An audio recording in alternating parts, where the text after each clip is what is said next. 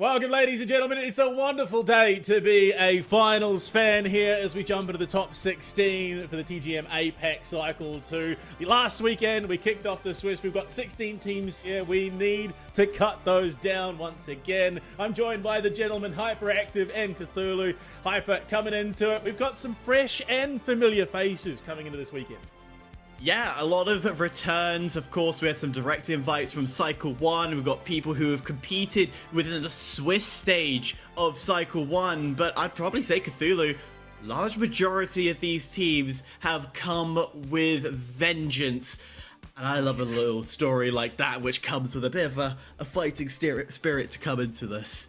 Yeah. There's been plenty amounts of the storylines really to be brought on in for this one. I mean, we got, I believe, 3 representatives out of China coming back for yet another run, as they had an absolutely a barn burner of a run back in Cycle 1. KZ and DRG out of China that are good to really bring in the revenge storyline for themselves. And honestly, they had such a solid attempt at their overall run in Cycle 1, it almost made me believe that they would have been the ones to qualify. There you go, having a look at the bracket now, our opening matches. I mean, looking up already at the names there, Hyper, there is a lot of going into these opening matches. I mean, KingZero, HIBOO, for Angry Man off. And then in that second match, DRG777RS, which a name that some might not recognize. That is, of course, Mogwasom. They're semi-rebranded, coming into a new name, Bamtiz, and of course, HUNNU. For my money, Bamtiz, a team that I'm excited by. They qualified absolutely monstered at 5th through Swiss. Ready to go. Xinwu has put together the monster stack, it looks like.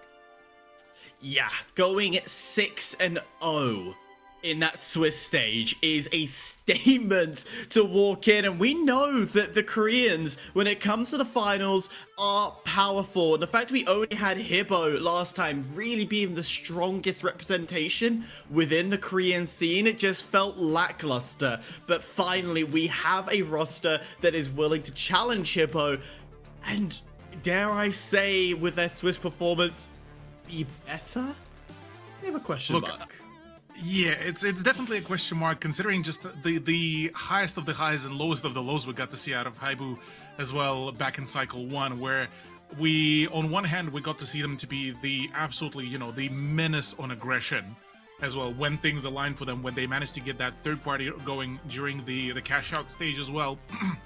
And then, you look at the 3v3s and then the subsequent cash outs after that, and it just looked very, very deflated. So consistency has been very much of a question mark for HIBOO. So Bamtiz, I'm equally keen to see how they will really perform. Otherwise, look, hoped for maybe some more OC representation. Maybe this time 777RS or ALTAC will be able to showcase themselves. But at least, look, for this one, it's a yet another beautiful chance for them.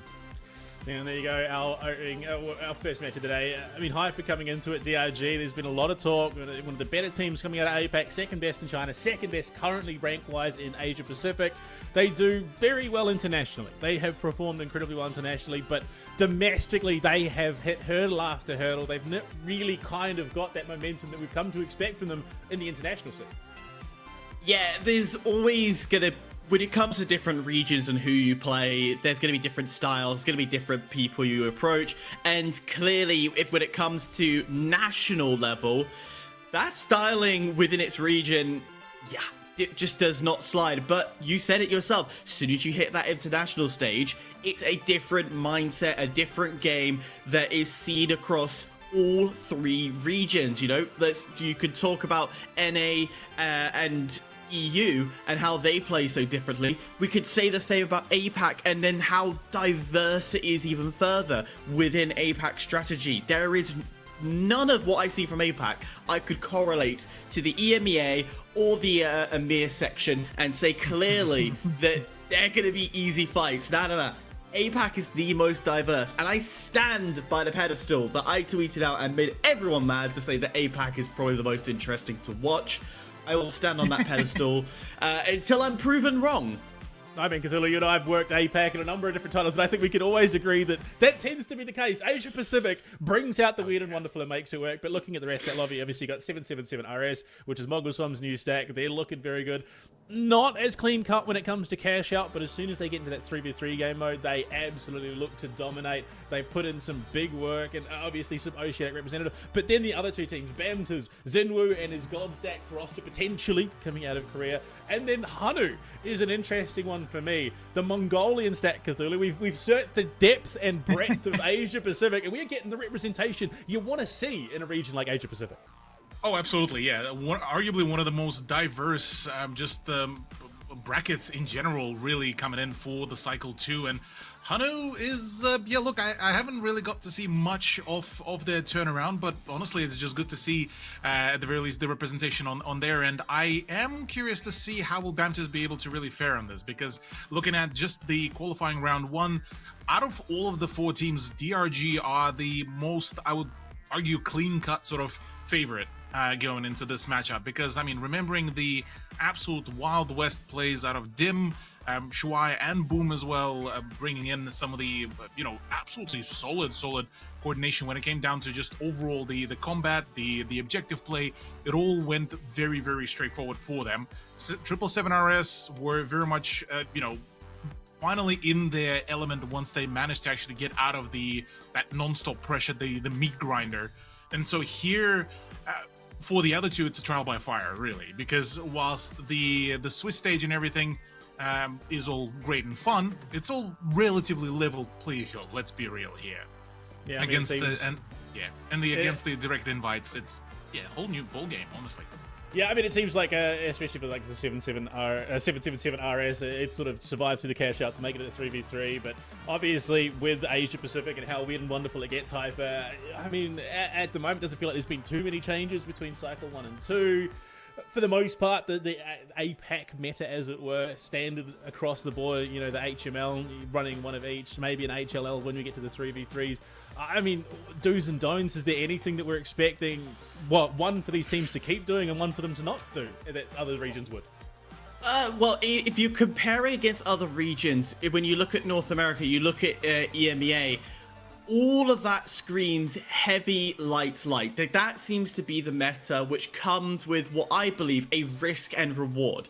The risk being you do sacrifice a lot of healing, the reward being that momentum and fluidity from having 2 lights is beautiful. However, the biggest however we just recently had with EMEA Crest League do the crown, the final stages of the Grand Major, the very, very final, and how it's going to be done in November at Stockholm. Take is one of the biggest EMEA heavy, medium, light rosters, and I tell you what, they still have it. Heavy, medium, light still can't be ruled out. So when it comes to APAC being so rooted in a heavy, medium, light meta, you can't walk away from it, and I still believe it's a strong choice. Well, jokes on everyone. Turns out we had the wrong teams. We're actually jumping to the other side with KingZero.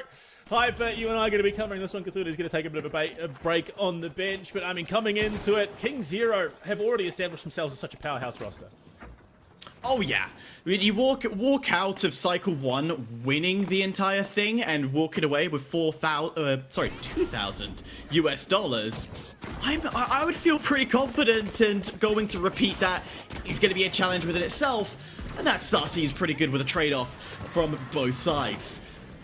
Getting some early damage out, sort of testing the waters, figuring what the approach will be. It is Bamtiz, of course, in this lobby. The rest is a bit of a mix and match. Shots going out, big damage coming through. The Shack 50 going absolutely hard in the paint, and already KingZero establishing their mark on the map. Great start. Then you have to kind of get the clean up houses. HIBOO is getting a little too low, but thankfully staying alive. AWF, their other regional squad, two Korean rosters here, of course. Sorry, no, 3 Korean rosters and 1 Chinese. That is gonna be close, personal, and understand each other well. But yeah, as we are slowly moving, we're getting it right eventually. Working towards it, of course, but... And again, in terms of what we're coming to expect, nothing too crazy. That KS23 coming through a brutal weapon in the right hands, of course. That slug shotgun. Busal is trying to bring that to bear, and already you can see them terraforming a bit. They've got the cash box, and they're going to start that cash out.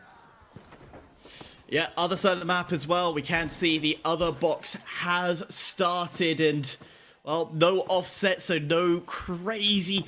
Well, I say no crazy strategy, everybody bundling up at the same place. That's still a possibility if one team decides, you know what, this site's a little too hard. But if you are HIBOO right now, you're not going to be moving. KingZero, they want a little bit revenge. Remember, we walked into this saying that KingZero winning cycle 1.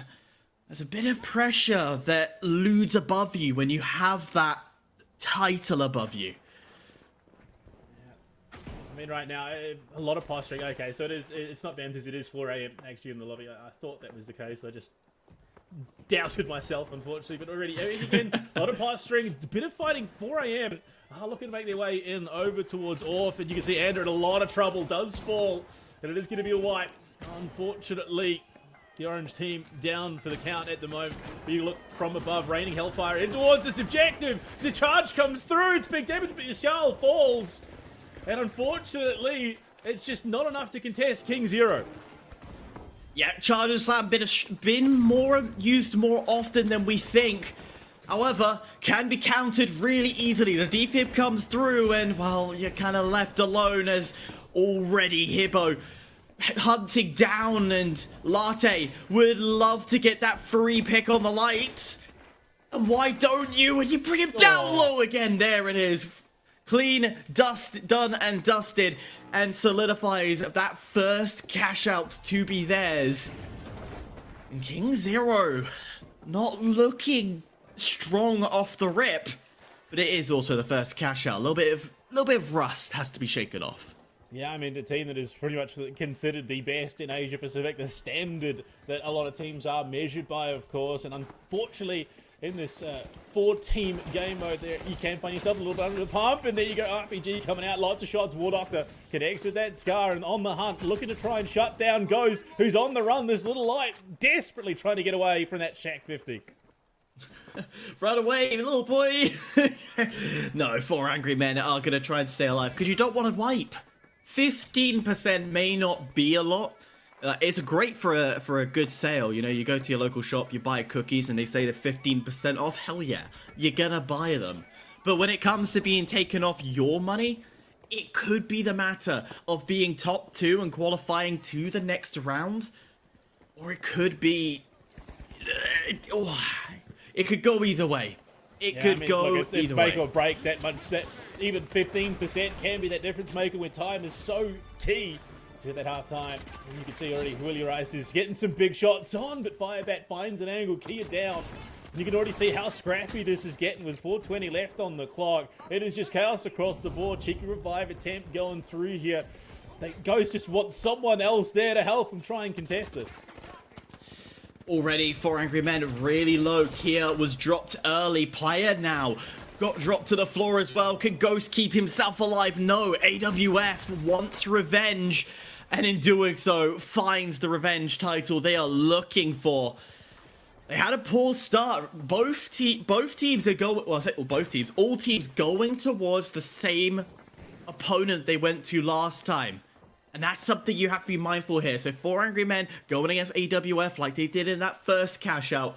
And it's a revenge story. It's the other side this time. That is winning. On the opposite side, you can just see at the top, KingZero have control of the cash out. HIBOO, the ones having to reconsider and rethink how to attack, with which they're going to go towards C. They're deciding to scrap KingZero and focusing on a different angle. I get a little bit cheeky here, but yeah, KingZero definitely feeling like they've righted that ship a little bit. Playing for time, and they're in a great little spot for themselves, but you can see it's going to get quite contested going to the final 3 minutes of play. That 93R does a lot of damage from down below. There's too many angles to consider here for Orf, and you can see they're already getting flooded on Firebat down. Ghost is hitting some ripper shots right now, and that cash out well progressed currently for Orf. They need to hold just that little bit longer to try and get it secure. Dome does go out, as does that defib. Getting Fire back into play. They've got the numbers. Still got numbers. Now the cash out gonna be stolen. 4 Angry Men playing it risky, but again, the charge and slam, being the powerful brute that you can be. The final few seconds start to come through, and this is AWF for the winning. And they're gonna say thank you very much, and cleanup crew in aisle 5 is gonna start to unfold as they just need to remove HIBOO from the equation. But HIBOO, they're not wanting to fight this. Instead, they're looking to try and rotate out. Meanwhile, KingZero, that's probably the easiest cash out that they can get in the game. I mean, what started as an incredibly tumultuous opening to the map has righted itself quite cleanly. KingZero have been left, for the most part, alone for the better part of the last couple of minutes. Will allow them to take that top spot at the moment with a pretty comfortable cash out. Not going to be contested at all. And now it is going to come from a mad scramble. HIBOO needs to do something if they want to crack into the top 2 here. The question is, what do you do? What do you do if you want to get into that top 2? And it's difficult because all 4 teams have shown that they can go head-to-head when it comes to defense. They are magnificent, and unfortunately 4 Angry Men are going to escape with their life and put in that cash out. So the situation you have to do is exactly what 4 Angry Men have. You've got to be first to the cash box. You've got to be the ones that take control of the matches. Kia quickly drops down, gets that easy pick, and 4 Angry Men are putting the pressure onto overdrive. HIBOO getting wiped within a matter of seconds. And 4 Angry Men, probably one of the larger names in the finals currently, will say thank you to that. Cheeky little deep cut there might allow them to snipe first place here. They were sitting solidly in 4th behind HIBOO, but a great deep cut play allows them to potentially leapfrog in if they can secure this. I mean, they're sitting 3rd for sure, potentially even taking out 2nd, knocking KingZero down into the bottom 2. Big shots on from that Shack 50 from under. Is now off, looking to get themselves solidified in this position. Jump pad is there. They're going to grab the box, look to relocate, but the shot's coming in from the back. It's a cheeky little play from Yuchi, but denied, unfortunately, as he's caught, pulled in, and shut down. What a beautiful winch. You cannot write that, and I tell you what, AWF playing this smart. Yes, they're currently being trapped in by KingZero, and KingZero are going to do everything they can to take control, and they have a little bit. Fireback dropped, War Doctor dropped, Ander left alive, but Ander is going to go down with a bit of a fight, and Aegon wipes brow and says, yes, just got it in time. And talking about just getting it in time. No! Stepped off at the last second. Great denial for 4 Angry Men, as HIBOO will have to try and re-attack onto that A site. And HIBOO is going to get wiped. Oh, poor Bisal. He was in a great little spot. Unfortunately, the support was no longer there for him. He can't get this deal. So 4 Angry Men likely just going to be able to walk this one home, and it is going to be off, in fact, knocked down into 3rd place. As it stands, unfortunately, it was a bit of a chop and change throughout the entire run. Going to be a contest here from all for the deep cut, but it doesn't matter. What a hold from 4 Angry Men from 4th to 1st. What a take. A little bit of rust. So clear amongst them, and when we were watching 4 Angry Men in Cycle 1, they were an aggressive roster that, honestly, when I saw them in the opening stages of Cycle 1, I genuinely thought this was the team that was going to lead China, that was going to lead the entirety of APAC, and, well, they demonstrated today, going in early, making sure you've got that opening top spot. Mwah. Oh. French kiss, whatever kiss, beautiful, bellissimo. Well, I mean, Cthulhu, you're sitting there in the wings. What a belter of a game. It was such an ebb and flow. You look at it, KingZero have a really rough start. They then right the ship, but then 4AM, who for the better part of that game were sitting solidly in 4th, come back with a magnificent clutch to win it out. Yeah, that last cash out really set them right there. And honestly, yeah, a few of the very close near misses, one could even say, with a getaway with the Vault, really sort of set the pace quite well. And whilst the rest of the teams really were trying to shut down HIBOO and such, yeah, 4AM were very much glad to oblige in terms of their performance. And with that as well, you can kind of see the overall sort of even the objective score. Yes, it's all good. They arguably actually one of the highest ones, with Kia having 3.15 of the objective score coming on in. But otherwise, yeah, look, for HIBOO, it's sort of like back on the script, really. It's the inconsistency galore that has been plaguing them back in Cycle 1 seems to be making a reappearance in Cycle 2, but this time they are having a bit of a rougher beginning to the whole run in top 16, mind you, as well. Well, I mean, it felt like it was a decent early to mid game for HIBOO. They got themselves a bit of control. You saw it was playing that front line very, very well, but when it came to crunch time, when that initial flurry of action ended Hyper, they just kind of got left behind. Yeah, it was, you kind of nailed it. It was a strong start and then a weak finish, but is that just a case of, you know, first map jitters that just didn't go the way they wanted to? There's a lot of question marks that you have to, like, look at. Positionally, I said, all of them when it came to defense, it was everyone had a strong stance that made it really hard. I don't think we had a single steal in that cash out, which is very, very rare to have. Very close at the end there.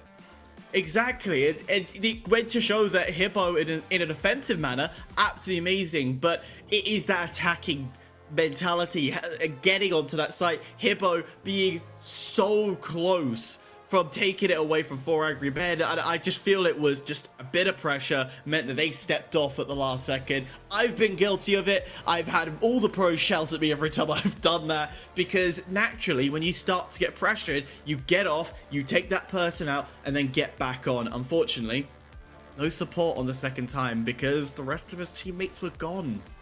Yeah, unfortunately, I mean, Cthulhu, this is easily one of the most brutal esports formats across the entire genre. There is no room for misstepping, misplays, and we saw it capitulated sort of there for HIBOO. That one misplay, unfortunately, Busal as the heavy cannot be that be-all and end-all, needs that support, but unfortunately it cost them an opportunity. But we do see, of course, 4 Angry Men and KingZero progress into the next round of play. I mean, is there concerns that this might just be an absolute wash again? Considering that, yeah, for HIBOO, you gotta feel bad for Myungtan. I mean, the highest support score as well, 5.7k, is certainly showing that there's been a lot of effort to try to just keep things afloat, but unfortunately just didn't really get things running as quickly, or rather as firmly as he would have hoped. For HIBOO, I wouldn't really fully write them off, but there's certainly... yeah, concerns is probably the best way to really describe this, because it is just pain central, really. Yeah, and unfortunately, HIBOO, the only direct invite team to not make it through. Unfortunately, there's only 4 spots, and with 5 direct invite teams, it was always going to be the case, Hyper. But you look at it, DRG and 777RS do progress there to meet them in that second round of the top 16. It's Bamtiz and HUNNU who then fall to the lower bracket. I mean... at this stage, are we going to see yet another, you know, Chinese masterclass? Are they just going to absolutely dominate through the rest of the bracket to the top 8? Or is there still potential for, like, the likes of 77RS to make that deep cut, which people, I think a lot of fans are hoping for? There is a lot of hope. Remember, we have 8 qualification spots, so there's a lot of, you know, a lot of people who could step up. And we are talking a lot about this upper bracket, but we can't forget the lower bracket, the teams that are hidden, because below we're seeing ALTAC, BSC, Worst Gen, and Team Cakey Flames making their way into that next round. Of course, with that lower bracket, it is very much, if you win, you move up to the upper bracket and have a shot at qualifying amongst the big dogs. So it is vital in that lower bracket stages that you're winning. So I'm not ruling out these lower teams. These teams in this lower bracket could very easily upset due to the nature of how this tournament is ran. It's cash out. You look at Europe, third-party enjoyers go and love stealing the third party and win and qualify through. You go and look at the North American side. There are, I'm trying to think of one off the top of my head. Take the last major and how the NTMR Nightmare worked their way through from cash outs, and they just kept going through the lower brackets. It is possible. So I would say there's a possibility. We need to keep an eye down low at who jumps up into that upper bracket as well. Yeah, I mean, unfortunately, we don't have it for you, but talking about that lower bracket, the OS representatives, ALTAC, dominating their match, sitting a good, 17,000 clear of anyone else in that lobby. Also does mean that MIR does go home, unfortunately. They will be out of the money. But look, yeah, there is already some things cooking in that lower bracket, Cthulhu. There might be some names that genuinely buck the trend and maybe force some of these top teams to Swedland. Look, there's definitely an opportunity here for the lower bracket to pop up. I'm being part of OC as well. I'm kind of hoping to see that ALTAC will get to show us a little bit more to bring into the table going through the lower bracket. But as of now, yeah, look, there's a few opportunities you could say for what could be sort of the big deal breaker here for them. Otherwise, look, I would say the lower bracket may just be at the moment very much of a Wild West, whereas the top bracket is going to be deciding who's going to be sort of the lawmaker in the Wild West once we do crown sort of the top two out of the next cash out. Yeah, the man with the big iron on his hip making all the rules and kicking all the butts and taking all the names. So it is for sure going to be interesting. But I mean, Hyper started the top 16 already. We're seeing things a little bit rusty. You did call it there. Things were looking a little bit rusty. Surely that is all shaken off. We got our top 4 teams sitting in this upper bracket. This could brew to be one of the absolute belter of this cycle too. I hope so. 3 Chinese rosters and of course 77RS are Oceania representatives. That should be a lovely fight. Of course, 3 of them are going to be very familiar with each other. The Chinese leagues, as much as I would love to sit here and tell you about their past, their history, and how they've come against each other, they are the quietest league with some of the strongest players. But we know a lot about 77RS. We know how fantastic of an Oceania roster they are, that they can come and step up. They can go and head-to-head against all of these Chinese teams and go for it. Of course, reminder, this isn't the top 8. We're not going to be crowning a cycle champion just yet. That will be done on the official The Finals channel next week. Here, we're just seeing who's going to qualify. And I'd put my money down we're going to see all 4 of these teams into the top 8. I mean, look, I think it's safe money, but Cthulhu, we were just talking about the man with the big iron on his hip, and DRG very much has someone like that in their roster. We didn't get to see DRG or 777RS in our opening match because they'll be played concurrently with the KingZero 4AM one, but I mean, DRG, 777RS coming into it. I mean, look, if KingZero and 4AM looked a little bit shaky to start, that's surely something that these 2 other teams can capitalize on. Absolutely. Well, on one hand, yeah, DRG very much are going to be the team that will just, go for the direct engagement with a lot of the players here in the lobby as well. And I wouldn't be surprised to see them really at the front line, really trying to just put in quite a fair bit of the hurt, really, on the opposition. Whereas on the side of 777RS, I would say learn the lesson you've learned back in cycle 1. Play for just the objective. If there is heat coming around to one of the 2 cash outs, go for the other one.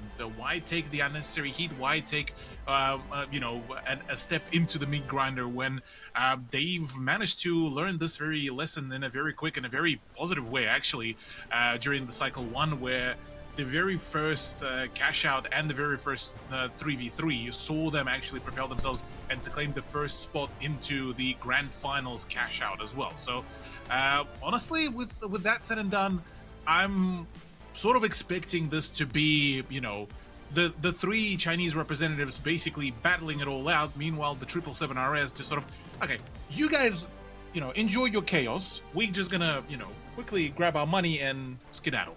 So that's sort of the overall game plan. Well, unfortunately, the tradies didn't bring their material. Sorry, Hyper, you go for it. I was going to say, I wish it was that easy, and I wish it was the case of just all 3 Chinese teams focus on each other, and then the Oceania just kind of skedaddles in the way you say. But it is never that simple. I feel with the Chinese rosters and how they play, it's almost like if there's a little bit of blood, you're gonna get hunted, and there's going to be no teaming, there's going to be no liking for each other, and yeah, 100% we're going to see a bloodbath nonetheless. There are no friends in the arena, but unfortunately, like I was saying, the tradies forgot to bring their building supplies, so they are just getting those last couple of walls up. Needs to be a quick Bunnings run, but when we come back after the break, we're looking to jump in our second round of qualifying. Coming back, and we are moments away from jumping into the second round of the top 16 here in Asia Pacific with the TGM26 Cycle 2. Hyper Cthulhu, you guys are going to be taking the reins of this game. Oh, look, let's not waste any time. It's time to kick things off. What a match it's going to be, gentlemen. I'm looking forward to it. It's going to be fun, exciting. 3 Chinese rosters against the only, well, I say the only in the upper bracket so far, Oceania representative of 77RS. The top 4. That's a big, big statement to kick things off. And, well, Ghosts will say thank you very much. That's the start we want. Oh, yeah, very much so. Wants to get started nice and early. KingZero already taking quite a fair bit of damage, and so is 777RS, with Eshe being the last man standing. He is able to at least put in quite a fair bit of a hurt, and UQI is also out of the equation, but just like that, the OS representatives get the early wipe, and unfortunately not the firmest start of the overall run, though I will have to say, so far, very much on par with what really was the pacing back in Cycle 1 for 777RS when they were participating in the cash out. So from here on, KingZero, DRG, and 4AM looking to be the ones to sort of try to kickstart their own momentum. But with 4AM, bit of a shoddy start. Yeah, but they had a poor start in the first matchup that we had, and then they turn around and absolutely dominate. So unless this is just standard for them, allow themselves to get, I say allow themselves, of course I'm not going to allow it, but get wiped, they work out from that initial battle how to fight. That could be a possibility. Is very serious.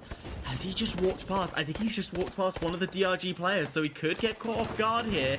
Thankfully, he has survived. I think the rotation came off, the RPG landing perfectly, and the pressure starts to mount on, and very serious, able to stay alive with a fraction of health, and now the orange starts to come through. Monk with Thumb is able to get the winch. 77RS opening things up well. Shui left alive.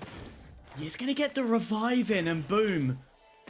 He's going to say thank you very much. We're back in full swing, and DRG, yes, they're off-centered, but they're not going to fight this. Yeah. Quick cheeky steal in the meantime to really put the initial pressure now to put on to the other teams. The full push starting to bring on in. SA-12 is ringing on out, and so is the RPG as well, hoping to find some sort of an opener, but as it stands, Mokwasom is actually doing a phenomenal job staying alive and actually keep on pumping out the damage.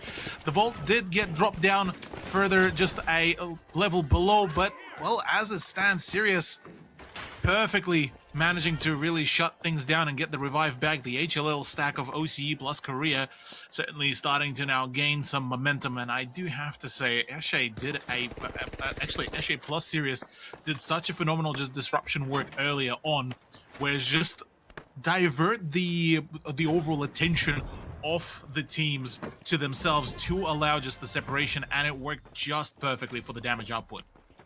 Yeah, it was beautifully done. Also have to mention, we said about how 4 Angry Men had a slow start. Well, that slow start has kept going. Unfortunate to see, but again, getting some of that rust off is still early. Well, definitely early for my time zone, but it's early for, I'm sure, your time zone as well. Either way, again, it's 777RS quickly wiping out 4 Angry Men. And I love that pressure that this APAC squad, sorry, the Oceania squad is putting onto the rest of the Chinese teams. Absolutely, yeah.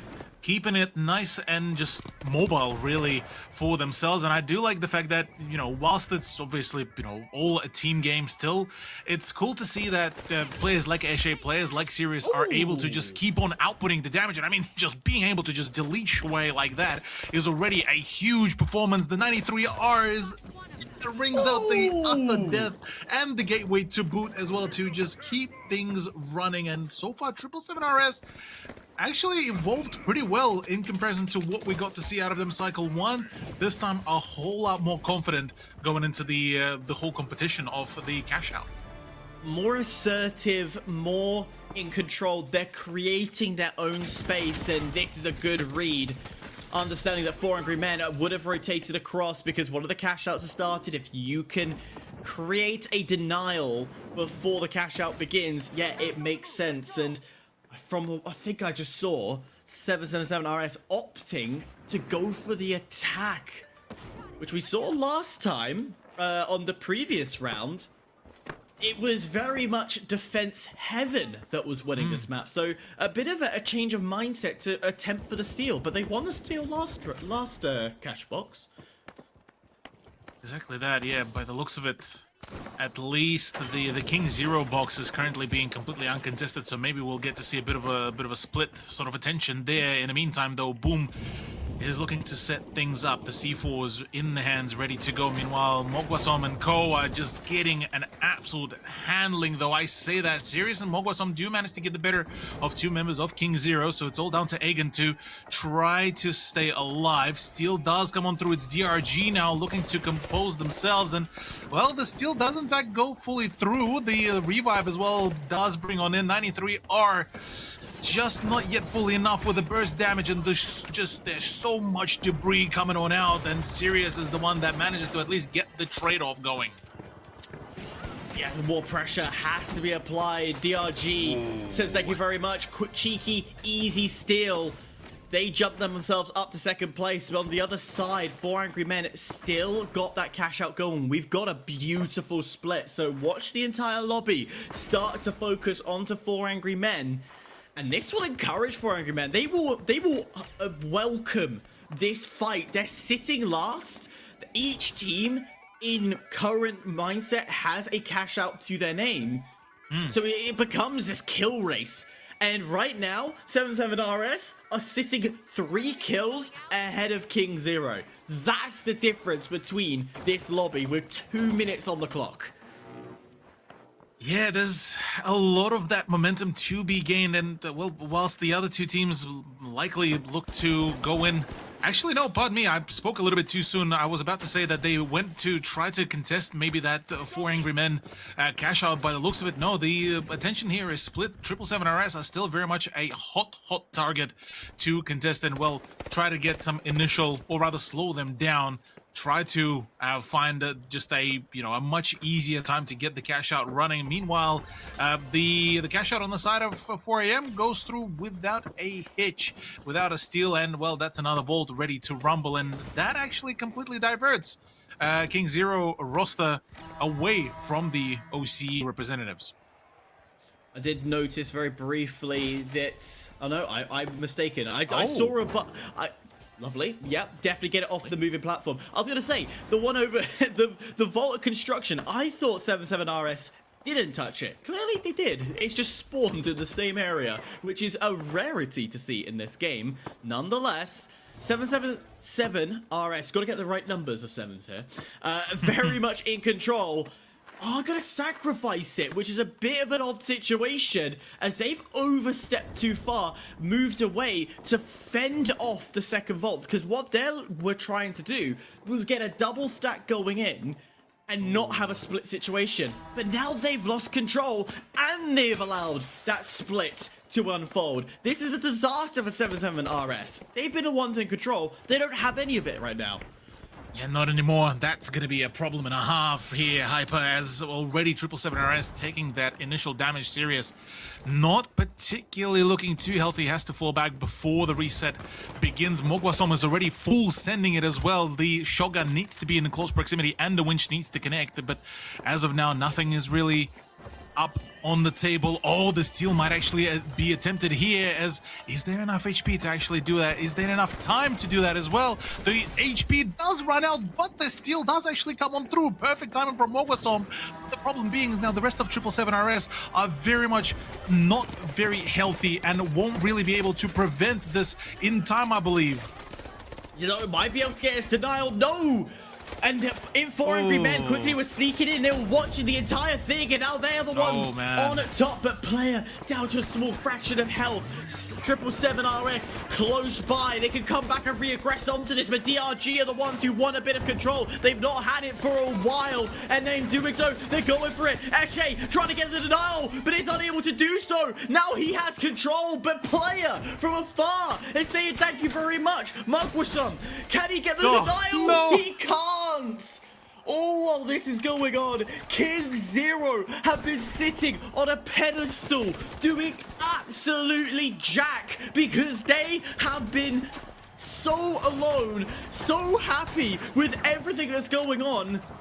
It's KingZero and DRG are 1 and 2, making it to the first of the qualification finals. Tragic turnaround there for 777 RS from such a solid setup that they had. They just ended up outbraining themselves, honestly, at this stage. Yeah, look, I'm sitting here in the wings watching it and, you know, keeping track of how Cycle 1 went, and the biggest problem for what is now 777 RS was that cash out. They thrived when it came to the 3v3, but in that 4-team lobby, they did struggle a little bit, and it felt like for the better part of that game, Hyper, they had fixed their issues. I mean, look at it, Eshe, 10 kills to his name. The kill leaders in the lobby, 24 kills. Across the team. They were putting up some massive numbers, but unfortunately the flow wasn't there, the momentum wasn't there. They just could not deny those steals. Yeah, you could argue, especially as an Oceania fan, you could argue, oh, they were targeted, but reality was, it was a lot of tactical play from these Chinese rosters. We saw most common 4 Angry Men being the ultimate third-party kings in this situation. They came in, they put the pressure on, they created those upsets, and then particularly towards the end, we know that that 4 Angry Men were watching from sidelines, waiting for the opportunity to hop in. Unfortunately, they came in a little too early. Mugwasum and co had to back away, and then, well, DRG just came in to clean up house at the very, very end. Yeah, I mean, it's a brutal reality, Cthulhu, that, you know, you can't risk tunnel visioning because there are 2 other teams in the lobby that will quite happily take your head off and the cash out to boot. And, oh, look, if nothing else, there's confidence surely that 777 RS can then qualify through the top 8. But, I mean, they very nearly completely dumpstered that lobby. It was literally margins of seconds by the end of it. Oh yeah, margins of seconds indeed, and they had a good, a final chance to really get back into it. But yeah, it's that decision of just overextending ended up leading to ultimately their downfall, because they had the setup. They managed to get the final cash out box off the moving ramp. They managed to really set it all up so that if they would have stuck around, if they would have defended it, that's it. You have the crossfires, you have the denial, your whole team performing absolutely spectacularly when it comes down to the just getting directly frags. I mean, miles and miles ahead in terms of the eliminations. But look, unfortunately for them, that's not the case. So, well, they'll have to try again. In the meantime, though, the next matchup, that one is actually going to be a spicy one, I reckon. Yeah, DRG taking on KingZero, but I've been told that we are going to throw it to a quick break. There is going to be a little bit of a... I think, honestly, we probably do need a bit of a breather after what was such an impressive match in that qualifying round 2. Don't go anywhere, guys. We'll be right back. Coming back from the break in Hyper Cthulhu, we've already had 2 very exciting matches. Now we look to cut the chaff. It's, you know, no pesky third parties coming through. DRG versus KingZero. Both teams really felt like they've bucked the trend sort of coming out of Cycle 1. Of course, KingZero pegged as this very, very dominant team that is likely going to be the forerunner. Didn't really feel like that in the early stages of today. They did look a little bit rusty. They look a little bit shooketh, as it were. But DRG coming in aggressive, looking to be a bit decisive. Cthulhu, does that bode poorly potentially for our first seed team?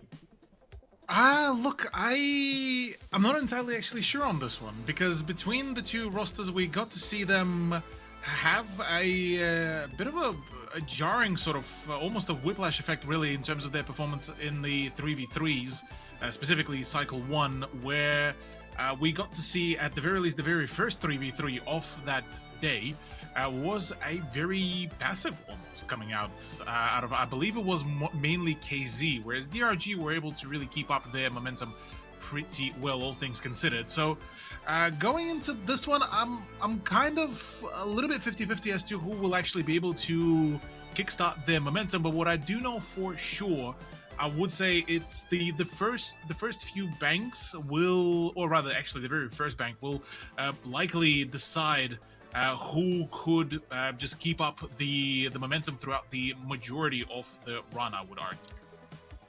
Yeah, and I mean, Hyper, historically, KZ has very much just had the number of pretty much everyone else in the region. But DRG, I mean, is a game like that one we just saw from them enough to give them the momentum they need to potentially, you know, get a leg up and sort of change that narrative going into the further steps towards, you know, top 8, and of course, looking even further down the line towards Stockholm, does that potentially buck that narrative a little?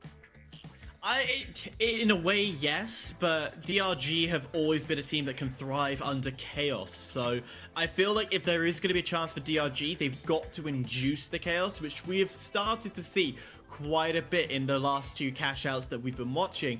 DRG is there, their presence, they're the one causing it, they're the one making all the instability for their opponent, because a lot of situations, they I would say probably from the very first cash out match we watched, it was very team against each other, no third parties coming through. But the last cash out, it was third parties, and yet DRG, they were well equipped. They backed out at the right moments. They came and fought at the right moment to apply the pressure to get those free easy wipes. KingZero have been having a free ride in a way. So I could argue and say that actually KingZero hasn't been tested yet. So it could fall either way. Well, I mean, if it's true that anyone can show up and have a good day, it's true that anyone can also show up and have a bad day, Cthulhu.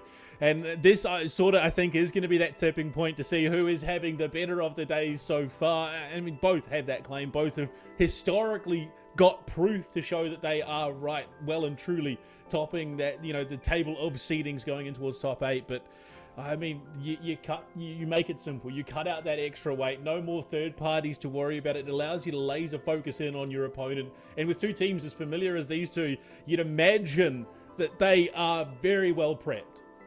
Oh yeah, very well prepped, very much, well, I would imagine as well, locked in. Considering that things are about to get a whole lot more meaningful behind each one of the group fights as well. Well, Cthulhu, we are going to say goodbye to Mr. Hyper in just a moment. He gets a bit of a break. He's done a lot of talking. He needs to rest his voice. Obviously, it's very early over on the other side of the world. But Hyper, before we go, actually, no, we'll let you go. Go rest. Cthulhu, it's time to jump into it. DRG, KingZero, looking to ramp things up here. Yes, sir. Look, this is going to be an absolutely a curious one for me, Panda. Like Hyper highlighted, yeah, KingZero really didn't get as tested here, so I'm curious how the first few gunfights will really work out, because like we've mentioned, 3v3, no more of the third party, none of that mess. It's just straight down to business. HLM is coming out on both sides as well, meaning we are going to see a relatively steadier approach, but straight off the rip, some high ground plays, and KingZero not entirely in the best position possible, I would say, but DRG at least should have some, or rather, pardon me, the other way around. It is, I believe, KingZero actually on the top part, and it is DRG that are currently on the lower ground, but nonetheless, still have a pretty good opportunity for the takeover, I believe. Yeah, I mean, high ground, more often than not, is going to be that much more beneficial. Low ground, you tend to just have that hell rain down on you. So that is going to be the case, it would seem. And yeah, so it does seem that team names are around the wrong way. DRG, as you can see, dim there on your screen, it's Shuai who does get dropped first. Some excellent play from KingZero to start things off as they start to reposition themselves, looking for an opening to establish some control. Yeah, without the light as well close by and available, that's the mobility going to be slightly more crippled.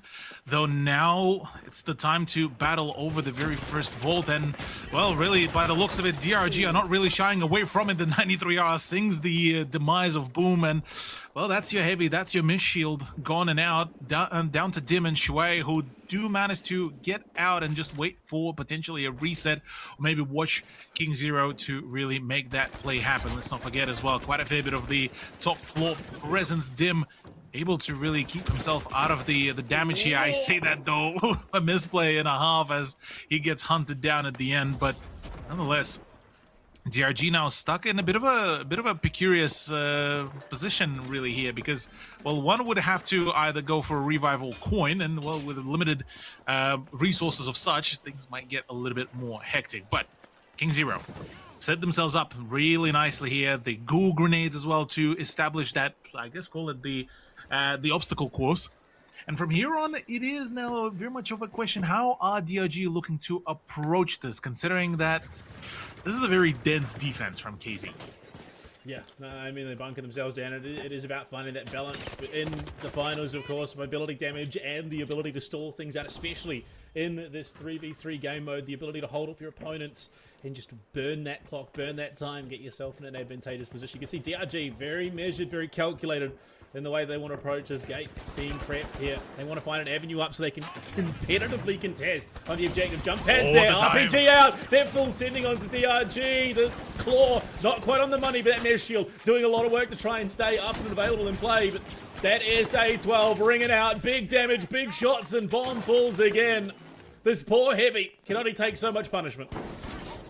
Yeah, Holy Rice is there to try to get things done and sorted.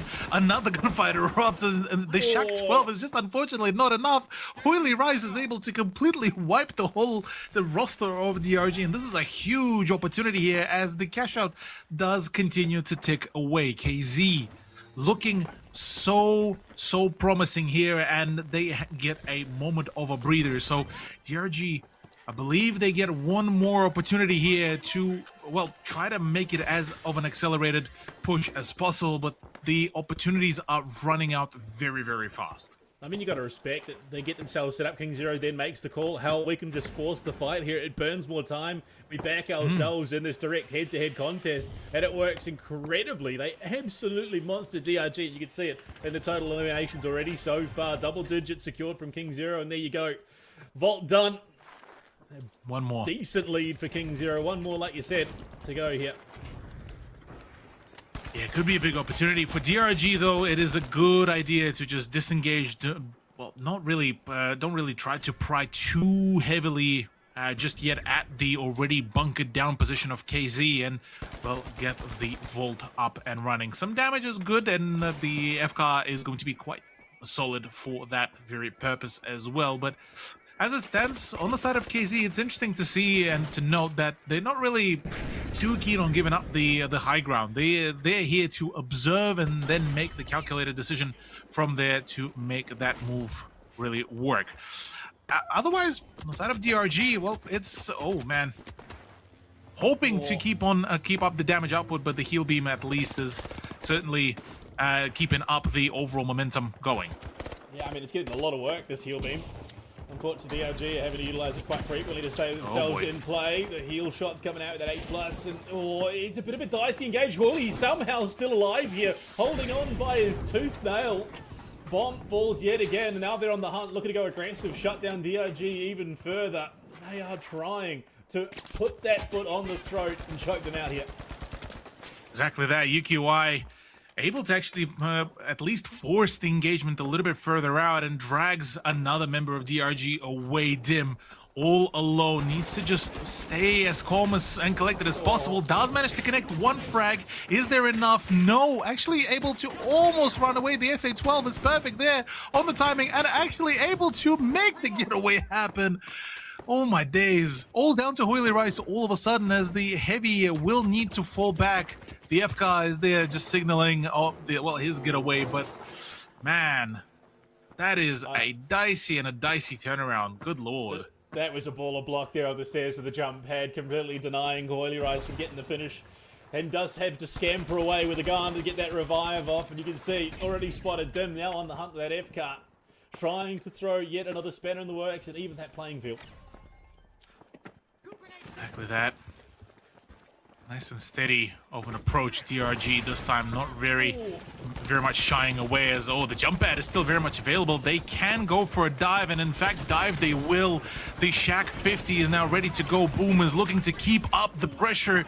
Huili Rice is gone. It's all down to Agan, the medium player of KZ, and unfortunately he is down to the last straw of it all, gone and out.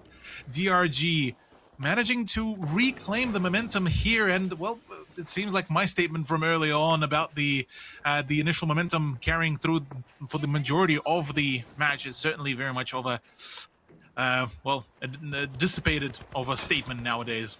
I mean, it was a magnificent read once again. This time DRG identifies the fact that it's not the greatest angle of approach from KingZero. Go on the offensive, hit that gas pedal, and a phenomenal flank in from the wings as well. Completely upsets KingZero in that approach towards the objective, towards that cash out to try and contest. It's a now. It just gives DRG that much more time. They can set themselves up even further. Vanishing bomb goes out, but the shots on the Yuchi. He hits, turns tail, and runs. Has to fall back, and yeah, the gateway gets completely denied as well, whilst that Panda now being left all alone to his devices, pardon me, no, completely now rendezvoused with the rest of the team. It is a long way around that is being taken, and so much time is being drained. The sheer amount of damage that is going in, even before they make it to the building as well, is already insanity as it is.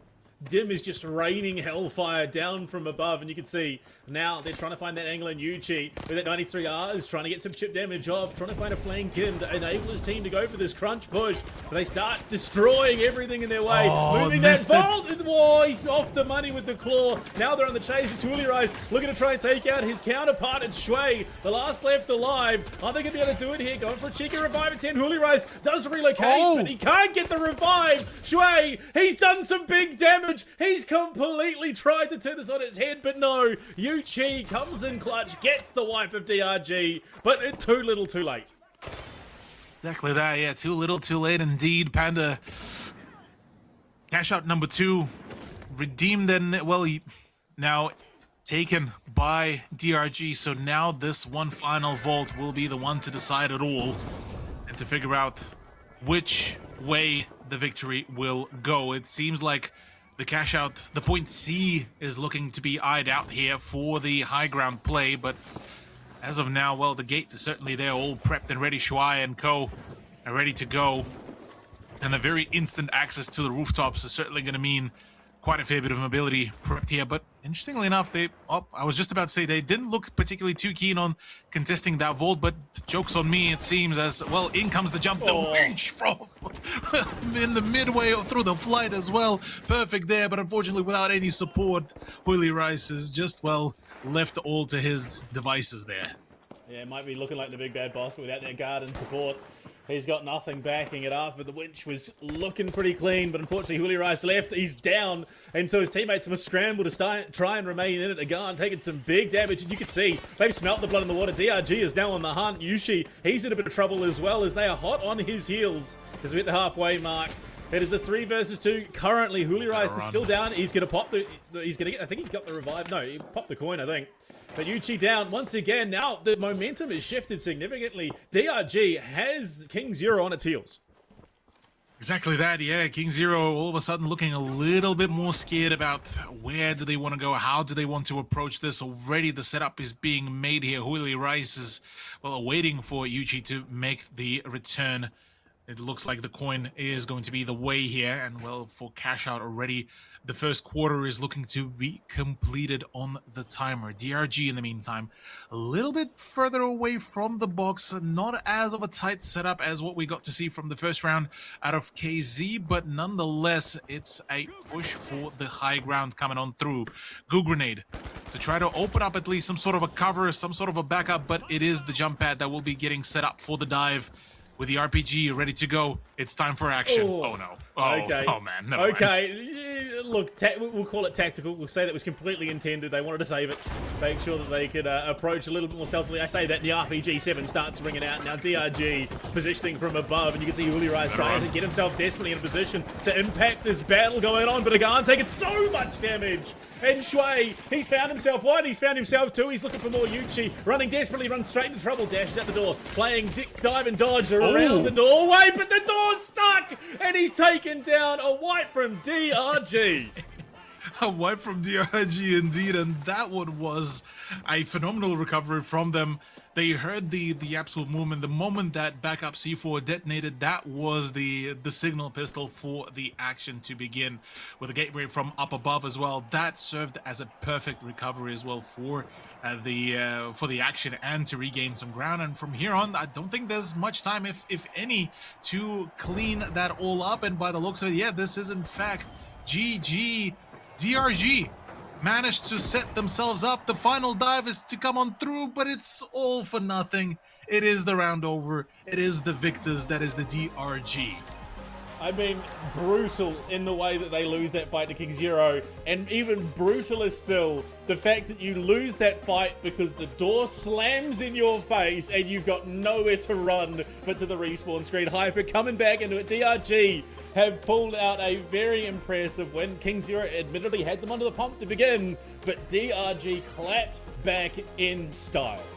Yeah, I honestly thought when that game started, DRG was going to get wiped off the board because one of the biggest notes I wrote down was height was the factor of the game. It's the biggest statement of the finals. It is the biggest thing you need, and KingZero just had it every step of the way. They knew how to be on height, they knew how to become turrets, but as the game went on, as we've been seeing with the cash outs, it's whoever puts in that cash box, the vault into the cash box first, they gain map control, they gain so much advantage. And it was so clear from this. So when DRG finally won those vault fights, that's when it turned on its head. They didn't need hype when they won the vault fights. They didn't need anything fancy. They just needed to be together and stick together the unit, find one player, take them out, focus on the next player, take them out, and then finally you're left into a 3v1. Well, let's be honest, numbers speak for themselves. You're not going to win a 3v1 situation. But yeah, KingZero, they can't do slow. They can't do stealthy. We saw that at their last attempt to try and push for that cash out, but when it comes to explosives, they could do explosive plays. I just don't understand why they changed and tried something new. I mean, it was that second objective, Cthulhu. I mean, KingZero start off strong. They look convincing. DRG then get themselves set up off the back of what was a brutal wipe. And it was just that the timing worked out. I mean, there was a jump pad going down onto a goo grenade. They were looking to go forward. Suddenly, KingZero rears its ugly head. And DRG just finds the flank of all flanks and completely obliterates them. And from there, the momentum was just gone. Yeah, no, it was a perfect play. Yeah, for KingZero, like Hyper highlighted, yeah, just a little bit too on the nose in terms of telegraphing their approaches, their overall plays, and yeah, I think they didn't really get to fully switch on from the cash out mentality towards the 3v3, and I think that's what ended up hindering them quite a fair bit in terms of their overall performance. But look, there's still a few more opportunities for them to really bring themselves back, so it's not all over Red Rover.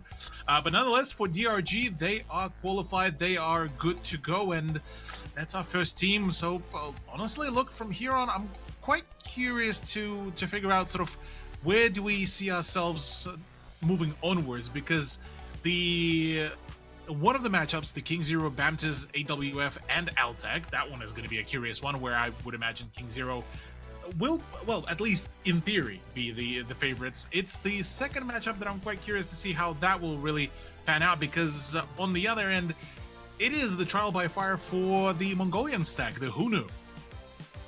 Yeah, look, we are going to throw it to a quick break, but before we go, there is one thing I know for sure. After that game, I do not want to be in a lobby with KingZero, because I think for Bamtiz, OFL, and ALTAC, this is about to hurt. When we come back from the break, we jump into qualifying round 2. Don't go anywhere.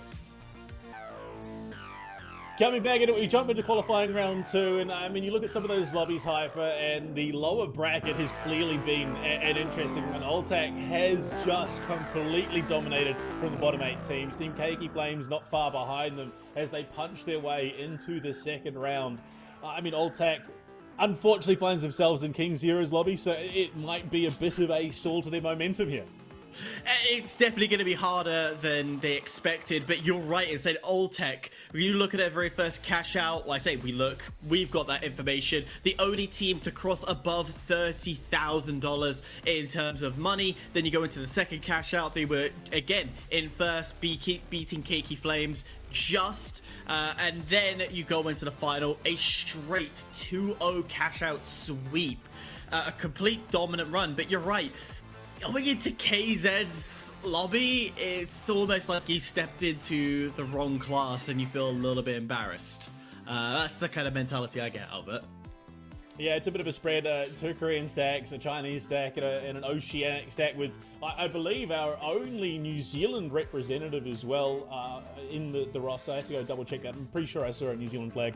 But, I mean, down in that bottom side, just as brutal a lobby it looks like. Cthulhu 777 RS, 4am, HIBOO, and HUNNU. Yeah, okay, so we do have a Kiwi in the lobby going at least. But, yeah, that second match in this qualifying round 2, again, equally, this is... We thought the first opening round was going to get pretty rough. It doesn't get any easier.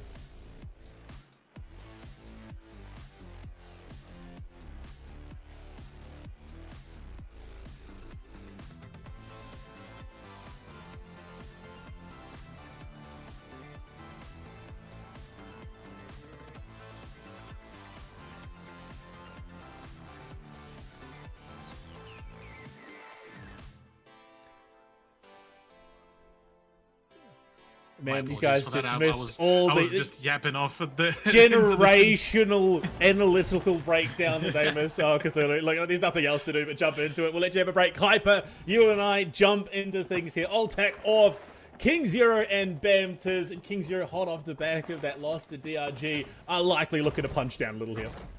Yeah, I almost feel there's probably a hole in one of these guys' walls. I would not be surprised, and that's what I hope I see in game. That similar hole, that similar brute that just comes in and says, right, we're a bit petty. We want to come out with a bit more anger.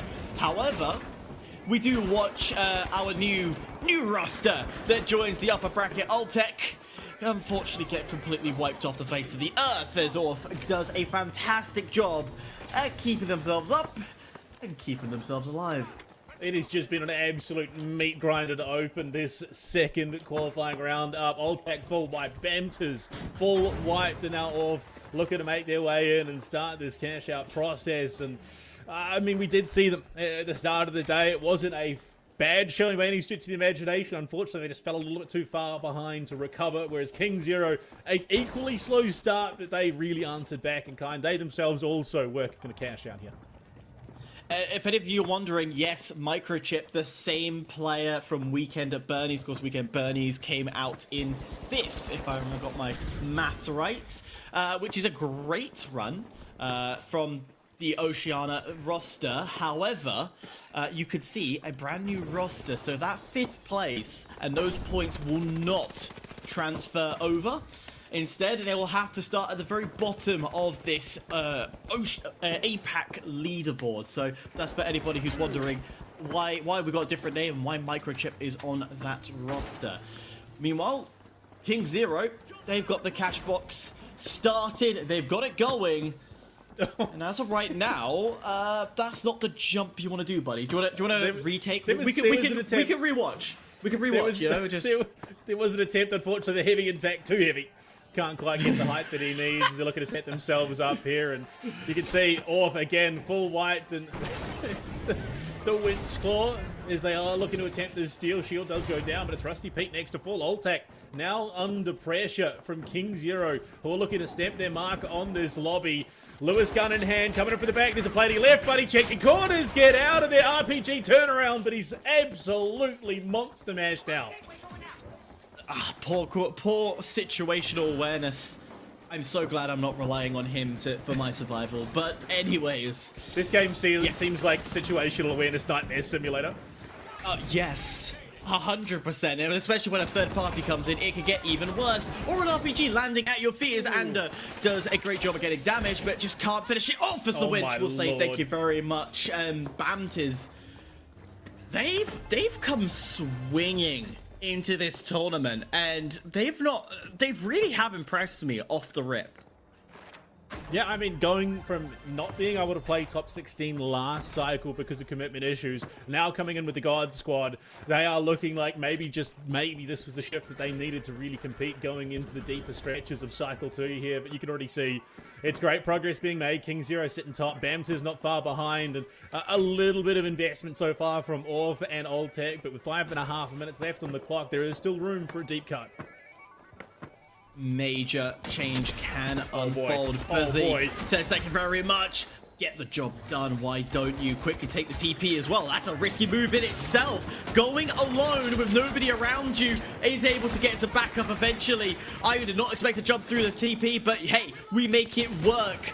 Bamtiz down to Asher, who will clutch that situation and say thank you very much, dear sirs. We do not get flustered. Asher, the cowboy, has that big revolver in hand, just hitting shots and landing winch claws. That's two very, very clean claws that we've seen from him now. And ALTAC, again, just being wiped out of existence. All the while, KingZero and Bamtiz start working that progress, get themselves more money in the bank, trying to progress through this qualifying round 2. And unfortunately, it's just left off and ALTAC having to scramble back into position. A little bit of an update on the other side of the bracket. 4 Angry Men and 777 RS have made it through to the next matchup. So what we see here will have to face those two. Also, Worst Gen and Shearers on the lower bracket are in the final round. So one of them will advance up into the upper bracket into the next rotation. But we stay here. We still lead with a question mark of, is there hope for AWF and ALTAC to jump up and keep themselves in a fight without having to worry too much about double stacking? But it's going to be chaos from down below. It's going to be a full commitment, but AWF can't keep it going. They have to back away and let ALTAC take over. I mean, we find ourselves in a very dangerous spot right now because it looks like KingZero and Bamtiz is going to find themselves away and clear, but ALTAC on for a steal here. Cheeky, late, deep cut from them. There might just be an avenue for them back into the game. They were almost in a position where they were going to have to play spoiler from here on out. That is a huge steal and a lifeline that was desperately needed. Only a few thousand difference between ALTAC and Bamtiz. So it's going to be a fight galore as the RPG becomes a nuke. And thank you very much. Microchip is going to be happy with that. Unfortunately, a team wipe will create a large deficit between third and second. It's a kill race with 3 minutes on the clock. Things can turn on its head all so easily. Potentially an avenue for a tacky wipe here for ALTAC, only having Microchip up and alive. They do have the coin, so I think that's going to be the avenue instead. But last thing you want to do is lose Micro and throw off that momentum even further. You can see all teams scattering. It is now a race to second, essentially, between Bamtiz and ALTAC. I think, unfortunately, OFL have been left out in the cold. And that is a dangerous position for them. They can now play spoiler and try and dictate a little bit further who then finds themselves in that second spot. KingZero technically can grief somebody in. They can choose who's going to go forward. But if you're a lobby, you could also look at this in a different way. Because Bamtiz and ALTAC could, if they can get a split on these vaults, force KingZero out. So there's still some mind games and situational games you can play here. But with KingZero having control, they are wanting to make sure it stays that way. However, AWF, they're wanting to double. They know a double will guarantee them first. It's all about the mind game. It's all about calculated risk. The Shack 50 going hard in the paint here. Ander does drop the shield. Knows he's under a bit of threat, but it's ALTAC. Great steal here for them. Propel into second. Looking to go for a deep cut if possible. With a minute 33 on the clock, you can see Vault picked up Ander. He's trying to get that winch into position so they can start this cash out and maybe, just maybe, even threaten. You did say if they could split both Bamtiz and ALTAC, they could force out KingZero, and that's exactly what it's looking like might happen. Well, you've got to see Bamtiz respawn into the lobby right now. AWF, it's just charity points. They would have to do a very difficult task, which I've only seen once in my finals career of casting, where a team has been able to steal both cash outs to win the game. Not an easy venture to put forward. Bamtiz is going to be looking to go head to ALTAC. So KingZero, as it stands, really doesn't have to do anything at all. And that's the question. Do you go for the gong shot? It looks like they are just going to go for the easy, the high risk, high reward. Lewis gun ringing out. Big damage from Bussy, but he's having to duck down the RPG. They get the 1-for-1 trade. 2 players left alive, but Resty Pete goes down. Blader, he's putting in a huge effort right now. It's the heavy left for ALTAC running. Jump pad out, has that defib as well. Can he get back in? As they are looking to try and still here, and it's a full wipe from ALTAC. Bamtiz gamble, and it pays off. 1 HP in a dream. 1 health point. And ALTAC have been pushed down to dead last. They now need the steal of a lifetime. They need to rotate over and go and claim this cash out. But the question is, will KingZero even let that happen? They've been sitting on the outside watching everything unfold. They haven't fought AWF. They haven't thought about going for the fight, but now they would. They're in a situation, they're in second right now. They have to get involved. They have to go for the steal. I mean, mathematically, I don't even think that ALTAC can get back in. It's just such a clear lead. I mean, it would be a very, very close margin. They'd have to gamble everything, but unfortunately, Rusty Pete, with a sliver of HP, he's gone. And another wipe onto ALTAC means that likely that gambit has failed. And now they will just watch as, unfortunately, it's off to take that final cash out. Time ticking away, 4 seconds. And it is going to be KingZero and Bamtiz. And Bamtiz, high risk, high reward play, steal it out from under the nose of ALTAC. There was hope. Every fan from New Zealand, from Australia, was almost begging and cheering. But 1 health point made the difference. Yeah. Point. I mean, that is it. Make or break. One player stays alive, one doesn't. And that's all that you need to shift that momentum. Cthulhu, heartbreak for the Oceanic fans as they were, again, right on the cusp of getting themselves into the top 2 positioning, only for the dashes, or the hopes to be dashed by Bamtiz. Yeah, Bamtiz managed to really bring it all back. I mean, for such a long while, Bamtiz was right at the very bottom of the leaderboard and then managed to really just propel themselves with an absolute booster and a half, really, up to the top of the leaderboard. And yeah, for ALTAC, look, that whole, I guess, call it the underdog run that they managed to at least begin back at the lower bracket in the first set of games. Unfortunately, for the time being, got stumped. Back down they go, I believe, and well, things are looking a little bit more problematic for where they're able to solidify themselves, because like we've mentioned, they not to be completely discarded out of here, but it's certainly a rough run to be facing. So in the meantime, yeah, look, for Bamtiz and KZ, this is, well, KZ at the very least, this is turned out to be a fairly expected sort of turnaround. But on the side of Bamtiz and AWF, it was actually pretty close running. So from here on, I'm kind of keeping an eye out. I'm curious to see how far Bamtiz can actually take this. Yeah, and obviously joining, it's going to be 3 or 4 in our second match. Obviously 4 AM and 777 RS already there waiting for them, but it's Bamtiz and of course KingZero who joined them. DRG, having already made it into the top 8, will not be there, so Bamtiz the next team to walk on up. And we've already seen somewhat of this match played out. Hyper, Bamtiz, I mean, how do you think they fare going into this 4 stack? Well, they've definitely showed up on the second match, because they didn't do too well on the first one. They came third when they were up against DRG, 777 RS, and HUNNU. So if you look at statistics, it would say that Bamtiz would falter. However, this is also cash out. This is the finals. it's very easy to jump up and overtake these guys. You've now played them once, you understand their strategy, you know how they play, and particularly Bamtiz against KingZero, they're fresh off the back, so I wouldn't rule them out when going into this fight, even though we are talking about the top 5 in the current EMEA, not EMEA, what am I on about? APAC cycle. So there's a lot of hope that they're going to have within them. But again, reminder, 6-0 in Swiss stages. That's a pretty good title. Yeah, well, I mean, Bamtiz looking to step their mark on the Asia-Pacific region. Weren't able to do it going into top 16 for Cycle 1, but they're here, they're back. No clashes of timing. The new squad ready to rock. When we come back after the break, we'll see just how far they can go. Don't.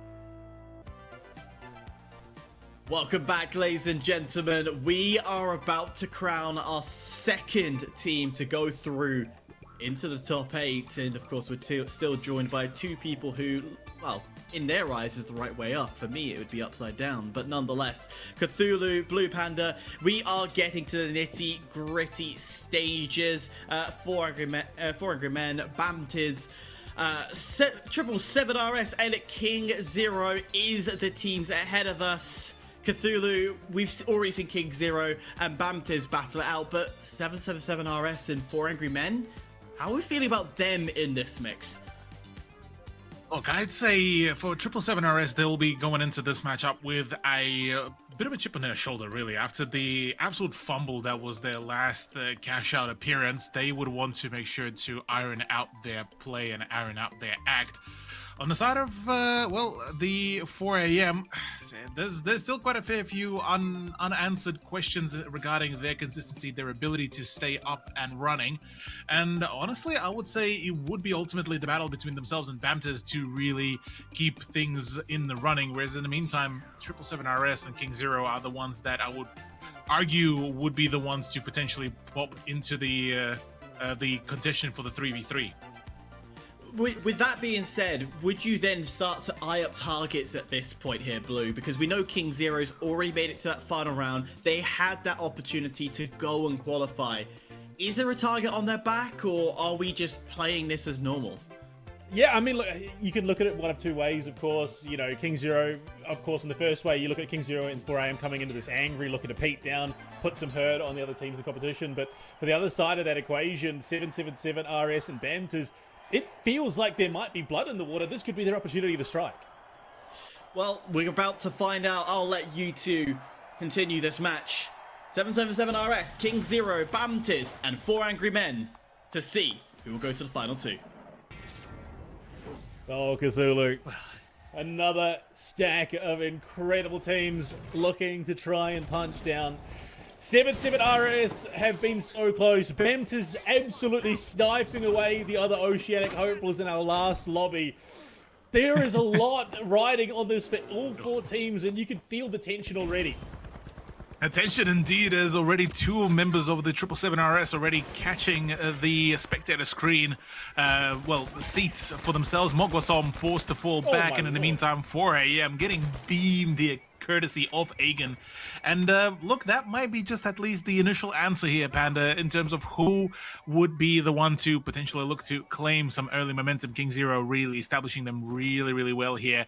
And in the meantime, on the side of, 4am, they are unfortunately, back to the spectator screen. Mogwasom and Co are looking to try to keep themselves in a running, and Eshe at least is able to keep up the pressure. That's a double for him as well. The 93R is absolutely deadly in his hands, and, well, looking to maybe hunt for the vault, but instead actually decides to opt into the revive, as there is a bit of an extra time to work with. Yeah, it looked like it was maybe a bit of a tacky wipe there from 4am, get themselves into a better spawn. But yeah, Eshe almost it's the 1v3, just lurking at the park with his blicky, taking wallets and coats and shoes and everything he can. Right now, all 4 teams up and available in the lobby. Man. I say that Bamtiz gets himself wiped. Very serious, and Eshe playing on these dual lights are lethal with that 93. Yeah, the HLL stack of 777RS is certainly looking a lot more firmer here as to how things will really go. And Kia is going for the flank and for the push. Player is about to be wiped out here as well. Bamtiz is still very much out of the fight, but it's Ghost hungry for the frags, but it is all down, well, still up in the air really as to who would come out the victor. 4AM managed to fully get themselves all revived. In the meantime, KingZero missing their heavy. Aegon gone. Your medium is out of the equation. It's all down to UG to provide any sort of support to the heavy for any damage output, but as it stands, the steal is there. 777RS now joining the battle. They're looking to go for a potential second, but unfortunately their vault is going to be stolen away. Now they're going to try and steal away what they can. Eshe into the back lines, does have that age plus, trying to get his team nice and healthy. The revive comes through into Aegon, so it is a full stack across the board for every single team. As it gets a bit scrappy, the winch lands, big shots out from that SA-12, and it is going to be assisted as Kia falls. Hamid getting some great shots off it. It's not done yet. Not done yet at all. Battle for the B cash out is still coming on through in full swing. Sirius regains his HP as well. Now it's time for the dive. Now it's time for the push. The Glitz grenade is starting to come on in to try to prevent any sort of funny plays, and maybe the steal might happen. Maybe it might just come to fruition. Mogwasom is there to potentially steal it. It is in fact looking to be the case as the body blocking is certainly there. No, yes, finally taken away. For 777RS are able to keep things in a running, and Mogwasom does fall at the end of it all, but the cash out does get redeemed in full here, and Bamtiz left with barely much. That was the Giga Brain play of all time. Vanishing bomb onto the entire team, and then the two lights for 777RS go out and make a lot of noise, distract while Mogwasom drops down onto the vault, takes it for himself, and that was brilliant. That was some next level IQ play, and right now HUNNU in a bit of trouble. He's found 4AM. They've lost themselves their light as well. And it's just chaos across the board. Shots, Aegon trying desperately to hold. The F card does land, and it's a wipe of 4AM. Yeah, 4AM not feeling particularly too happy about that turnaround for themselves. In the meantime, KingZero continuing their overall sprint here as they're just getting their healings back up and running, getting themselves reset for the next fight. And in the meantime, well, the next vault is starting to get sorted and get, well, locked in. Cash out on C has began, and it's now in favor of Bamtiz. They're looking to, well, at least get started on the momentum for themselves. That's exactly it. Very much upsetting. KingZero and 4AM have come into this competition looking so strong, and now they are under the pump, courtesy of 777RS and Bamtiz, who are looking very, very crisp, very clean on it.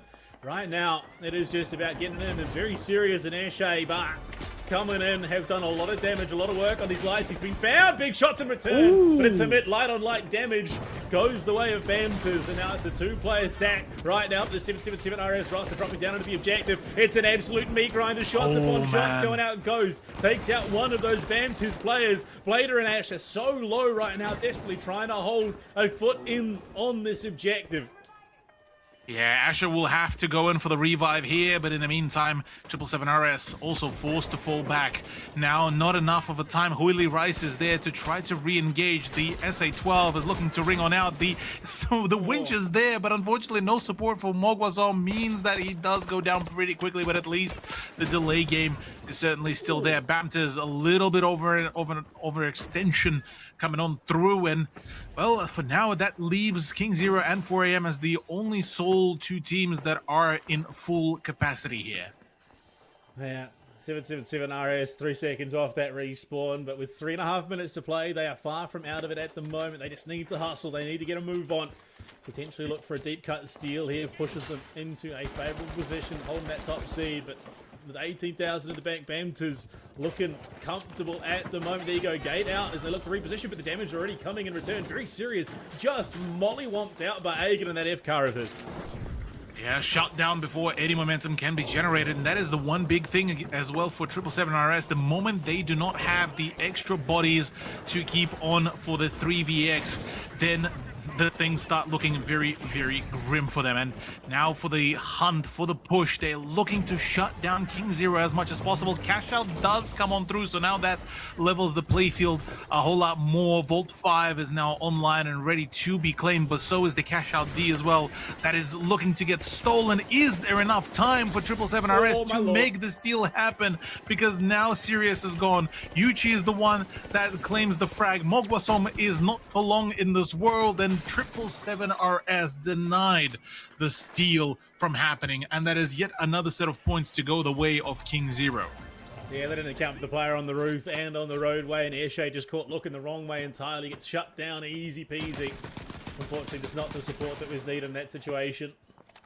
And right now, I mean, anyone could strike if they get themselves a good cash out. And big damage on the coast. He's in a lot of trouble right now, as is the rest of 4 AM, as Bamtiz rockets their way into the building, looking for the steal set up for themselves. And they have got a great positioning, but the walls come crumbling down around them. Who's there to threaten? No one, it seems. No one at all, yeah. The steal does come on through steadily and firmly as Bamtiz do set themselves up for potentially claiming the first place spot. Dome Shield to come on through, but unfortunately it does not really provide as much of a coverage as player is forced to fall back against the BFR Titan. And in this range, that could be absolutely devastating, but the heals are starting to come on through. It is an all-out warfare here in close quarters proximity, and the sheer amount of chaos that is being generated, Asher just unable to really stick around for too long. It is the matchup, the run for the HLL lineups by the looks of it, and the HML is certainly suffering here on the damage output, but I say that Mogwasom is once again last man standing. Bamtiz only has 2 players, just before it was only 1, and KingZero and 4 AM arguably the ones to have the most amount of longevity, and even then they're able to keep on dishing out the heat. Poor 777RS, they were looking to set themselves up for a cash out, only to discover that KingZero was waiting in the wings. How people were there standing in the lobby so far, and it unfortunately results in a full wipe while 4 AM and Bamtiz are going at it hammer and tongs right now out in the roadway. Blader finds a target but dashing away. They've lost Hammer, so that light now means that Bamtiz in a bit of a disparity. The shots are not there. It is just chaos, and unfortunately Bamtiz and 777RS are finding themselves in the crossfires. Yeah, a lot of crossfires, a lot of just unfortunately missed opportunities, but the reset on the gunfight is coming on through. The dire attempts from Bamtiz to try to steal things away from 4 AM, and certainly the 4 AM roster is not looking to really let this slip in any capacity. The final few seconds to come on through, the final attempts are there, but nobody to claim the position. The cash out is there, and we lock in the standings as 777RS had so many opportunities to reclaim their momentum, but yet faltered and shut down at every opportunity. Yeah, I mean, look, I think there's few ways that you could describe what happened to 777RS there other than finals timing, Hyper. They just, look, for all intents and purposes, they were in the right place at the right time, just got caught in an unfortunate crossfire or looking the wrong direction, and they were punished heavily because of it. Yeah, when they were going against KingZero was playing on different levels. And I'm not talking about the metaphorical term. I mean on a literal sense. There were players who were positioned up on roof. They would have a player nice and low. And what that does is divide your attention. Do I start to look high and take the player up off top? Or do I get rid of the guy who's right in front of me? And on multiple occasions, we did see 777RS struggle to work out on who to attack. And yeah, there was some good kiting moments, there's good moments that you think would have allowed the steal to come through, but at the end of the day, when your attention is as chaotic as my ADHD, it's never gonna settle. You're never gonna be able to get the steal comfortably.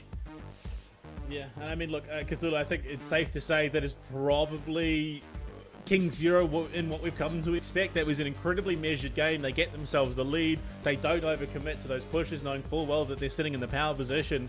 And unfortunately, 777RS found themselves the victim of that, thinking that they're going to go start a cash out, only for the entirety of KingZero to be there waiting for them. Yeah, 777RS tried to pull the same tricks that they were managed to, or rather were allowed, really, to perform back in Cycle 1. And from here on, the Chinese teams learned their mistakes and learned the lesson. You do not let that happen. You do not let that steal happen, and you do not give the OCU representatives much of a room to walk away with as well. And look, from here on, it's back to the strat book, or rather, well, redesigning the said strat book. In the meantime, for us, it's the Chinese Derby, the 4 AM versus KingZero, who booked themselves very, very convincingly, mind you, as well, the position for the 3v3. Yeah, KingZero running it back Hyper. This time it's going to be against 4 AM, not DRG. So it has been a bit of a Chinese derby so far when it comes to that 3v3. Does KingZero get the revenge, do you reckon? Or is it going to be once again the underdog, so to speak, in this matchup, upsetting KingZero? Oh, you have to base it off the last performance, and KingZero, they were strong. Even though they lost, they are a strong roster, but 4 Angry Men... We've seen cash outs in final round situations. They are creative. They know, especially in a cash out scenario, they're sneaky, they're sly, they love those last second steals, and I feel that could very much go into their favor. However, there is no chaos to cover that. So if I'm gonna lean, I'm gonna lean towards KingZero and say they're the ones that's gonna qualify next. But 100%, I do see 4 Angry Men solidifying a slot later on in this tournament. Well, right now it's time for a quick break on the other side. We'll see if KingZero do get their revenge or if they will have to go back to back to back to try and find one of those seeded spots. We'll see you back soon. Well, after a chaotic few matches, KingZero finds themselves yet again primed and ready to book themselves a spot into top 8. This time round, though, it's not DRG, it's 4 AM. They find themselves up again, having faltered at the last hurdle. I mean, Hyper, you'd have to imagine, giving especially historical records and how that last lobby looked, KingZero look like they've righted the ship given how shaky things were this morning and are about to lay down the hurt on their fellow compatriots. I would love to sit here and go, absolutely, but come on, it's the finals. Like, it could really switch on its head very quickly. But in all seriousness, this is more of a controlled game mode. It is a lot easier to predict what's going on. Yeah, I would say KingZero are on a tantrum. They're on a run that is phenomenal to see. But they haven't had, when you look at the last cash out, they didn't really have the biggest amount of pressure onto them. They cleaned up with ease. There wasn't much that I feel that they were stressed about. So have they been truly challenged? Well, I guess we're about to see. Yeah, I mean, that's it. But, I mean, as we look to get it underway, Hyper Cthulhu, this one is all you lads. Take it away. Oh, boy. Okay. Right. This has been so far pretty full-on matchup, honestly, wasn't it, Hyper? But leading into this one, I mean, KingZero seems to be really locked in for the matches. I can feel like you could just sense that they're leant forward in their chairs right now. Just full on the gamer lean, about 5 inches away. Well, actually, not even 5 inches, 5 centimeters away from their screens, and just a little bit of hope that this match goes smoothly. Well, one would hope. KS23 as well in the hands of Huili Rice is looking to, put a bit of a hurt into the ranks of 4 AM rosters, but otherwise, look, KZ already hot and ready to rumble and, start stealing away the first vault. In the meantime, for 4 AM, looking at their setup, they are just preparing to basically receive the incoming approach out of KZ by the looks of it. Also, talking about setup, both teams heavy lights, opting for movement, where you can see the Uke also going for the invis. So be prepared for a couple of gargoyling moments and see those free kills unfold. However, that gateway beautifully getting themselves inside the building, but it has been read. Good amount of information though coming on out from KingZero as well. A lot of it in damage as well to fly on in. The 93R is coming in big. Huili Rice, unfortunately, unable to really put in enough of a damage and has to fall back a little bit, play on the backlines and try to line up those shots from KS23, but unfortunately not enough of the shots land, and 4 AM looking very much wiped and done and dusted. Ghost 1 shot away from being sent into the spectator screen, and so he will be. So for now, the first, I would say third overtimer on the cash out is already looking pretty firm in the hands of KZ. Just noticed Yuchi, he's running tracking dart. Yes. That is a rare pick. It's not like people are gonna sit here particularly and go, "Oh, it's such a pointless pick." No, it's becoming more and more popular as it is a stall method. Once information's given away, you have that, you have the ability to see where they are. It becomes harder to escape the inevitable truth of the push or stall that comes from it. But again, he's gonna say thank you very much for that opening pick, and KingZero again on top when it comes to fights. Now just a KS left alive. Well, sorry, Hilly Rice saying thank you very much with the KS, and that's Cashbox 1 in their favor. Yeah, that's Cashbox 1 in their favor indeed. And yeah, you've mentioned that right on point as well. Hyper, yeah, the info gathering, especially in a 3v3, has been absolutely phenomenal and such a underappreciated tool, I would even dare to say, to a certain capacity. So it's certainly cool to see that, you know, now some of the larger teams within APAC are starting to at least utilize it for these kind of games, because yeah, there's no more chaos to really base your callouts off the back of. Now it's each and every move, each and every death is going to be very much meaningful here as well. And now with the sheer abundance of the information plus the LH1 in hands, Yuchi should be able to actually put quite a fair bit of damage here before even any progression from 4 AM begins. Yeah, oh, gargling, getting the easy shots coming through. Player has to put up the best shield to save his own life. Any form of sensors has always been a powerful tool, and it almost feels like during season 9 and 10, everyone shifted away from using the sonar, from using, well, no one really used tracking darts until season 10, but we kind of shifted away until midway through season 10 that we've seen the sensors come back. We've seen that form of information being used more as a stall method than an attacking method. But again, 4 Angry Men, first to drop.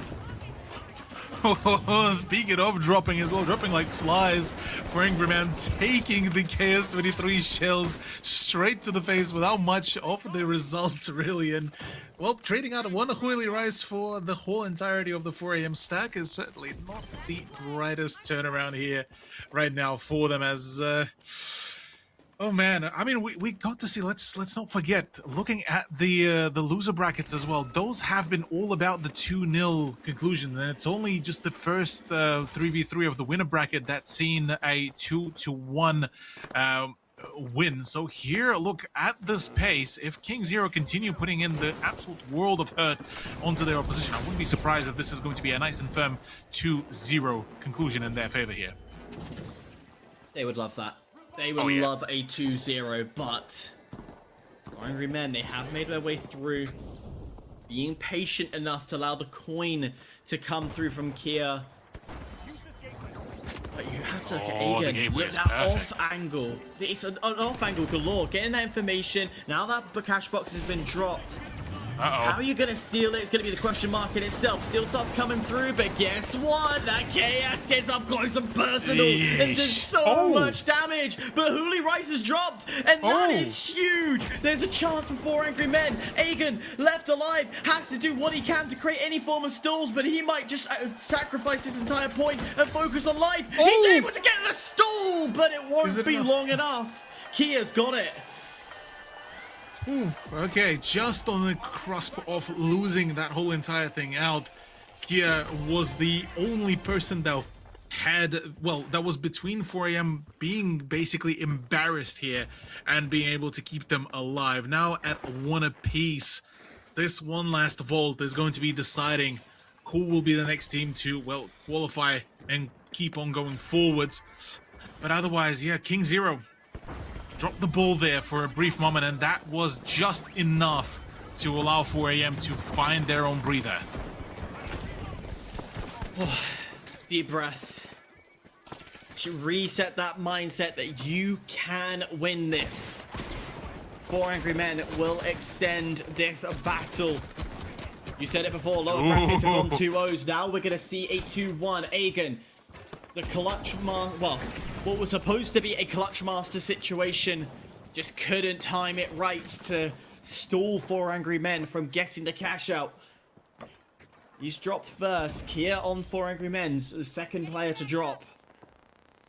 With the soft resets coming through, it's all going to go back to square one. Yeah, good revive to bring on in, at least allowing them to re-engage once again.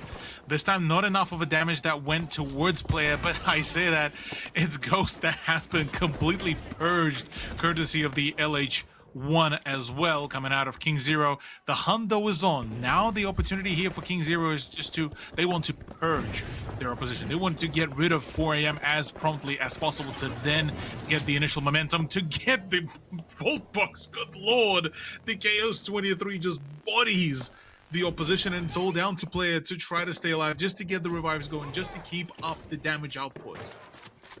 I feel like anybody who runs KS has a background or history of clay pigeon shooting.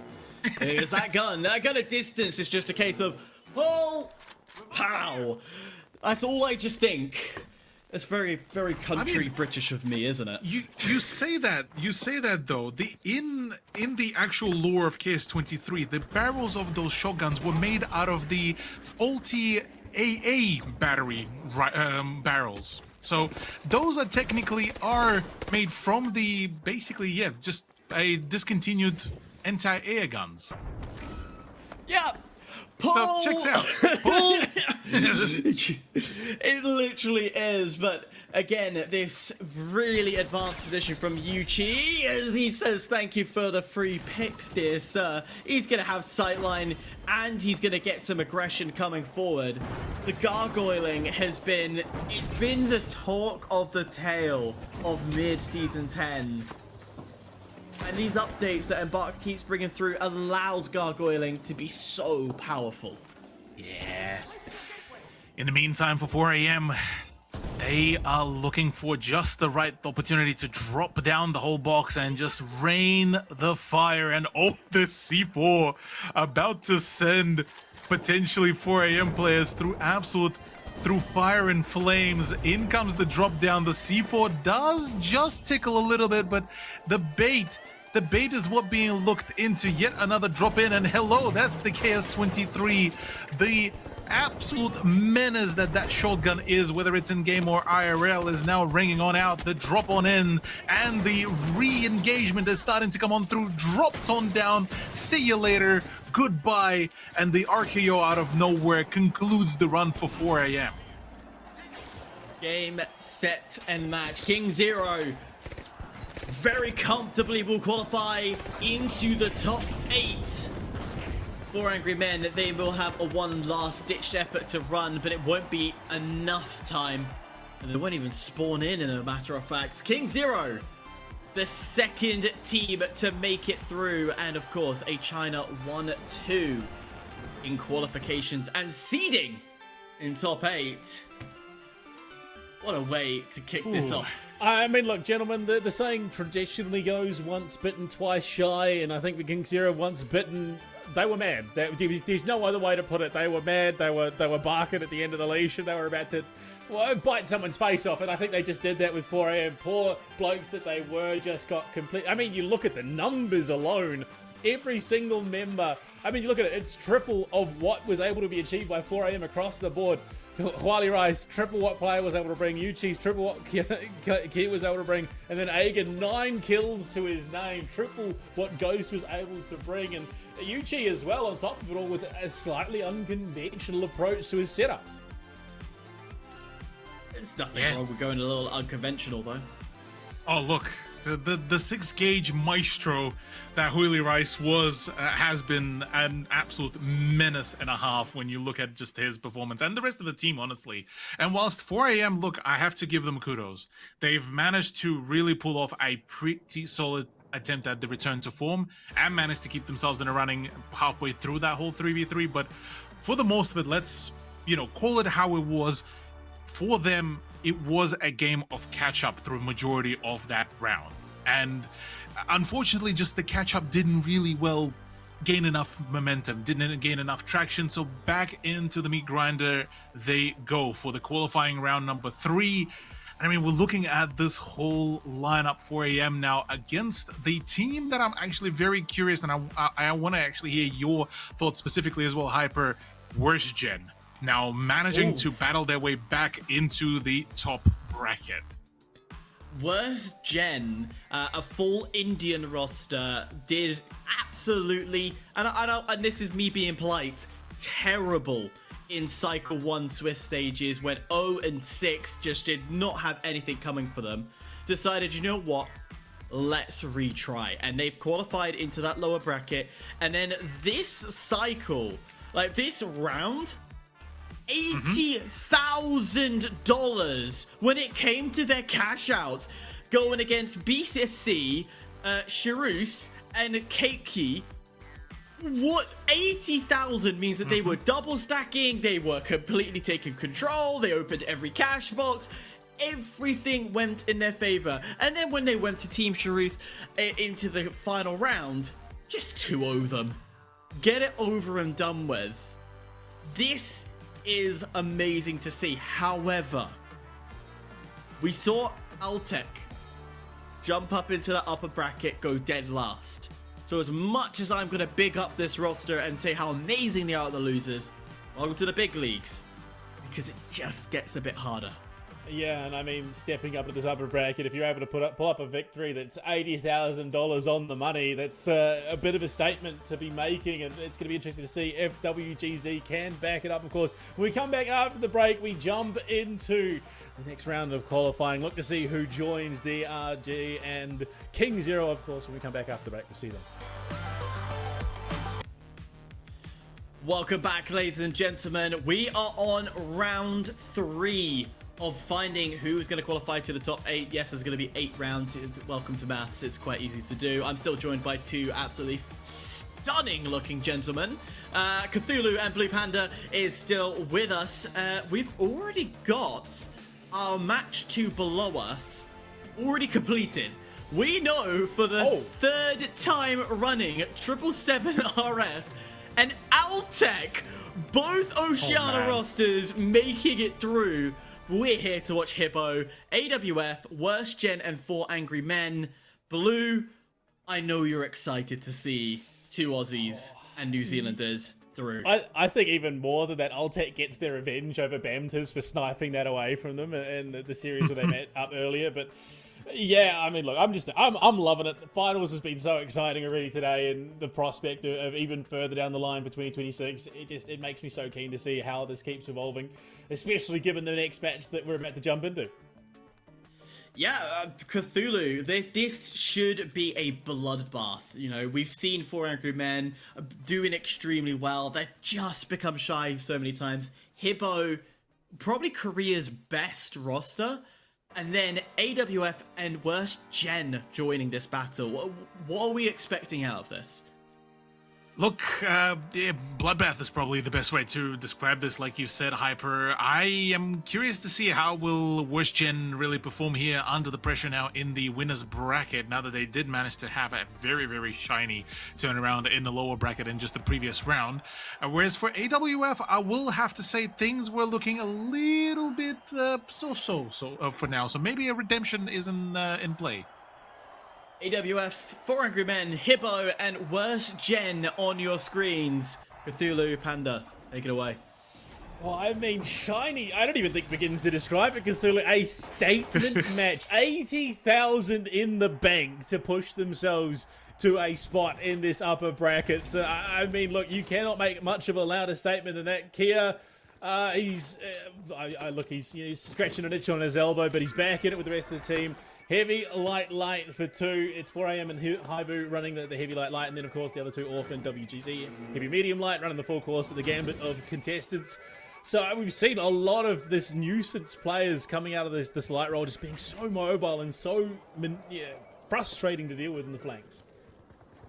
Yeah, it's been an absolute pain in the side, really, with the sheer abundance of flanks that really been coming on through. So this could be the big opportunity here. HIBOO as well, or rather HIBOO, would need to really put in their best performance here, really, to keep themselves up and running. And well, for 4 AM, they're in for a world of pain, as the attempt at using the KS-23, at least this out in the open on Vegas, will be a little bit more of a, well, dicier attempt, as back to the spectator screen they go.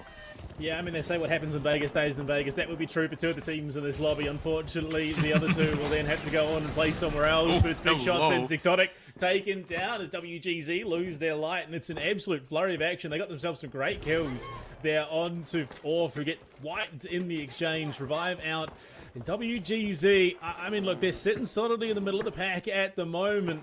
They've got a vault, and they're looking to set up a bit of a defensive line around it. Exactly that. Need to just, well, prepare and wait for the initial engagement to come on through, as the gateway is starting to get organized here, is looking to get things rolling, and in they go for the matchup, as it is looking to be first a gunfight against HIBOO as well, to join in amidst the kerfuffle that is happening against 4 AM. Shaq ringing out, big shots on the HIBOO as its player drops that mesh shield, tries to just snake himself away. 6 HP in a dream. Unfortunately, it turns to a nightmare as 4 AM is quickly wiped in response by HIBOO. They turn around and burn them hard. And so far, I mean, look, it's a tenuous hold. WGZ sitting second at the moment from a lower bracket Cinderella run. Cinderella run indeed, still keeping up the pressure. This has been pretty solid here. HIBOO needs to keep up and running, because otherwise things could get pretty dicey for them if they keep on letting those opportunities slip away. They have a good positioning here and good opportunity to just keep up the openings, though Busel long away out of his, well, from the rest of his team, and things are looking very dicey. AWF not very particularly too keen on this whole setup, and the charge to come on through to just disrupt. The shots are landing, but is it enough? In fact, they will be with the flare as well, and HIBOO do manage to redeem the first cash out. Yeah, money does go the way of the Korean representatives from the direct invite squad. Up onto the rappel, looking for the mantle up over. Great kill there from Kia. It has been a bit of a mess so far, but scrappy, but standoffish, and it is going to be a steal here. 4 AM get themselves into a great position, now looking to propel themselves just that little bit further up, give themselves some safety, and the steal, it's protected! HIBOO comes in with a slam, playing with a late edition sub as well. You might notice Myungtan is out, but 000 is in. 000 is in fact, and look, so far has been performing pretty well, all things considered. HIBOO just managed to really double dip, and deciding to show WGZ as, well, you've managed to accumulate a pretty solid run. Let us show you how to do it properly. 23,500 in comparison to all the rest of the other teams. Money in the bank indeed. It's just scrapped so far. It's feeling like that WGZ lower bracket run where they bagged 80k. This time it's 23.5 in the bank for HIBOO, as once again Orf now gets himself into the thick of things, trying to start things out. RPG as they look to clear some of these barriers, but Under takes so much damage, has to back off and drop the dome. That healing ray comes out as well, and it just seems to be such a hard point of pressure. Oh man, yeah, a lot of pressure to bring on out to try to at least just deny some of these positions. The gas does bring on in to just deny at least one more pushing point, but the shotgun, the KS-23, is ready to ring out. Busel as well, just waiting for the right moment to push, and in fact does claim Anders' life. Gas is there now. In comes the dive. Is that enough? The healing beam as well to bring on out, and not enough of a damage. AWF holding by the absolute sheer willpower, as Andrew is now back into the fight. There's been somewhat of a standoffish game here for Angry Man, which is a bit odd. It's been chaos incarnate, really. HIBOO has just absolutely dominated this glitch. Renee does go out. It's going to be a steal successfully from 4 Angry Men, but you look at it, Cthulhu, WGZ sneaking their way into a position where they can take one of those top 2 spots. Yeah, that certainly could be a big opportunity here as well. Push comes to shove. 4 a.m. trying to, well, try to get out of all of this heat, because so far they've been pushed so far away from the box itself, as things could get even more dicey for them if they will let this slip away. In the meantime, HIBOO going in for the push. Firebat is the one to try to throw in a spanner in the works here. AWF not feeling particularly too keen here, as the light does bite the dust. Ander trying to get the steal. I believe there is actually going to be coverage. There is in fact the reclamation, and now an attempt to reclaim, as yet again it's a full-on wipe. Four angry People men come are in, about to claim it. wipe off, and then get wiped by HIBOO, who are going to bag themselves a massive steal. Oh my God. And just keep stacking up the cash, racks on racks on racks here in Vegas. They are winning big at the tables. But WGZ quietly all the while have just been working away at this vault cash out, which would solidify themselves in second for the time being. And with 2 minutes 40 on the clock, Cthulhu, they may have just extended that Cinderella run from the lower bracket. It might just be able to do it, but man, HIBOO right now looking so powerful, so potent as well on their performance. It looks like nothing may just be able to stop them, and considering already on that 40k, they might just be able to book themselves that 3v3 spot as well. Oh, pardon me, well, firstly, it will be, well, a few more games before the 3v3, but nonetheless, it's still going to be an absolute full-on one. 4 a.m. getting wiped once again. It's all down to Kia, and after this, it is AWF who are just promptly skedaddling off the engagement. Crazy thing is right now, it is going to be a cash out started by 4 a.m, but they are far from in a position to hold on to this. Surprisingly though, it hasn't been challenged just yet. Off as well, as 4 a.m had the one player remaining. The revive does come through for 4 a.m, but WGZ, I mean, it's just been third party city. This is just craziness, and I mean, HIBOO could almost single-handedly help the Indian stack make it into the next round of play. They just might be able to do this, but there's a lot of pressure now starting to mount up. Another cash out has began. WGZ have the opportunity really here to just extend the lead so much to this, well, just to prevent and not allow either AWF or 4 a.m to really make any further progress. But the question being is, what will HIBOO do here? Buse already low on HP, about to fall as well. Another hunt. AWF getting completely just isolated and annihilated. The shots are landing perfectly here. Latte does able to even join in with the H-Infuser as well, and the damage is just absolutely catastrophical here, as HIBOO are unstoppable here, Panda. HIBOO hitting that flow state to the point where, you know, Biosol is just taking shots at teammates even. Right now, I mean, 4 angry men, it almost feels like he's been griefed out of this game, but it's more because they just keep stepping foot in the wrong place at the wrong time and get punished so heavily for it. Orf has just been a non-factor. Wipe after wipe after wipe. Ghost hanging on. A thought and a prayer as Frozen Butcher gets his revolver out and finds a shot. Two players to WGZ as they are still marking this cash out. Somehow, they've just been allowed to get away with absolute robbery. In the meantime, Mr. Shooter and the rest of the team are looking to just try to shut things down. In comes the dive, instantaneously loses a third of his HP and somehow manages to run away before getting absolutely shut down. Busel is looking to keep on putting in the hurt. 1 HP and a dream, no more, as well as WGZ keep on throwing the spanners in the works. One more opportunity for a cash out, as AWF do manage to score one of their own, but not enough to propel themselves into the top two. And things are looking pretty dire here for them. So is for 4 a.m. Vegas has not been panning out too well for them. HIBOO in a position to really just usher WGZ into a position of security right now. All they have to do is help them hold this, deny AWF a chance at the steal, and there is a steal coming down. This could potentially really throw a spanner in the works, and it is going to be up in AWF. Denied that. It's a cheeky push in. WGZ hold. That is absolutely stunning. The representatives out of India failed. They go 0-6 in the Swiss in Cycle 1. The Cinderella run through Cycle 2 gets them into the upper bracket, and they win a qualifying match. Absolutely dumpstering 4 a.m. My God, Hyper, that is exactly the sort of storyline you're looking for in esports.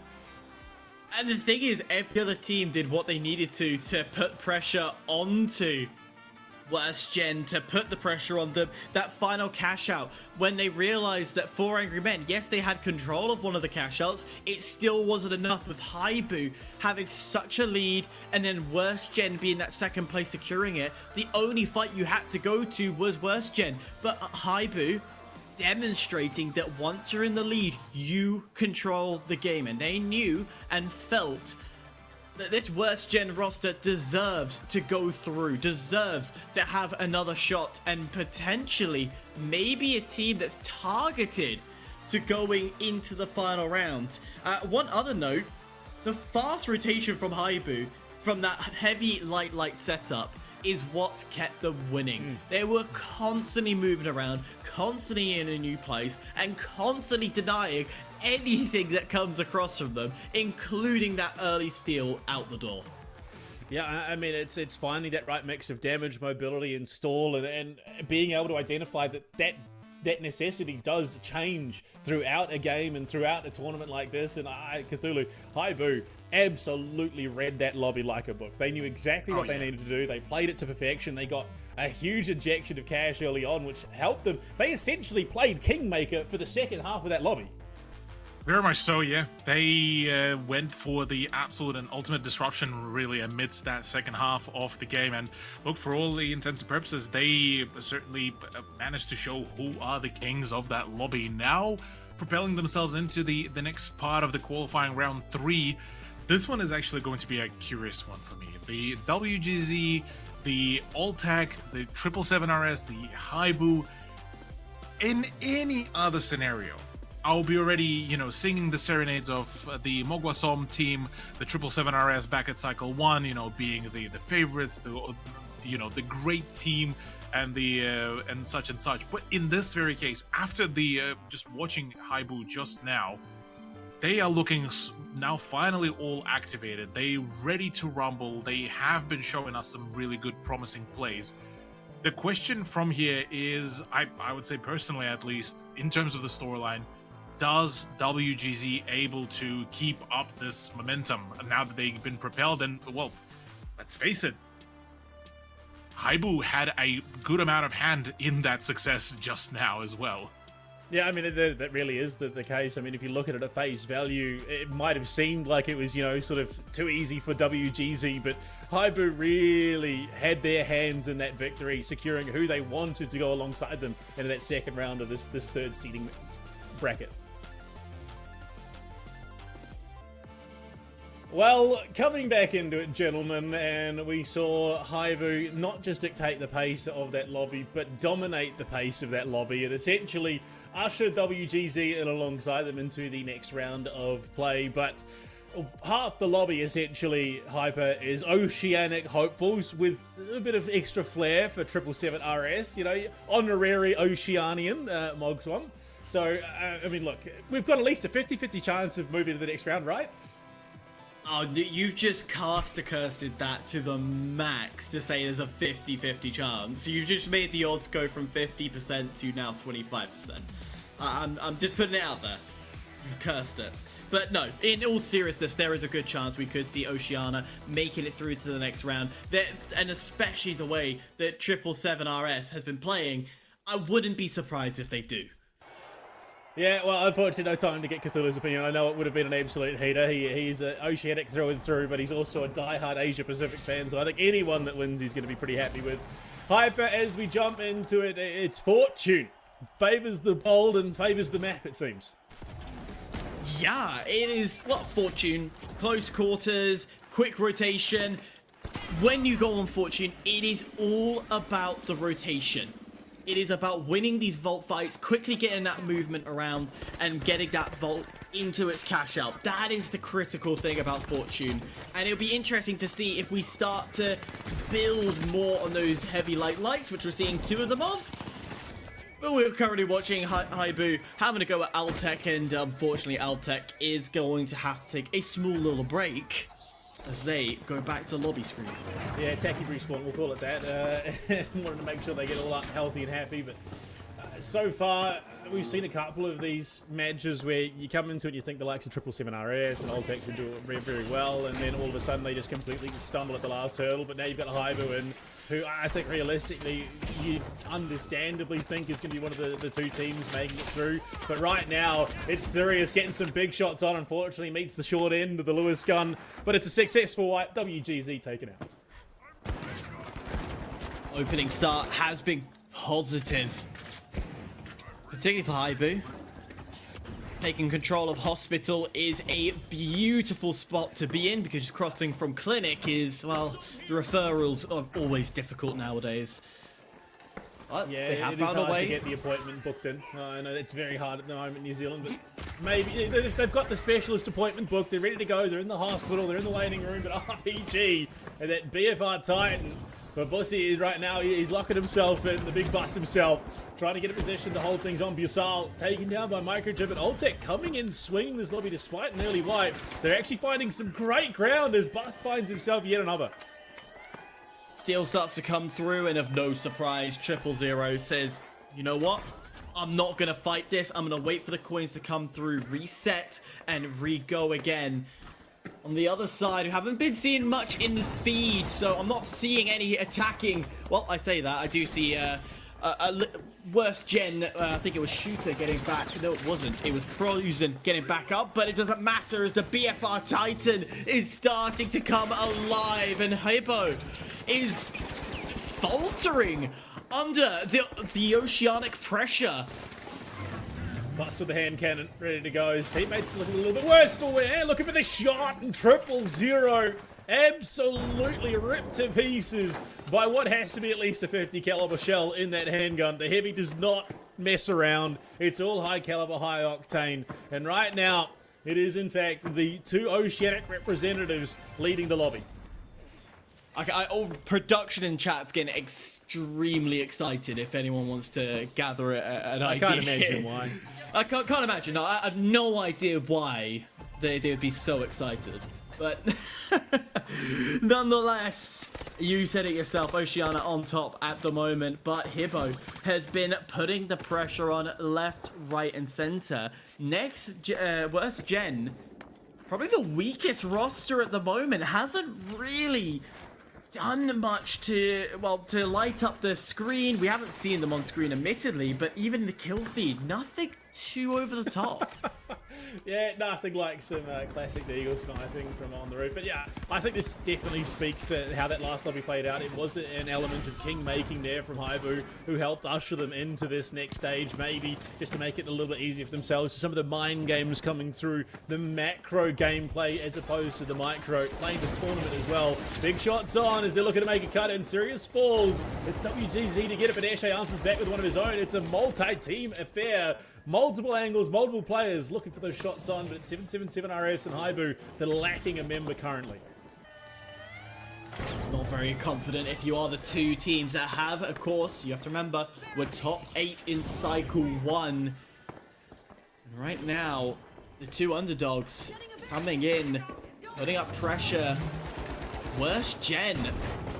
She's doing a great job. They forced set 777RS off point. They've really made it so they're separated as well.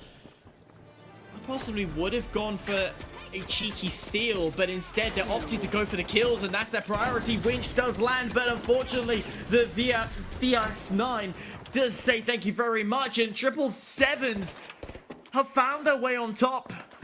Sexotic will drop to the floor. 777 says thank you very much, and the steal will come through. I think maybe very serious is a bit of a Vince Vaughn fan. He was duck, dip, diving and dodging. He can dodge a wrench and a ball as he ducked around that winch claw. Stayed alive as a steal attempt here, but unfortunately the vault doesn't go with them. It's WGZ's currently, but there's not a great position to try and make this steal happen. They kind of want to drop it down, but there you go. A little bit of a ledge. It's found by HIBOO as they will get that steal underway, but all the while ALTAC has made some great progress on the vault of their own. Just holding for the moment, completely undisturbed, and they will again look to leapfrog themselves into a real position of power in this lobby with 3 minutes and a half to go. Hard reset is going to be needed for 777. That's always a slow, painful wait. Meanwhile, controlling the entire lobby, I don't think it was a team we were expecting to be at top. ALTAC. They are leading this, not with a large margin, but they are leading nonetheless. And at this position, they can dictate and choose how they play. And okay, Oceana going against Oceana. As they still, the V9S is just dominating its way through. Finally down to one. Buzzy left alive. The PFR Titan, great with a witch. You could get that first hit, but nothing as he moved around too much. And 777 demonstrating why they are APAC's #1. Absolutely. And big plays coming out from both ALTAC and 777 RS, but it's HIBOO with 18, nearly 19,000 in the bank, who are in a position to snipe away one of these top 2 spots. As you can see, just playing a little bit cheeky in the back line. 000 looking for an angle, but it's ALTAC. Finds an engagement. It's going to be 777 RS and Mogwasom on the back of him, looking for that shot. Very serious. He's a sneaky wee lad. He's hiding in the back line, looking to sow some threat. He finds an angle. Big shots on, but there's too many players, too many members. They lose one, but it's just chaos across the board. Big shots from 000. The last minute sub, well, I say last minute sub, he's just one of the subs to this HIBOO roster, able to mop things up and clean up. Worst gen on kill race against ALTAC, and ALTAC have just been fighting them as well. So this is a tit-for-tat fight that will go back and forth. Sexotic left alive on the worst gen roster, and they're being stolen. Oceana 1 and 2 right now. Crazy thing is, HIBOO somewhat enabling WGZ to get in this lobby, and WGZ having a hand and maybe denying HIBOO that matchup in the next round of play. It could come back to bite them here. A little bit of hubris at the end of the day. Minute 20 to go, and you can see ALTAC and 777 RS with a great hold, but a steal coming through. 777 RS may lose that vault, but it's been Mogwasom to push them off. In comes Sirius. Big shots from the V9S, looking for the light in the backside. Busal goes. Sirius finds a second, and the heels come out, and 777 RS are going to hold for the time being. Looking for a third. Can they get it? The full wipe. 000 nowhere in that fight. He was playing reconnaissance, not really doing much with it as the winch once again lands. It is beautiful, and with matter of under 45 seconds of regular time and 3 seconds of overtime, it's gonna be Hail Marys for both WGZ and HIBOO to somehow clutch out this game. This is hubris incarnate. HIBOO set themselves up with WGZ, getting them into this lobby, only for that to then come back and bite them as the 2 Oceanic representatives looking to go toe-to-toe for a seeding spot, of course. Steal attempt coming through the gates there as they're trying to make an avenue happen, but there you go. 777S has locked themselves in at least one of those top 2 spots, and it's just chaos. They can't get the steal. The glitch grenade coming through. Down drops HIBOO, but WGZ's here. They're griefing the contest from HIBOO. WGZ's gone. ALTAC is there on the point, and it's all O's into the next round. Oceana will have a qualified member into top 8. This is incredible if you are from the Oceanic region, especially for the entire production. I can see the chat absolutely going ecstatic in our production. They are loving it. We're loving it as representative hosts of Oceana, but wow. Okay, I did not expect the downfall from HIBOO like that. APAC, best pack, baby, is all I can say. But Cthulhu, HIBOO almost single-handedly escorts WGZ into this lobby. And then it utterly becomes their undoing. Look, that you're going to be kicking yourself, I think, if you're HIBOO right now. Look, I definitely would say that if not intentionally, the unintentionally propellant of WGZ definitely spelled a bit of a demise. And I mean, you look at their overall performance, things looked pretty dire there for HIBOO. As part of all of this procession, I do have to give a big kudos to Sirius, because the man has been able to pump out quite a lot of damage. And amidst all of this action, he was there just non-stop swapping between the V9S to the H-Infuser and then back. And that was just... the performance from him specifically has been arguably the big attribute to the not only 777 RS win, to a number of those gunfight downfalls, as well as well, yeah, the OC representatives do show the classic, the ye old fashioned, the quick cash third party. Yeah, and we are guaranteed at least one O's roster in the top 8, of course. Mogusom, he's an honorary Oceanian. We're claiming him now. He's one of us. Back off. But right now, it's time for a quick break. On the other side, we head back to the 3v3 in all O's qualifying final for the top 8. What more could you ask for? Be back. Oceania comes face to face with itself here in qualifying round 3 finals. One Oceanic team guaranteed to be in the top 8. There might be another one. We'll have to wait till later in the day, but only one of these teams can make it through in this qualifying round. Hyper, I mean, that was an Oceanic lobby. There is no two ways about it. You had these two O's teams doing their own thing. Meanwhile, HIBOO and WGZ just slap fighting in the background, trying to get anything they can. Yeah, and I have to say, and I will put it out there, it wasn't even like the two Oceanic teams were working together. There was clear cases where they butted heads and they very much wanted to fight each other. So, 100% off their own merits. HIBOO just... their timing was off every second of the way, which allowed opportunities for 777 to get those free wipes, ALTAC to get those free steals. I feel the pressure of just looking at HIBOO and going, hey, like, these are the guys that should be going through with one of the Oceanic representatives. I think it got to them. Because now, we have probably the greatest moments in OFL history. What we say... you lads.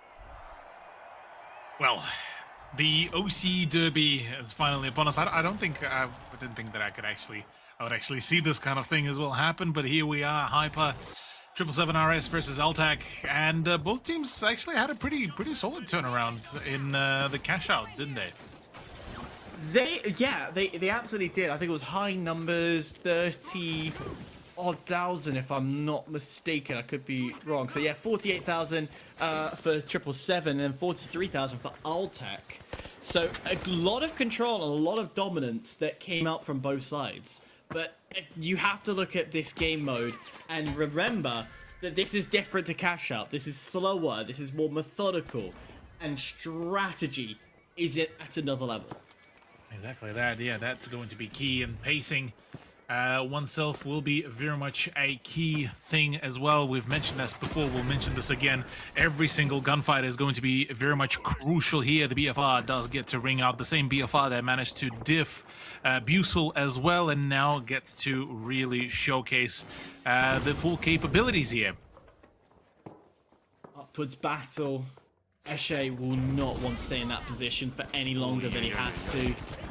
Cardinal Rule 101, you want height, and that is something that right now 777 has found themselves as they have been able to push ALTAC out into a different position. We nearly thought that was going to be the greatest kill, but it did not come to fruition. Look, that still was a very, very foul movement there out of Lucy as well. So this is...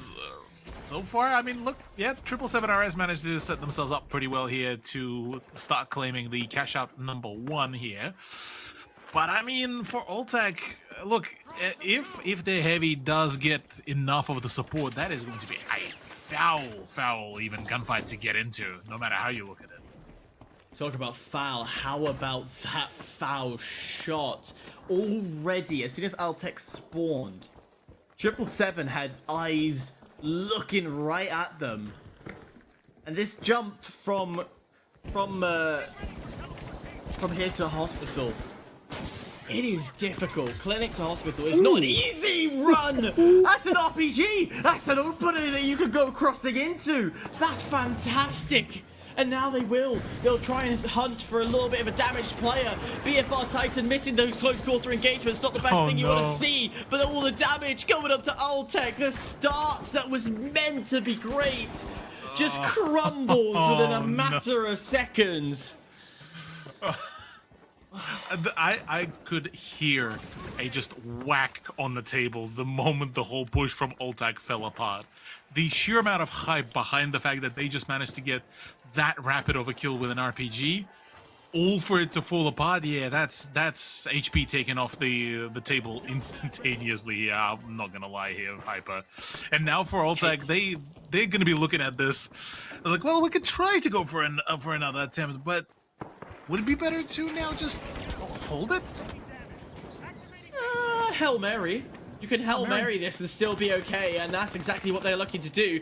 But that goo on the middle bounce pad is going to be horrible, so a piece of util will have to be used instantaneously. But look at the entirety of 777. They're already below. They're looking for a double drop, but it is going to be successful. With a bounce pad, it's going to slow it all down. There's going to be no chance of a steal. And just to add insult to injury, 777 are going to take the wipe as well. Good lord. Not even a contention either as well. Eshe and co just way too good, honestly. Able to just keep on shutting things down, and ALTAC had so many solid attempts there and so many positions as well being set up. And I do have to give them kudos as well. They've identified a pretty solid opportunity there to, you know, deny the complete and utter chaos, but I feel like amidst all of the movement and everything, it's just 777 RS just diffing them on just the sheer movement, really. Yeah.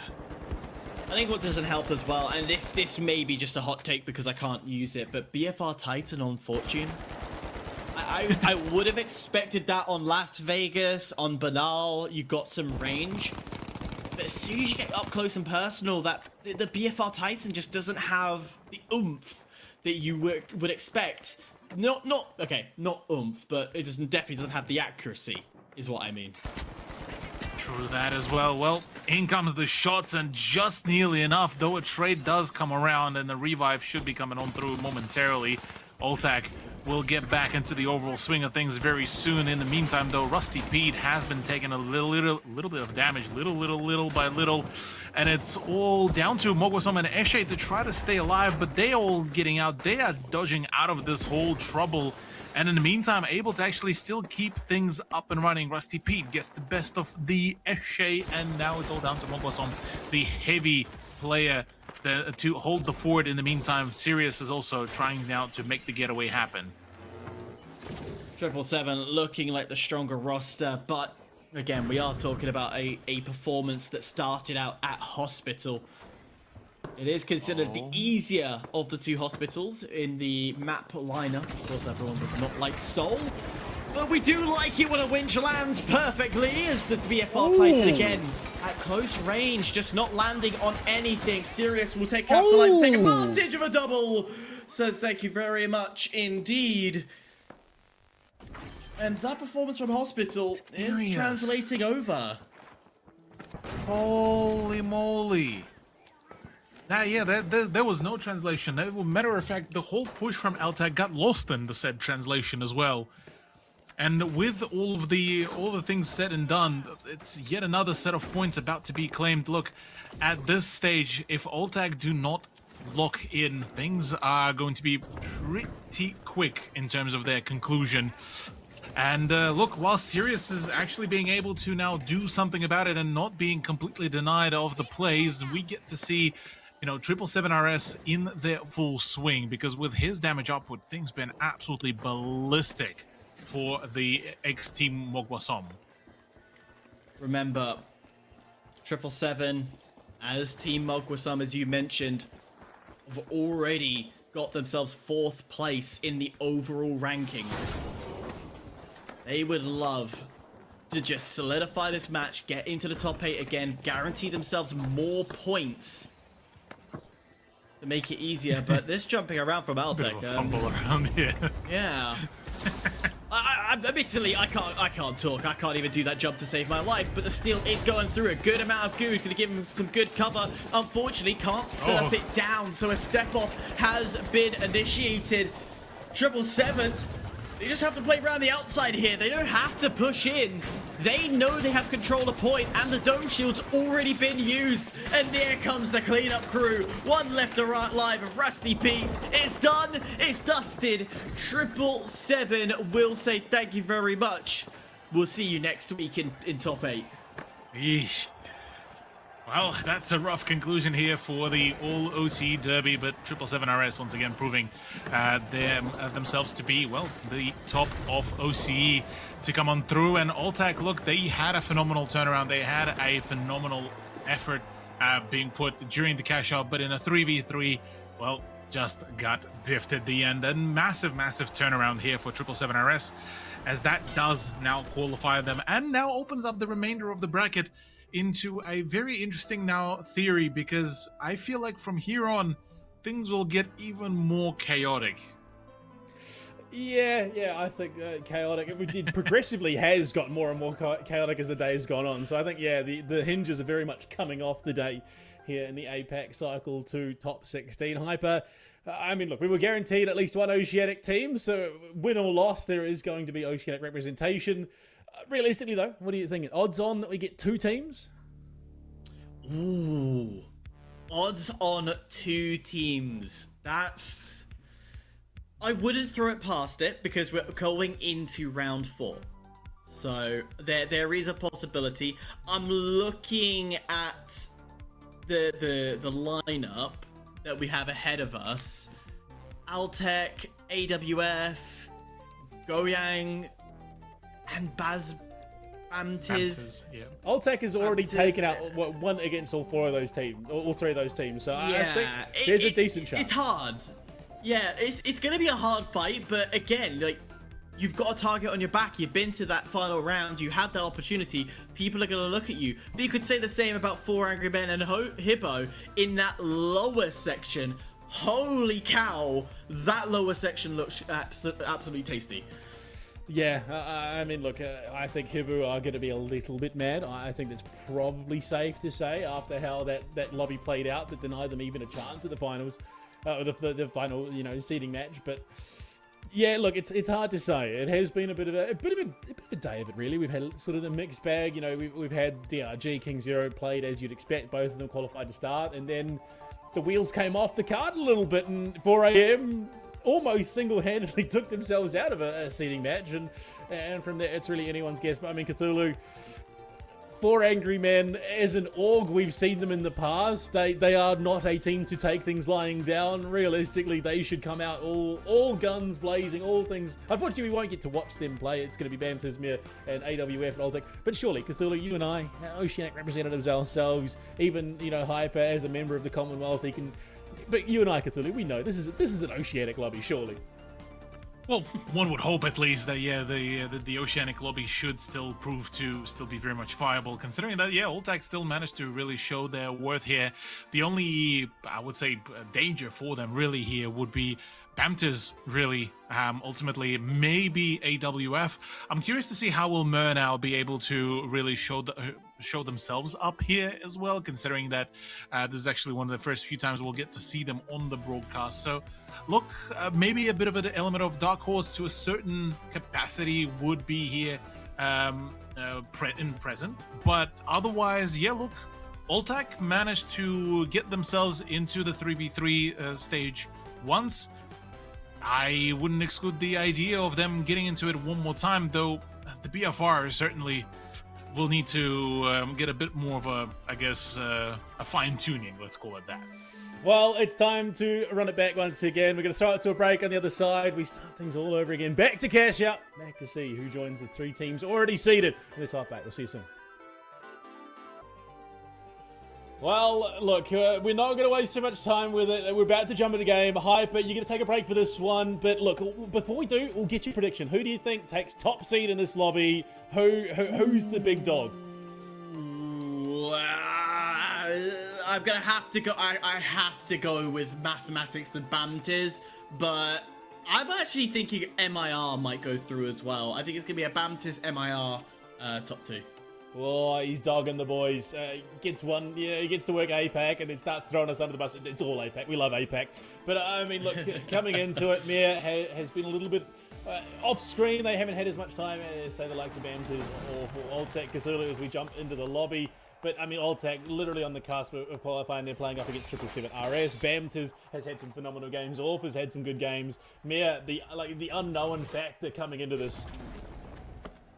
Yeah, MIR is going to be a pretty much of a dark horse, really, at least live on a broadcast here. And we'll get their first, really, trial by fire, you could argue. Straight away, though, right off the ripper, ALTAC is looking to try to contest AWF pretty quickly as they're looking to get the contention for the first vault to get up and running. The winch core, unfortunately, does not connect. This time, we did switch on over from the BFR Titan to the Lewis gun, and we're looking to make the play happen, though the gateway already yoinked it all, and now it's time to, well, take chase. Yeah, and we've gone from that split, which has been pretty consistent throughout the day, of, you know, half HML, half HLL. It's all HML across the board, but right now, Bamtiz in a world of trouble as Firebat finds an angle in the backside of things. Looking for a pinch, big shots in with that M11, and he's gotten a big pick there. Taking down Microchip. Can he take out the remainder of ALTAC? Yes, he can. Yes, he can indeed. Firebat is just absolutely locked in. Both MIR and ALTAC gotten completely wiped out, now leaving it all up to Bamtiz and AWF to claim their spots here. In the meantime, Bamtiz nowhere yet to be seen. So far, just taking their time and just awaiting for the engagement to come around. And in the meantime, though, it's MIR looking to start engaging with AWF as War Doctor is the one to, well, drop down to the ground floor and see if maybe he can make the play happen. Pardon me, not ground floor, but, well, down from the rooftop, and as it stands, AWF begin their assault. That's exactly it. So far, AWF and Bamtiz get themselves a good little position. Looking to hold, looking to try and force these cash outs, but that Lewis gun in the hands of the big boss himself has been a bit of an issue for players in the lobbies he's been in. Oh, the winch lands on Lewis for two. Can he find a third? He doesn't need two. He's got the support. What a play from the heavy from ALTAC. Yeah, ALTAC is absolutely fiending now for the frags as HUNNU is looking to try to, well, throw a bit of a spanner in the works, maybe get a bit of a redemption here as well, but I say this, the Lewis gun brings out yet another frag. July out of the equation. HUNNU and Yangdun are the last two members of MIR ready to, well, at least try to stay alive. Revive to come on through for Rusty Pete, and now maybe the steal might happen courtesy of the winch claw. Utility to try and keep that cover. Lewis gun again ringing out, player close. The goo is making it a little bit tougher. The drop down, ALTAC has support. They are just going to miss out there as MIR holds on. And they will get that cash out for themselves all but assuredly. The drop down coming through. Rusty Pete maybe doesn't get the steal. No, too late. And it will be secured. Secured as well, tries to put in a bit of a damage as well to delay any further pushes, but unfortunately the ARN does not connect in the ways he was hoping for it to be. And well, that for now keeps ALTAC in the third position, right above AWF, but in the meantime, MIR and Bamtiz so far looking pretty swell overall for themselves, now needing, well, to continue their overall onslaught and not really let the pedal off the metal, because if they do, well, we've got to see already both of these teams, or at the very least ALTAC, being able to really pull an absolute heist of a runaway. Absolutely. I mean, 3 of the 4 teams in this lobby have been able to actually pull some really impressive upset plays to throw a spanner in the works, and the team that looked dominant at the start but sort of fell off towards the end. 5 minutes to go, and that the 93R is doing a lot of work. Unfortunately, not enough to take out the remainder of Bamtiz. Blade are doing big work, but look at that. MIR support comes in, the defib, and all of a sudden, what looked like it was going to be a nice, easy fight for Blader to turn the tide off, it just completely wraps. But Blader, he's on one today. Yeah, Blader at the moment getting some really quality shots in here as well, and able to still keep on, well, pumping up the herd. MIR is certainly now will be forced to, well, reconsider some of their next gunfights potentially, but otherwise, right now, looking at the halftime, the next set of the cash outs are going to be pretty key as well.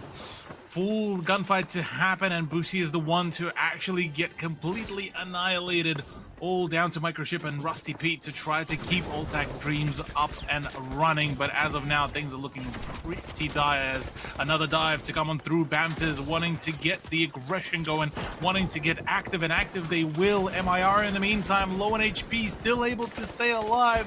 Umio still pumping out the shots with 93R, and this is all looking like an absolute chaos incarnate here, courtesy of the Korean representatives. Absolutely, it's just a meat grinder. The Lewis gun again finds two members of OFF.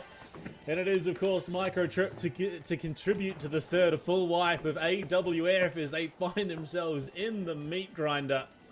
As ALTAC working towards his cash out, and MIR alongside them. First seed, ALTAC second, and Bamtiz and OFF desperately trying to keep themselves relevant in the game. Exactly that, yeah. Staying above the ground. Well, for ALTAC right now, they need to hold steady because they are going to be the absolute target now, as the cash out for, I believe, MIR is going to be, well, claimed and taken. Now it's up to them to really hold things back, and oh man, things are already starting to look pretty rocky as Busey is trying to hold things off. The jump pad is there as well to just deny, and the Lewis gun rings out one frag. Could it be another one as well for the trade-off, as it looks like Bamtiz have been forced off the position. Another one, not enough of the winch as well, and it's the BFR plus the M11 to reclaim, as the attempts to just shut things down do happen, and in fact ALTAC do manage to keep themselves up and running. They just throw bodies at the problem. It is going to be full wipe of both Bamtiz and ALTAC, but it's enough to secure the cash out. Bamtiz still within reach of potentially getting themselves one of those top two spots, but right now MIR coming in as that unknown quality is sitting away and happy, starting up yet another cash out. They are looking dominant as one of the Korean representatives. Exactly such. Well, in the meantime, AWF already getting absolutely, well, bombarded as they're just doing some last-moment hasty reinforcements to try to keep themselves up and running, to keep themselves strong and steady, as they need this like a lifeline. They need to ensure that they are able to claim this next cash out, because otherwise all of the chances are gone. They will be sent back down into the loser bracket in the lowest seeding, as well, as that is some mad hacky plays as well with getting the box out of the way. Raining shots from above Microchip. Look at that F-car. Oh, he's got support, Rusty Pete. And they're just covering all their bases right now as that cash up well started. Oh, gotta run. So all they've got to do is buy time. Shots from Micro. Force Bamtiz off for the moment. The Goo Grenade as well, just trying to cover that exit. But it's just Microchip alone. It might be potentially time for a tacky reset, but that cash out has already been contested. Exactly that. The steal does happen without any contention, as a matter of fact. ALTAC did manage to resurface, and right off the ripper, it's the heavy gone. That's your medium gone as well. Rusty Pete was the last man standing, and even he could not really stick around for too long, as Bamtiz have had the absolute lock-in moment. Flow state hit, and well, now looking to just keep up that pressure, because from here on they could play the kingmakers here. Absolutely. All they need to do is try and get back into that steal. They are just 3 seconds away from being up on the map, so all of 20 seconds trying and getting past this. Bamtiz may have done exactly what they need to, but there you go. OFF coming in. We're going to try and play spoiler. The steal is started up. It is going to be OFF, but in comes shots. It's an absolutely hectic chaos contest, and they just need to buy a little time. Bamtiz just need to hold for the time being. Down drops one, and it slipped away from them, it feels. Unfortunately, with 6 seconds left to go, there is no avenue back in for OFF or ALTAC. They will slip by the wayside. Bamtiz and MIR come out swinging. Bamtiz and MIR absolutely swinging away and just wrapping it all up, and it was a absolutely disgusting turnaround, really. They managed to really hold on really well, and MIR making their first appearance on our broadcast as well certainly put in quite a statement as well. Yeah, I mean, Hyper, you're sitting in the wings watching that game. The Koreans, who we haven't seen on the broadcast until now, a statement game from them. Do you expect anything less from Yumio? Do you expect anything less? The guy's got presence all over social media, one of Polestar's honorable members. When you're a part of an organization that goes into the Grand Major, okay, the last year didn't do great, but this year, packed with a roster that should be looking to compete for the top 5 this year. That's a bold prediction from me. Yeah, I expect nothing less. How they ended up in lower brackets, that's a question within itself and another on for another day. But an absolute sterling performance, a lot of movement, a lot of map knowledge that clearly was demonstrated. And I tell you what, their kills just kept flying with MIR. It was phenomenal. Yeah. And unfortunately, I mean, despite a fairly decent start from ALTAC, it just sort of got away from them, and they and AWF were left scrambling as Bamtiz comes swinging on in. I mean, look, Bamtiz have consistently just been toying around these top 2, top 4 spots. So is it really all that surprising, Cthulhu, that they were able to take this away yet again? Oh, not at all. Yeah, Bamtiz continuing to prove that they are an absolute menace on the server and in the lobby, and managing to really just shut it all down is just an absolutely phenomenal performance from them. So now from here on, well, they get to battle against HIBOO and HUNNU as well. Look, this lobby is going to be absolutely disgusting, to be absolutely honest with you. I mean, considering that HIBOO already managed to show us some absolutely deadly plays, now their reiteration, now their presence once again is being shown here. Look, it's going to be an explosive cash out, I'd say. I mean, explosive. I think almost undersells it Hyper. I mean, you look at the teams, and there's 2 Korean rosters. I think 3 technically with Bamtiz as well, the Korean super stack, and then of course HUNNU coming in, the Mongolian stack. So a little bit of a mixed bag, all said and done. But the likelihood of a Korean roster is pretty secure. 75% of the lobby being Korean representatives. You'd think that they'd be joining one of the top 8 teams. You would think so. You really would, but you have to think about times HUNNU have been against these guys time and time again. By now, they would have learned their strategy, their movement, and at this point, their first opportunity into that second round, the first opportunity to be on our screens, you would like to think they're gonna take that step up and demonstrate to everybody why they're a top 16 roster.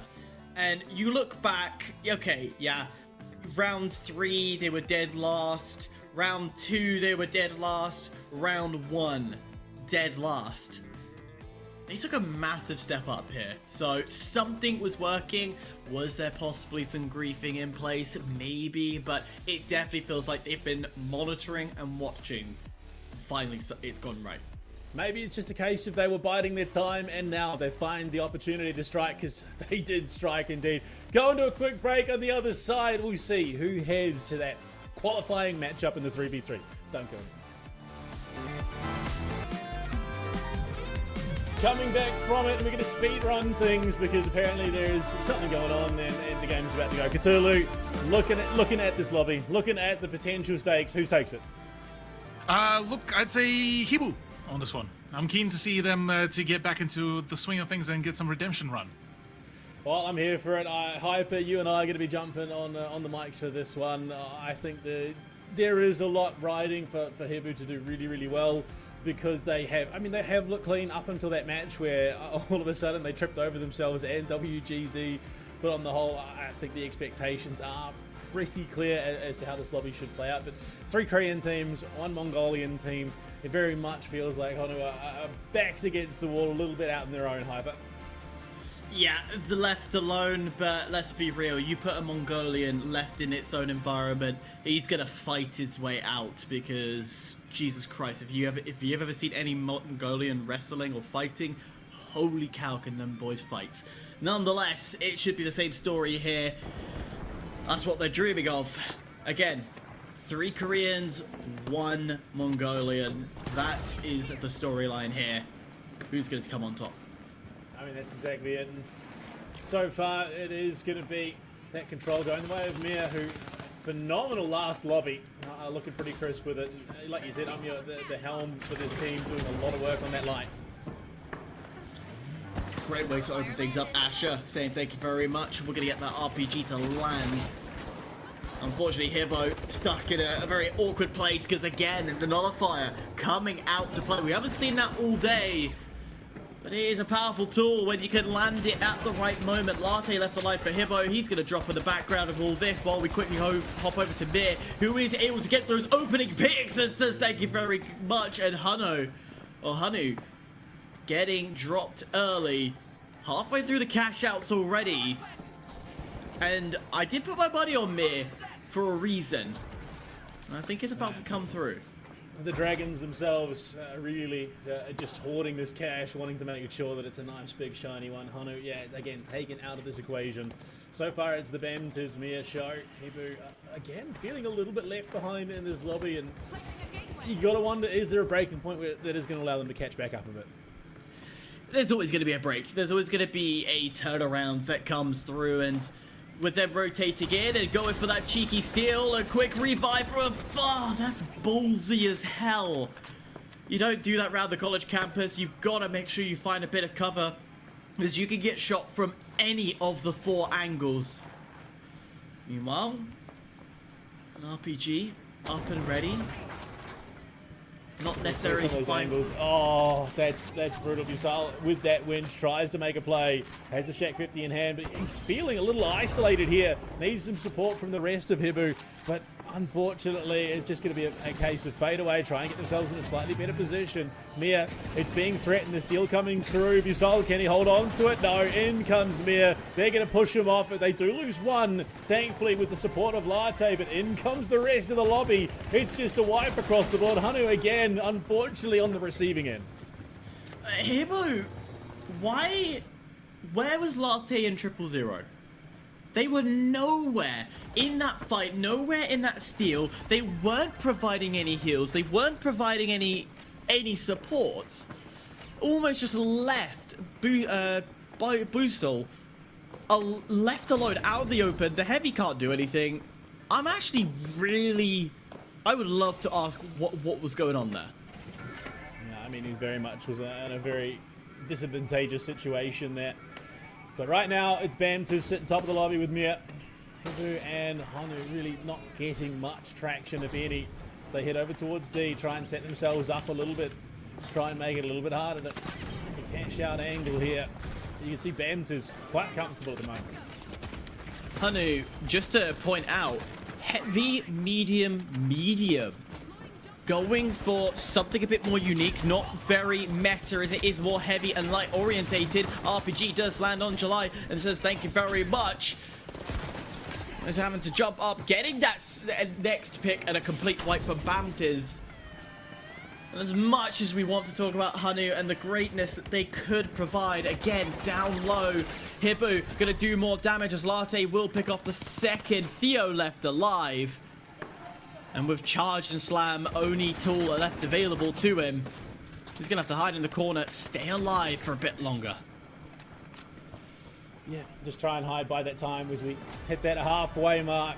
MIR, great hold for them. HIBOO finally making their way back in. If they can get this cash out, they'll be sitting quite solid in the top 2 positioning. Revive to come through here for Bamtiz. Not Bamtiz, rather HUNNU, who, again, have just been under the pump the entire lobby so far. Quick reset. And already HIBOO's gonna find the first aid. No matter where you go, there's somebody there to get an angle. Finally, Latte drops to the floor and HUNNU, sorry, is gonna have an opportunity to walk in and open up the site a bit more. Latte's in a difficult position, but don't worry, you're able to get the heal off. Theo down low, Dar also low, and this is disastrous. Another push, another opportunity, and they're just putting no impact onto it. Yeah, unfortunately that pressure is just completely misplaced. They just can't seem to find the time that they need to. The timing that they need to really find a foothold at all. But you can see, once again, things going very, very well. HIBOO, great pacing for themselves. They're about to secure this cash out and lock in top 2. It's MIR that have then fallen out of favor, but to steal it successfully as they do contest this Bamtiz roster. And they are trying to do it, but the vast, valiant effort from Bamtiz. The steal should be able to come through. No, I don't think he has. He hasn't got it. No, he just missed it. Dang. That was close. Yeah. I was going to say, like, that time was looking a little bit too low. Bamtiz will say thank you very much. The greatest opening of all time, and we cut back to HIBOO and HUNNU. The two, it almost sounds like a little couple. HIBOO and HIBOO. Jesus Christ. It's turning into a tongue twister, ladies and gents. The two H's. But nonetheless, the it Brit is going... can't manage the English language. It's fine. Dude, honestly, dyslexia is my first language. English is second. Well, either way, I mean, at this point, all they can really do is play spoiler with 2 minutes 20 left on the clock, barring a magnificent double steal. They could make something happen here, but it just doesn't look like it's going to pan out that way. A great little chase down, but Dart is immediately traded out. The support is very much there. Once again, HIBOO. Actually, this time I say once again, HIBOO on the back foot. And HUNNU is actually looking to get this plug in. Is it enough to jump the buff? They'd be in a kill race against HIBOO. But so is MIR. MIR could also, in theory, play off this. Now, if you are Bamtiz, you can't walk away from your cash out either, because you would be in a kill race if you stepped off.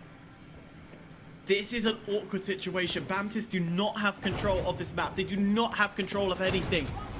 They have to wait and pray that they get the chosen team to come through. They all lights up right on your screen. HUNNU down to 1 of XL500. Bamtiz down to 1. HIBOO the ones that actually have the upper hand here. HUNNU drops in. Can't deny the steal. Instead, they will drop. And HIBOO up on top once again. Yeah, unfortunately, it seems that might just be all that's needed to relegate HUNNU to the bottom of the leaderboard here in this lobby, with time dwindling away for sure. One says they do need to make that last desperate dash, MIR, if they want to take a top 2 spot. There you go, the steal comes on through. It's Bamtiz now under threat. They're going to have to try and find an avenue onto one of these vaults to threaten and steal a cash out if possible. But it's looking a bit dicey here, trying desperately to hunt Asher. Still not respawned just yet. 26 seconds before he can, which does leave him with little time to get in. There you go, the steal comes through. How have they found an angle to wipe onto MIR? And that might just be the foothold that Bamtiz need to get back in. It's not over. It's not over till it's over. Lockboat gets glitched away, so HUNNU can't use anything to stall or deny. The jump onto point was unsuccessful because guess who's above? HIBOO. They've got height. XL500 though will take out Latte, and this opens up a door, but you need to be careful. The heavy is looking above upon you. The C4 lands, and a stall that's been perfect. Bamtiz are coming over. They're looking to third party and choose who they want to come through as well. But all while this is going on, HUNNU not committing to the steal. It's too late. It's too late. HUNNU might have not been able to get it. I'm mistaken. No, it's gone. And MIR, despite a valiant effort in that last lobby, is denied the chance to progress here again. And HUNNU, Cthulhu, just, it felt like they hadn't even connected to the server for the better part of that. They were just getting dominated. Yeah, look, denial after denial and after denial is just, yeah, couldn't really get much of a breathing room for the Mongolian representatives. And yeah, look, from here, it's a Bamtiz game by the looks of it, because they've been actually keeping themselves in a running really, really well. And HIBOO as well to come on in the second place, certainly looking a whole lot more promising now, though. I'm curious to see how will the HIBOO stack be able to perform going into the 3v3, because I feel like this is where they could really thrive, though Bamtiz, so many times I've already, you know, completely, discarded in my mind, saying, yeah, look, we'll probably see the last of them, and they'll probably get overpowered by all the other representatives. But they've been here, they've been sticking around, and they've been actually pumping out some pretty solid results. So for once, I will say I feel like Bamtiz might be onto something here. Potentially, I mean, Zinwu, you look at the story of this team coming out, not being able to play through the top 16 in Cycle 1 because of those commitment issues, not being able to players that could actually make it to compete. And this time around, they've solved those issues. There are no clashes. They can get in, get stuck in, and start actually playing. And now they are looking like an absolute monster of a roster here, and surely one that will be joining those teams in the top 8. But HIBOO, Hyper, how many times can these guys stumble or trip before they finally lock it in and get back to that form we know they're capable of. One more time, maybe? Question mark? No. Yeah, HIBOO are out for blood. There is going to be a vengeance that is so deep within them that they will do everything they can. However, that wanting, that push to just get that final point, to get to that qualification, could also be their downfall. With all that pent up rage, to get them there could cause problems to unfold. So it's a coin toss of how it's going to respond, because again, we know what their opponents are like, we know how they play, we know how powerful Bamtiz are. It could really, really upset the entire stage. Yeah, I mean, it's one of those situations, clearly you never really quite know just how set in stone these things are. But right now it is time for a quick break. On the other side, we look to see who the fourth team is to qualify to the top 8. We'll see you then. Well, we've already put through 3 teams to the top 8, and unfortunately that also means we start sending teams home. And Team Cakey Flames down in the lower bracket is our first team eliminated from the top 16. Cthulhu coming into it. I mean, there was always going to be winners and losers, but seeing some of these new fresh faces coming into the cycle too, you love to see it, eh? Oh yeah, no, there's definitely a good showcase as well. Some of the fresher talent as well. We got to see the cycle 1 sort of showing all the big titans that will end up for the big games, for the well, to claim some of the first few titles as well. And well, now we get to see some of the fresher faces to come on through and well challenge the titans really of the region. In the exact very case as well, Bamtiz versus HIBOO as well. This is a perfect opportunity to really put in quite a statement really here, courtesy of Bamtiz. Yeah, and I mean, they really have. They've definitely been punching what feels like above their weight a little bit here coming into it. However, it's worth remembering in terms of seeding, they are coming out pretty comfortably through that Swiss, so they are not ones to discount into this moment. But HIBOO, I definitely feel like they've been a little bit all over the show. Actually, you know what, gentlemen, just get into the game, figure it out. Who is the fourth team making the top 8? We'll definitely figure it out nonetheless. Whether it be HIBOO or Bamtiz, that is the question. But I think you are right in saying HIBOO all over the place. They've had their great moments. They've had their absolutely shocking moments. They've had the all right moments, and they've had the questionable moments. They are so up and down that any form of word would fit it almost perfectly. Exactly that, yeah. We got to see them in a very aggressive state as well, and how they play this. And look, oh my days already, Hammett already, right off the ripper, gets the better of Busel without any sort of payback or anything of such. And Latte as well, trying to make a getaway here to at least try to keep on pushing or try to fend away the pressure that could be coming around. But instead it's just, it's all been an absolute wipeout. Busel is the last man standing to try to keep things in running, but the man, the myth, the legend with the SA-12 is looking to just try to slow things down. But oh man, just the absolute, just a nightmare scenario. The charge doesn't even get to come on through. It's all down to Asher, who does conclude it all rather nicely. And well, Volt to number 1 is looking to get claimed, courtesy of Bamtiz. But I gotta say, yeah, HIBOO really get particularly as bright of a start, but I'm liking what I'm seeing out of Asher, the fellow KS23 enjoyer, now looking to maybe dethrone the active KS23 king. We have to remember SA-12 have recently got a nerf. I think the pellet spread is now from 5 to 4, which does decrease its damage, and a lot of people complaining, but some still feel its power when you get up close and personal.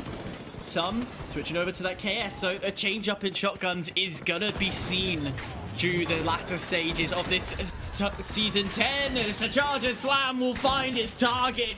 It will continue to do its damage as everything of part of his body is going to be used. And HIBOO able to deny that rotation that's coming through. Bamtiz are gonna regret that fully. Yeah, punished for their arrogance, it seems, in terms of challenging Busel and co. But look, with memes and everything aside, They had a pretty solid turnaround. They had a solid attempt at this, but in this case, yeah, cash out will be, though, claimed by HIBOO, at least for the time being. Still plenty of time to try to do a retake, but only just about enough for maybe, well, for one, maybe two, if they're quick enough. Lockbolt to come on through to try to hold things down, and is that enough to actually begin the whole process here? Such a narrow entry point. Could have gone in a different way, could have gone a different angle, but instead they're confident that they are able to move HIBOO out of their spawn peeking spots. And that they have. But HIBOO able to get that push that is working also well, as the Charger Slam was not going to land directly on top of them, but again does good damage. And that is great to see. Busil, thank you very much for that little dash. Disgusting plays there, I have to say, but in all the right ways. HIBOO not really letting the foot off the pedal here at all, and continuing to keep on putting out the damage and catching the rotations really well. The timing on those has been absolutely clinical as well. So honestly, for Bamtiz, it is more so just the unfortunate reality of just a number of their approaches getting just absolutely sniped out of existence before any momentum can even be gained. So yet another push, yet another play, the glitch grenade to come on through, and the charge to boot as well. Already deals quite a hefty amount of damage, but I say this Busil is low in HP, might be just one more shot and out, but so are the two members of Bamtiz. It's all down to Blade. Yeah, not much you can do. Charge and Slam. We had a brief discussion about its impacts. We said it is slowly becoming a weapon that is being used more and more. It does have a major counter. If you winch a Charge and Slam when it's charging at you, yeah, you're gonna win it. However, HIBOO are using it perfectly. They are putting it in places where the charge starts in a hidden location behind a wall or not in plain sight, and then the slam comes in hard and you don't have time to counter. So this is working brilliantly, and even with the KS as well, extra rotation, extra damage. It's a unique setup, but it's working.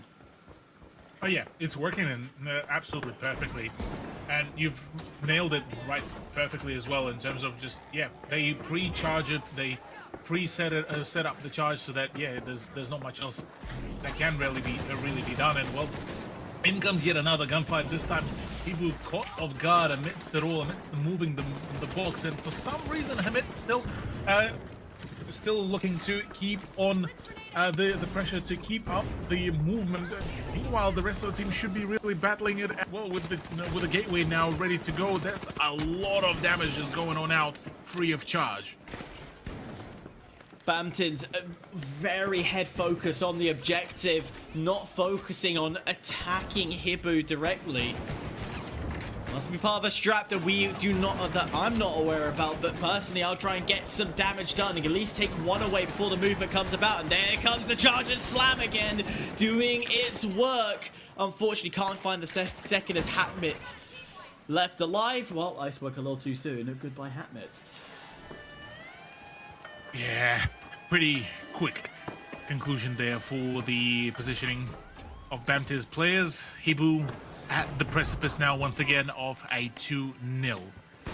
This time they have the time to set things up, just a couple more seconds before the respawn timer runs dry, and another attempt from Bamtiz, potentially just the only last one really before the conclusion of the 3v3.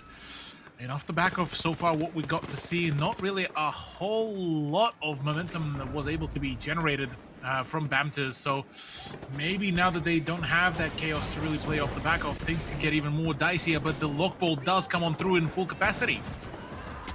It's landed perfectly again, a charger slam, this time from Asher, of course, running a double heavy medium, is doing a lot of damage as Clay shooting is beautiful to see.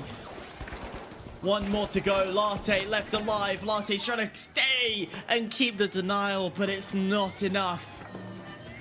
We're going the distance. We're going to a third cash out Cthulhu. No cash out indeed. The reclamation was nice and clean on the side of Bamtiz. No holdbacks, no take-backsies or anything of such. HIBOO will not get the opportunity to reclaim this. You are in fact correct. 2-1 is now on the board. HIBOO though, well, the question being is, well, what can they do better? Because so far the main problem for them is the squishiness. Outside of, you know, the Busel being the heavy, the two other lights do have a whole lot less than, well, the HML roster. And, well, from there on, I say this, Blade, though, does take quite a bit of damage before he can even react. And all of a sudden, any advancement towards the next vault are now being put under the question mark. Long range damage. Latte. He's been phenomenal at off-angle positions throughout this tournament. Going into cycle 1 as well. Yes, you say his name and it's usually a case of, oh, he came out of nowhere and he does the damage that's needed. But this is a very spread out roster. You don't see O nearby either. Again, looking for side angles, looking for distance and range. Mistily, the XP not as strong for doing that. The slam is dangerous as again. Shotgun is gonna land, and the Fist of Fury, but it's all a little too much for Bamtiz. This is turning into an annihilation at this point. Yeah. Every time there's just a set of off positions or off angles to play, Bamtiz just look absolutely, well, scattered away, really is probably the only way to describe this. And, well, curious to see if there's anything that can really come out of this any further, because look, they get maybe 2 more chances here total to contest the cash box. And after that, if they miss out on both of the opportunities, that's it. That's GG. Already, I believe, spotted on rotation courtesy of one of the lights. HIBOO will be knowing that there's already an approach coming around. The explosive barrel to come on through to drop things down. But actually, hold that thought. The setup from Bamtiz might just be sturdy. It's looking strong. It's going to be hard to rotate down, but Bamtiz set aside. This isn't the fight just yet. We've forced them out of position. We've forced them out of hiding. Now we can go hunting. Barricades up. This is, again, another good defensive position. This would rely on HIBOO from rotating out, but they decide to drop in. Steal's completed. Charger Slab comes through. Shotguns are trying to go left, right, center. Ash has been dropped already. 000 dropped as well. HIBOO has stayed alive. That's huge. One more attempt. There would be one last Hail Mary, and this is the site to do it on. But if you're HIBOO, how do you counter something where you don't have the height above you to play against it anymore? I think they will really even need the height for this one, considering that, like you've said, Hyper, this is a Hail Mary. This is a full-on and outright push. There's no way, no time to set things up for the approach. This will be a full send, even just a few a charge and some explosives to boot. That should be able to really destabilize the whole push, and that should be just about enough. The log ball does come on through. Bamtiz are going on in. A last-ditch effort. Falling down to Bladder. It's done and dusted. That's it. Their curse is over. HIBOO will advance to top 8. There we go. There we go. HIBOO do manage to finally fulfill their need, their request, and their promise here, as well as they manage to finally qualify themselves, which now leaves the whole bracket in a very peculiar position, isn't it? Yeah, I mean, look, it was a bit of a mess, honestly. It was back and forth, both teams wrenching that control from the other, and ultimately HIBOO come through. And yeah, I mean, we start to see some of those big dogs, the big scary junkyard dogs in this competition now already qualified through. So now it's those that are left to pick up the scraps. But I mean, Bamtiz has snuck its way through time and time again, Hyper. This time, the door was slammed shut. Yeah, look, they got the one cash out, but the numbers pretty much speak for themselves. Yeah, time and time again, we just saw HIBOO just have this better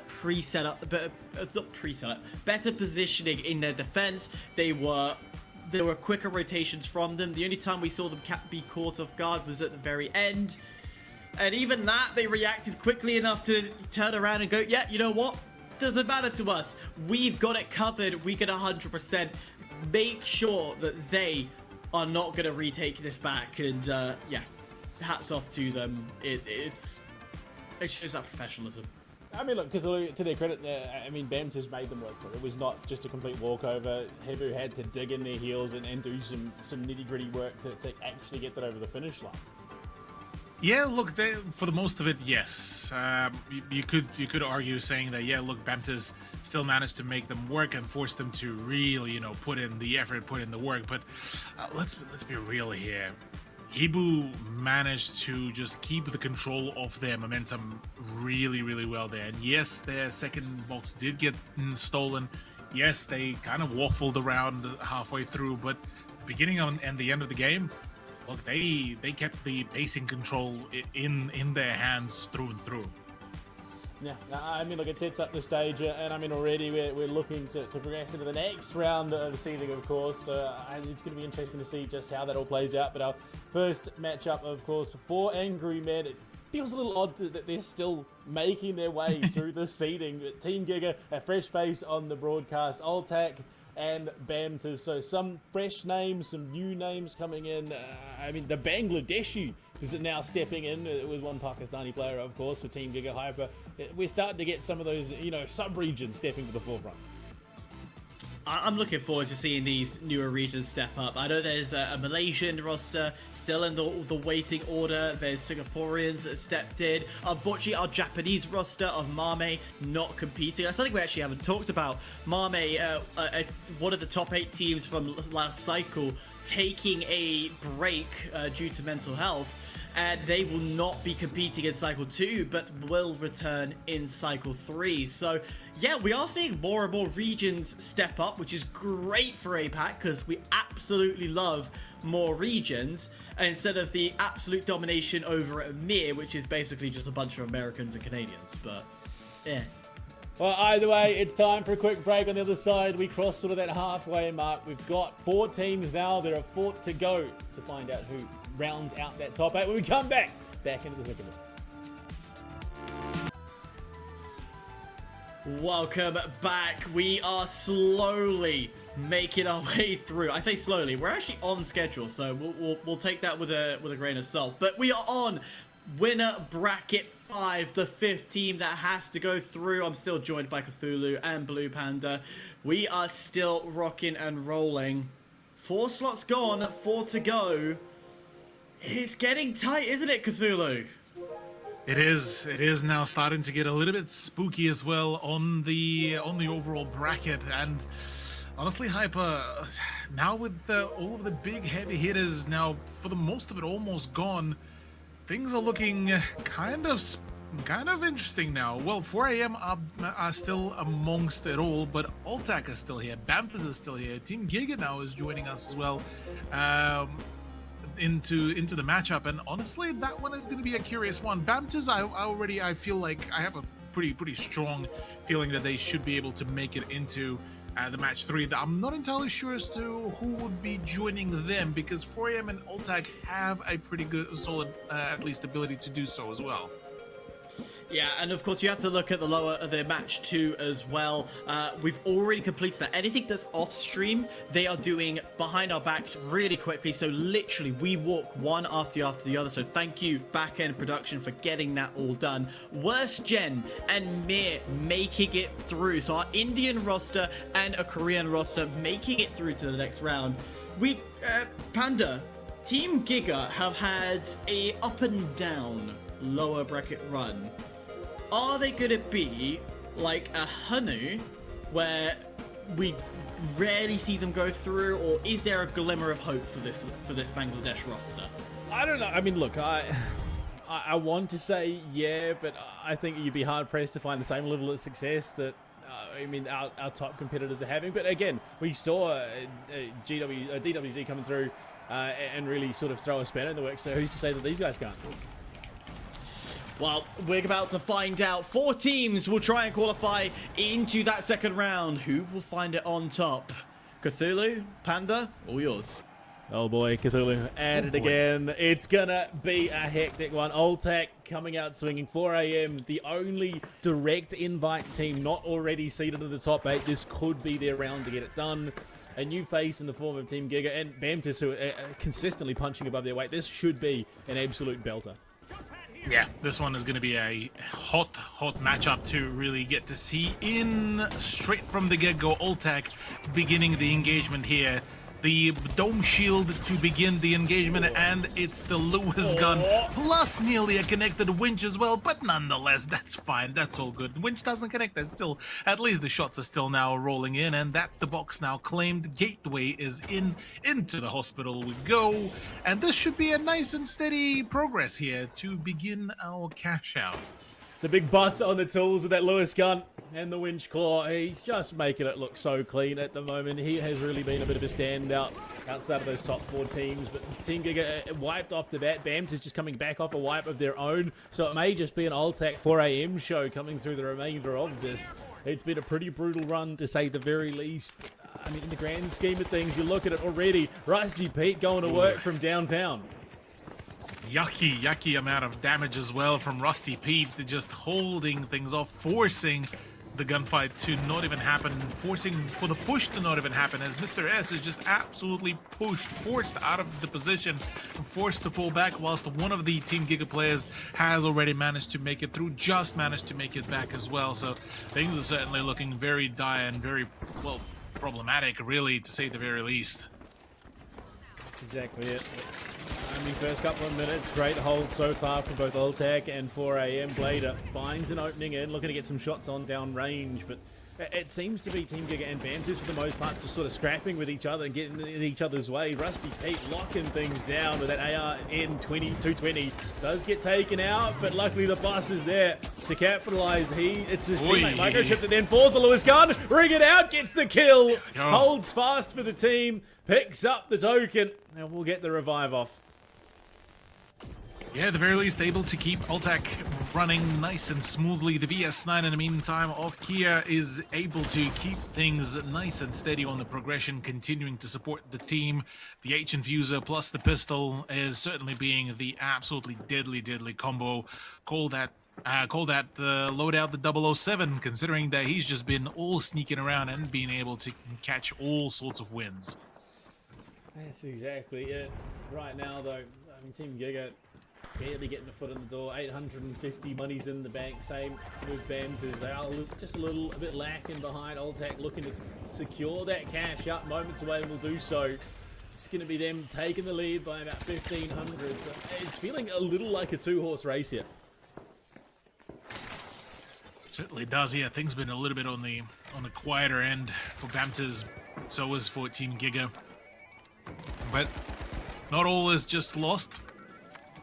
UC is looking to try to slow things down for 4 a.m. to prevent any advancement on their end. But in the meantime, 4 a.m. are looking to just set themselves up with a few of the positions and get the early engagement rolling. Steel is going away. Rusty Pete is the one to set up the cash out and begin all of that. And in the meantime, it's the calm before the storm, before the send fully goes. That's exactly it. There's sort of chaos across the board. But it's clearly these two front runners that are going at it, hammer and tongs, and ALTAC really just establishing themselves at the top of the pile. Bamtiz has consistently been able to crack in, but it just feels like they're struggling a little bit to do that. Exactly that, but this is a beautiful opportunity here for Bamtiz, considering that right now ALTAC and 4 a.m. are battling all around the same cash out position. The P90 in the hands of Insanity, though, is looking to add things more, add more fuel to the fire as another engagement does erupt. Team GIGA, unfortunately, unable to secure anything. That's the heavy gone all down to Insanity. The follow-up is certainly there, and the ARN of Rusty Pete is looking to put in a bit more of a hurt. I mean, it's exactly it. Just trying to find, an angle back in, but the door is consistently being shut in their faces, back and back and back, and whether or not that door opens even a smidge to, let that Uber Eats order in it or not, it's anyone's guess. Right now, though, it's just chaos across the board. As well, ALTAC just holding fast, quite happy, will relocate themselves to contest this Bamtiz hold. Bamtiz able to at least keep things a little bit more steadier for a brief moment longer, but the BFR Titan to come out on the side of Asher, looking to try to put a bit more of a pain, a bit more of a hurt, as Hammett is able to get away and bail out before any further damage is being dealt. ALTAC, though, is looking to try to slow things down and just halt that progress. Bamtiz now in the possession of the cash out box. 4 AM are looking to cash theirs out very, very soon without much of the repercussions, and well, the OCE representatives are going in for the push. Yeah, kills a couple here and there, but Bus, he's trying to make it work. The winch does land, but unfortunately there's too many members of Bamtiz there. We'll shut him down. The cash out does successfully go through for 4 angry men. But with that cash out being channeled by Bamtiz, it does force ALTAC back into third off the back of a team wipe. Exactly so, yeah. ALTAC losing their momentum, losing their energy so far, and now forced to really start to try to bring it all back. In the meantime, for 4 angry men, they are all nice and steady in terms of their placements. It's up to ALTAC to keep up the pressure, to keep up the momentum.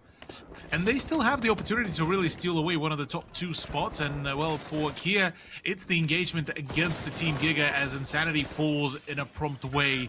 And it is such an absolute whiplash effect here, Panda. If you watch Team GIGA engage with Bamtiz, with ALTAC, and it's all, a struggle. They run into 4 AM and it is all a wipeout after wipeout yet again. Bamtiz all left to Hammett as well, and ALTAC is looking to try to close out the deal, but unfortunately for him, unable to do much. The revive at the very least does still come on through, but is it enough? No, it doesn't. The M11 rings out his demise. Once again, Bamtiz being the Oceanic spoiler. They've done this already today, and they're going to look to try and do it again. Hammett looking to ramp, trying to find an angle, just up the stairs. Getting in on the backside of anyone that he can, but ALTAC desperately trying to keep those players alive. Bus running for his life with the Lewis gun, but he's being hunted right now. 48 HP in a dream. Playing ring around the Rosie. The winch claws off the money with the Lewis gun. There's too many bodies, too many players. He'll be taken down. Absolute pain galore here for Bus and co. ALTAC, unfortunately, not really having particularly too firm of a grasp on the situation, and now all of a sudden, Bamtiz are now cashing out yet another box. They are currently sitting on the first place, and if they do cash this out, that could be it. That's the deal breaker as well, sealed as yet another set of just deaths starts coming on through the kill feed. Team GIGA now losing out on yet another player. Finally, Mr. S is back into the play. Rusty Pete low on HP, and things are certainly not looking particularly too pretty as 1 minute remaining. Time very much dwindling. If something is to happen, if a steal is to go through, it has to be now for ALTAC if they want to get themselves back into that top 2 position. Because right now, it's just them sort of pivoting around 4 AM. It's going to be chaos. It's going to be hectic as we hit that final 40 minutes. In fact, Team GIGA in looking for this steal, but the shutdown should go through. Pete and Bus come on through. They're trying to get this one away. Pete is on the objective. He's got support. This could be ALTAC's way, but there goes the vault dropping down. They're going to pull it back in. They're going to look to get themselves the steal, and this might just be enough to get them through. All they need to do is lock it in and hold, and there you go. The cash out with 18 seconds left. ALTAC snipe it from the jaws of disaster. Holy moly. Managing to really steal it away and not allow any further upset to happen. Bamtiz has been dethroned as well. ALTAC and 4 AM claim the top 2 positions in a matter of just absolute last moments. And again, just narrowly avoiding disaster. And we've got a fresh face on the desk with us here. Proto, it's been a hectic road trying to get you in here. All these trials and tribulations, much like our top 16. But you've been sitting in the wings. You've caught what you can. I mean, our top 4 teams are also direct invite teams. This kind of where you expected things to be when you're, well, now joining? Hey, look, I had a brief look and I just... Okay, cool. Classic. Why am I muted? Sorry, I fixed it. I'm in. There you go. All right. He's in. I had a look.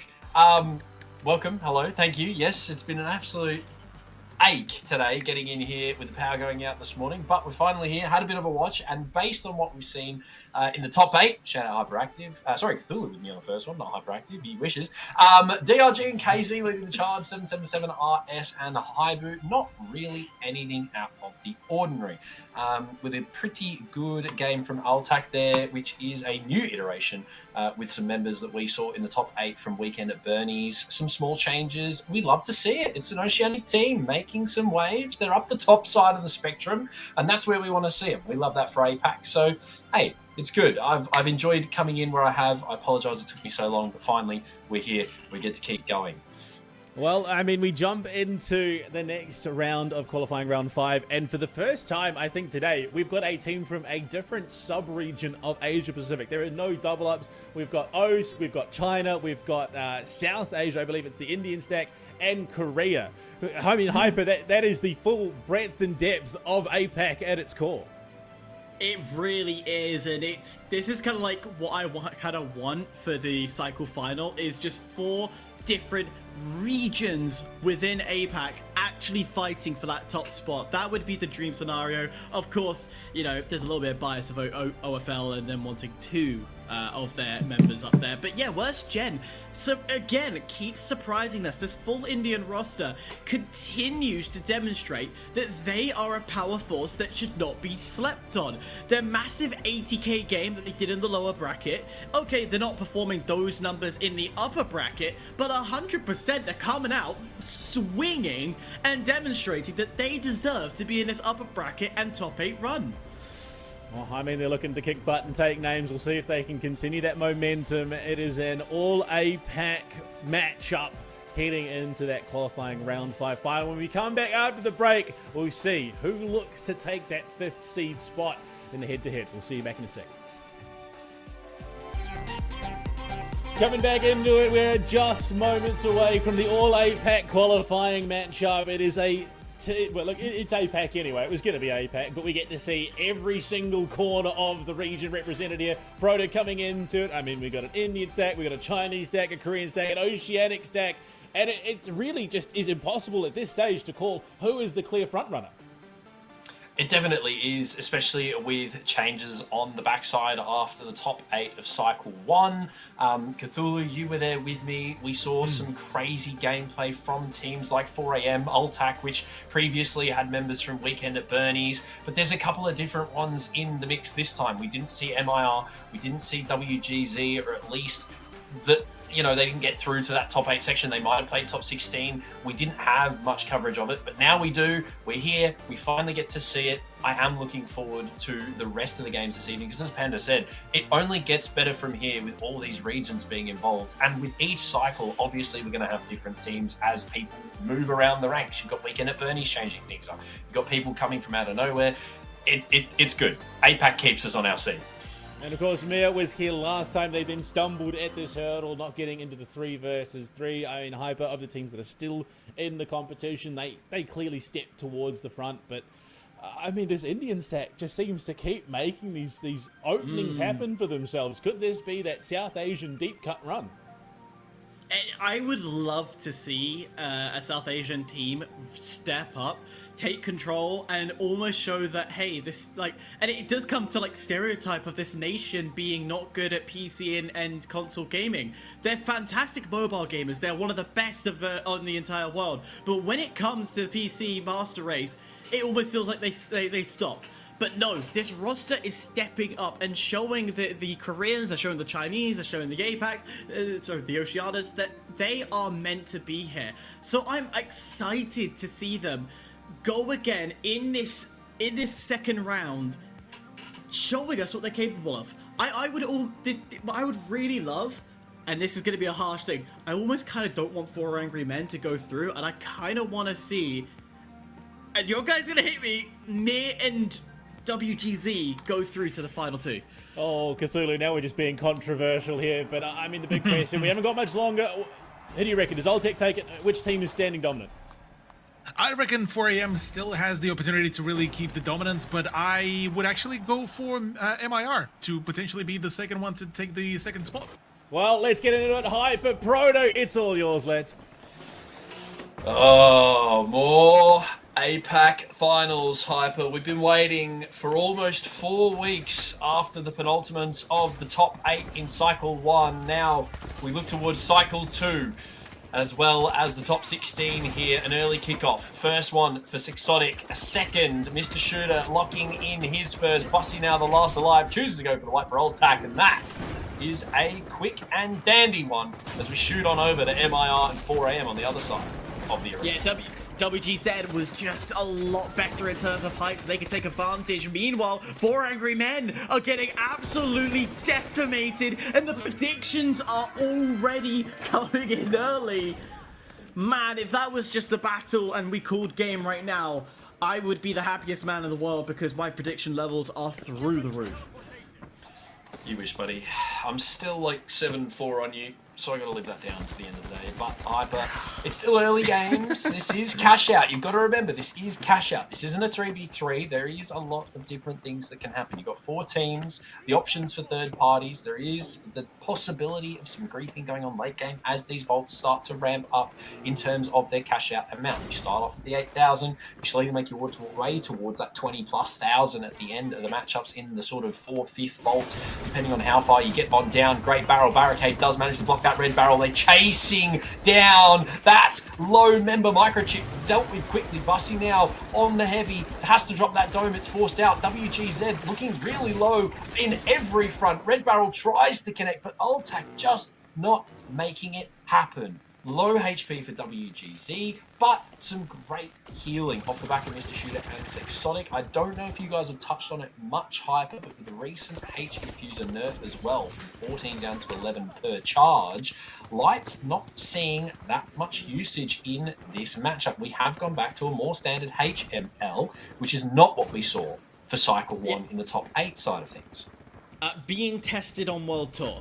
I got corrected in true. chat a moment ago there when you go. I said about the SA12 and the nerfs there. Thank you, chat, for pointing that out. I did misread the World Tour section. But yeah, no, that is something that is going to be pointed out, and we're going to see some teams start to adjust around. Talking about adjustments, how about this cheeky steal? This is a very aggressive way of doing it. Unable to surf it down, but WGZ, this Indian roster, saying, well, we've got control, and no matter what you do, we have an eye on you. Again, caught out in the open. And the medium of Mr. Shooter, landing it perfectly. We quickly flick to the other side, where both China and Korea battling it out amongst their respective angles. Korea got it right now, and MIR have been able to defend it well. 4 Angry Men, the lost player, still 2 left. Ghost will drop down low, and they're going to have to dip away. 4 Angry Men could not make this steal. No, unfortunately not. And I think they sort of dug themselves a little bit of a hole there. You got the double drop down, and it opens up so much of a positive position for MIR to dive around in. They've got gateways in hands of HUNNU, and they can just move. That's the thing, Hyper. Teams need to move. And when you're dropping things down and opening up gateways, pathways, options for these players, especially the lights to play with, you're opening yourself up to a world of hurt. But right now, ALTAC looking to get back into the mix. They find an early one here for MIR, looking for the second. Indeed, they will. Yangdoon going absolutely crazy, but being punished early is going to be taken out of that fight. Bussy on that heavy's finally starting to click some heads. ALTAC are going to lock in this vault, manage to get away with it through the gateway, down on towards D. And that's a pretty good comeback from them, considering they have struggled in the first couple of team fights. They'll be kill racing if they are successful, and it stays as it is. Of course, MIR would very much like to grab the other vault and plug onto the opposing side, but no, that's going to be done by WGZ, the Indian squad. And I think we're all so surprised at how this Indian roster is stepping up. But I think the biggest disappointment, 4 Angry Men, dead last right now, and we're going to get a 4-party battle, and every team looking to divert their attention to the leaders, to this WGZ. That's going to be a big, it's because that's the winch of the century. 4 AM really, really struggling here on and off screen in the couple of moments that we have seen them, but some big plays have kept them in the game, but it's just not enough to find them on the scoreboard. When you mentioned it just before, they were only on $700. Since then, a few kills added to their names, now looking at 2,000. But I'm not too sure what has been causing issues for them outside of the fact that they've just been losing their gunfights. Great denial with the winch there with the mesh shield. Dome to try and cover the retreat. The player just punished by Bussy. Now they're going to go for the seal as well. ALTAC are here leading the charge right now. Mind you, they already have a cash out going elsewhere currently, looking to double their money right now, but they're being punished. Young down finds one, but it's Bussy off screen, finding so many. The full wipe onto WGZ. It's now just Rusty Pete, who's looking down the barrel of 3 more, but he's not going to find it, and ultimately they still get their cash out, but it's MIR to lock in Vault C. No, they're not going to get the cash out. It's being stolen on the other side. ALTAC hang on. played aggressive. And 4 Angry Men says, thank you, dear sir. We will take that off your hands. But it's still not enough. 4 Angry Men are still behind. And they're behind, it looks to be by 2,000. So we're looking at 5 kills. And that could turn the table. 5 kills. Yeah, literally. 5 kills, that's all it is, especially between second and third right now. There's only, I mean, you say there's 2 more vaults to go in. Both of them have been started now, so we are going to get double plugged. Now it's just going to come down to the stagger. Are we going to have enough time for either of these teams, any of these teams, to go between the two for stealing purposes in the later part of the game, or are we just going to have a double lockout where we see 2 teams prevail in the normal side of the map? So we've got an early plug here from WGZ pretty much instantly as soon as that vault popped. We're still waiting for 6 to open up now, which it just has. Grabbed and on the way now for MIR, unless they're opting to maybe just hold on to it, yeah, which is all they need to do. They just want to lock it in. Rusty Pete, he goes down, and ultimately now they're going to trade it out, though, unfortunately for Youngborn. He's gone. Yeah, great idea, great mindset from MIR to just throw it away. They don't need to do anything. On the other side, though, we are getting that steal that's starting to come through. 4 Angry Men have gone from dead last, and right now they are sitting on top. But again, we still question over this final vault. Is it going to get moved in? It seems like ALTAC are going to commit to trying to get that vault and put a plug in and force this game into overtime. The kill feed, that's an opening start you want to see, as Buzzy will get 1. Not much left to be desired, though. MIR lose 2 very quickly. Bussy now back up off the back of a great defib. 4AM getting dived on. They're going to have to deal with the problems that have just landed on their doorstep. Some great damage onto Mr. Shooter. Mind you, been doing exactly that this entire matchup. Absolutely wiped out of the air. That's the heavy gone. Frozen Butcher punished and down. WGZ do have time to go for a soft reset if they can grab his body, but they might be looking to try and regain height here. ALTAC have managed to grab that box off screen, but it's only going to put them in 3rd place. Kills are going to come into the equation here, but if MIR are smart, they're just going to leave it. If they don't go and contest this box and do not feed kills into ALTAC, they're not going to be able to qualify just off this box alone, Hyper. They're going to have to get active elsewhere and risk losing that box to someone going across the map to grab it. But MIR needs to get aggressive. It is still kill race. If ALTAC does find anybody who wants to challenge their cash out, it then becomes an advantage to them. And for the way it looks, WGZ is looking to be that team that's going to farm kills for ALTAC if they're not careful. But they're playing a 2-angled game.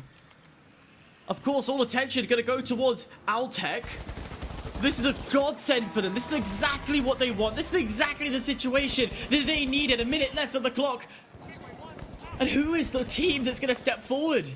We know 4 Angry Men will step back. MIR will step back. But WGZ has nothing to lose. I don't know what the play is here for them either. They just keep teasing the idea that they might feed a couple of kills into the war machine that is ALTAC, currently actively hunting these players downstairs. They need to find them. One has been located, but if Bussy goes down here, that could be huge, especially considering that it's MIR chasing him down. He's getting support now from Microchip. He's locked in one for himself. They've just knocked into second, but this is it. It could all come down to kills. MIR find 1. This is going to be close. 20 seconds left in play, and 3rd place is where ALTAC currently currently sit. They're being pressed by 4 AM. They've got a lot of problems. A steal now coming in. They need to deal with that, and if they can get this kill, no, it's still not enough. They're starting to fall. If Bussy loses here, it's all over Red Rover. They need to find as many as they can. There's one. It's put them in second. That's enough. ALTAC off the back of Bussy in the final moments. Luck in second place. It's not quite first, but it'll do. Kill races pushes everybody to the bittersweet end, and it is going APAC's way. You can see from my colleagues from either side as APACers themselves are absolutely enjoying that.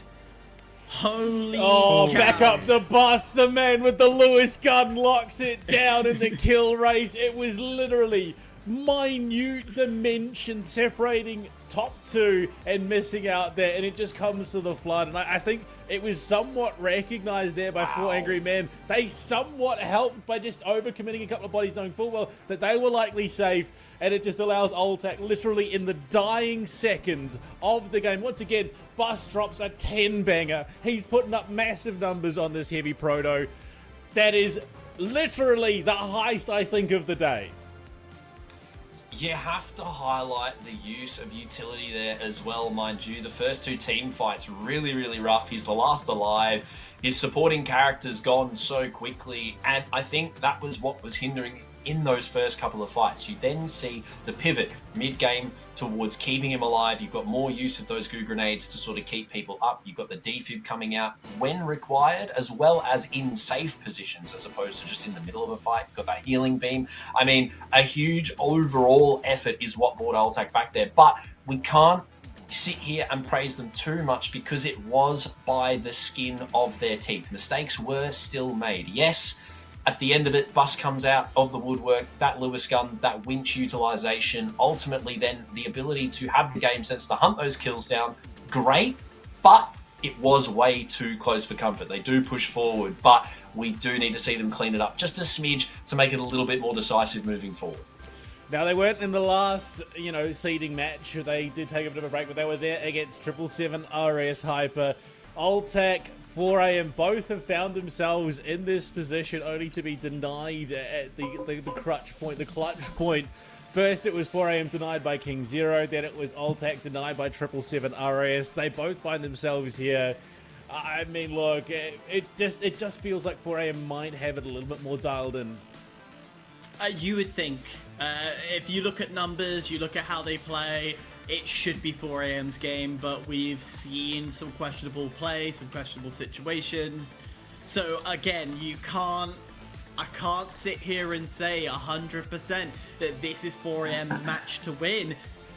Let's be real, this could be ALTAC's game to win. They have nothing to lose here. They've got themselves in this prime position. Screw it. Absolute Hail Marys into these fights. They could easily upset the entire tournament, and 4 AM has to go through another gauntlet. And Cthulhu, the big man himself, the big boss, has been an absolute standout. Every lobby he's in, he's consistently pushing towards double digits in terms of the eliminations. He's putting up big numbers. Could he be that it factor to join a second OS into that top 8 seeding? Look, there's definitely the full-blown opportunity for that. I mean, look, never discredit the boss, the GOAT. Honestly, it seems. And the moment I started losing faith in ALTAC, they just brought it all back. So I'm backing ALTAC on this one as well. 4 AM, look, had so many opportunities to really get themselves propelled into the 3v3s and claim their wins, but fortunately still weren't able to fully capitalize on that. So look, amidst it all, I'm backing the second OS representatives to go into the top 8. Well, Proto, I mean, we're cutting the nonsense. No more third parties, none of that. No shenanigans, not having to worry about another team just coming out of the wings and upsetting what is a strategy and approach to taking these objectives. ALTAC really making a standout showing for themselves. 4 AM, the final of the 5 direct invite teams. You've got to imagine there's an immense amount of pressure on their shoulders. Could that even come in to affect things? Definitely, and I think based on what we saw for top 8 as well, Cthulhu, you can mirror this. China are a region that struggle in these head-to-head matches. They really don't like it. When they're going up against their own region, I mean, we saw it in the final of the top 8, it was China v China. And that was a good 3v3. It was a great 3v3. But every single time we saw Mogwasom go in against DRG, we saw other teams from different, we saw Japan go against China. And every single time it was not China v China, the Chinese teams struggled. They didn't even get to third box half the time. It was a 2-0 done and dusted. And in this scenario, in Oceania, all hail, ping and swing is the meta. And in a 3v3, if you can lock in an early kill, you essentially can get away with a victory, especially if you're targeting those big ticket items, either the mediums or the heavies off the board straight away. For OCE, it's probably going to be easy pickings. For this one, I've got to back the tack. I mean, look, quickly jump in there. Sorry, I don't know. Oh, guys. Hey, I was going to back Proto. Might as well just throw that out the window again. No, I do agree with what you're saying. Like, we take to the Grand Major in 25 that happened in Stockholm as well. We saw DRG seriously struggle in those 3v3s against those European and North American nations. So 100%, what you're saying is right. The final round is not China's bread and butter. Well, it could be two teams, a quarter of the top 8 for Oceania. We'll have to see. Proto, Hyper, it's all yours. One more. Another 3v3. First one for me today, but we're going to find out whether or not we've nailed it on the head, or is there going to be a nail in our head. ALTAC already taking some really high damage. Kiar starting things off, trying to chase down Rusty Pete, but he's going to invis bomb out of there and disappear very quickly. Good RPG on the player, a little bit of damage, 3 bars, not really much to scoff at considering there's no follow-up as well from ALTAC, but they're going to choose to regroup. They wanted to try and kite away to force Ghost Kiar back to his team so they can try and go for something early here, and they're going to try and force Dome. Hyper. ALTAC playing things a little slower than usual. Yeah, they are playing it slower, but I think that's also the counter to China and their strategies, as they like to go a bit more aggressive. And I tell you what, that's so unfortunate. 1 bar of help from Ghost, and that's going to cost them dear. Rusty P also low, but he's able to find player as well. Get the white, because there's only Kia left alive, who is looking for the heals. Not going to happen. ALTAC wins the opening fight. But more critically here, they're going to get the vault. Well, it's actually not been tapped. Ooh, that's dangerous. Unfortunately, not tapped in the early moments. Could have seen Rusty Pete do it when he ran away with that Vanish Bomb straight at the start of that fight. They do have a gateway set for it, though. So even though 4AM are going to get back in, will be relatively quick onto A here for a fast plug, so they will have to play for the steal. But Hyper, I'd have to argue, in the opening moments of that fight, it really looked like 4AM had that on lock. They found the first, which I believe was Rusty Pete right off the bat. It was Bussy right off the bat. And then Rusty Pete gets 2 in amidst the mix-up going on the roof, turns it around completely, and then at that point as 4AM, you either have to full wipe, go for a soft reset, which was the attempt, or win that team fight, which is immediately a 3v3 again, because you have Microchip running that median. Defib came out straight away, you're 3 strong. Even though it's 50 HP with no abilities, it makes things difficult. 4AM now re-engaging after that back. Here we go. Isolated again. I've been seeing this time and time for 4AM, that they will leave their heavy out in the open. Player is having to do all the heavy lifting when it comes to his own survival, while ALTAC will then sit there bunched up as a group. But I tell you what, it's working so well. The winch is still going back and forth. Buzzy's trying to stay alive. It will not happen. ALTAC finally getting wiped. There will be enough time for one last push. Yeah, they'll get a small go here. It's not going to be anything too hectic, unfortunately. Michael's chips did get that defib off, but it just wasn't in a great spot. Didn't get the go down to cover either. Had to opt to go for the fight instead and was punished by Ghost. Ultimately, in the end, it just wasn't enough to deal the damage required to get at least someone back on the board. And then you've got Bus left on the heavy. Yes, he got 1 for his troubles, but ultimately that's just stats at the end of the day. There was nothing to follow through, but it could be big here. We have Goo. We have good positioning as well. Keep in mind, the lights are actually quite far away. Some good damage, but ultimately not enough. And everybody collapses back on down towards A. It's going to be a quick one for 4AM, and China looking a lot better in these 3v3s than they did in the top 8 cycle. Maybe doing their homework on it. Maybe. They have had time to look at what's going on, understand how these guys play, but this is the first time ALTAC's made it to this phase of the game. They've done one final round. That was in the lower bracket before they came to our lovely upper brackets. But for Angry Men, they've had lots of practice for today. They've gone time and time again in this situation where they've been shy, either in the cash out before or the final round here. I feel there is a slight bit of panic. I don't know if you would agree there's a slight bit of panic in their gameplay.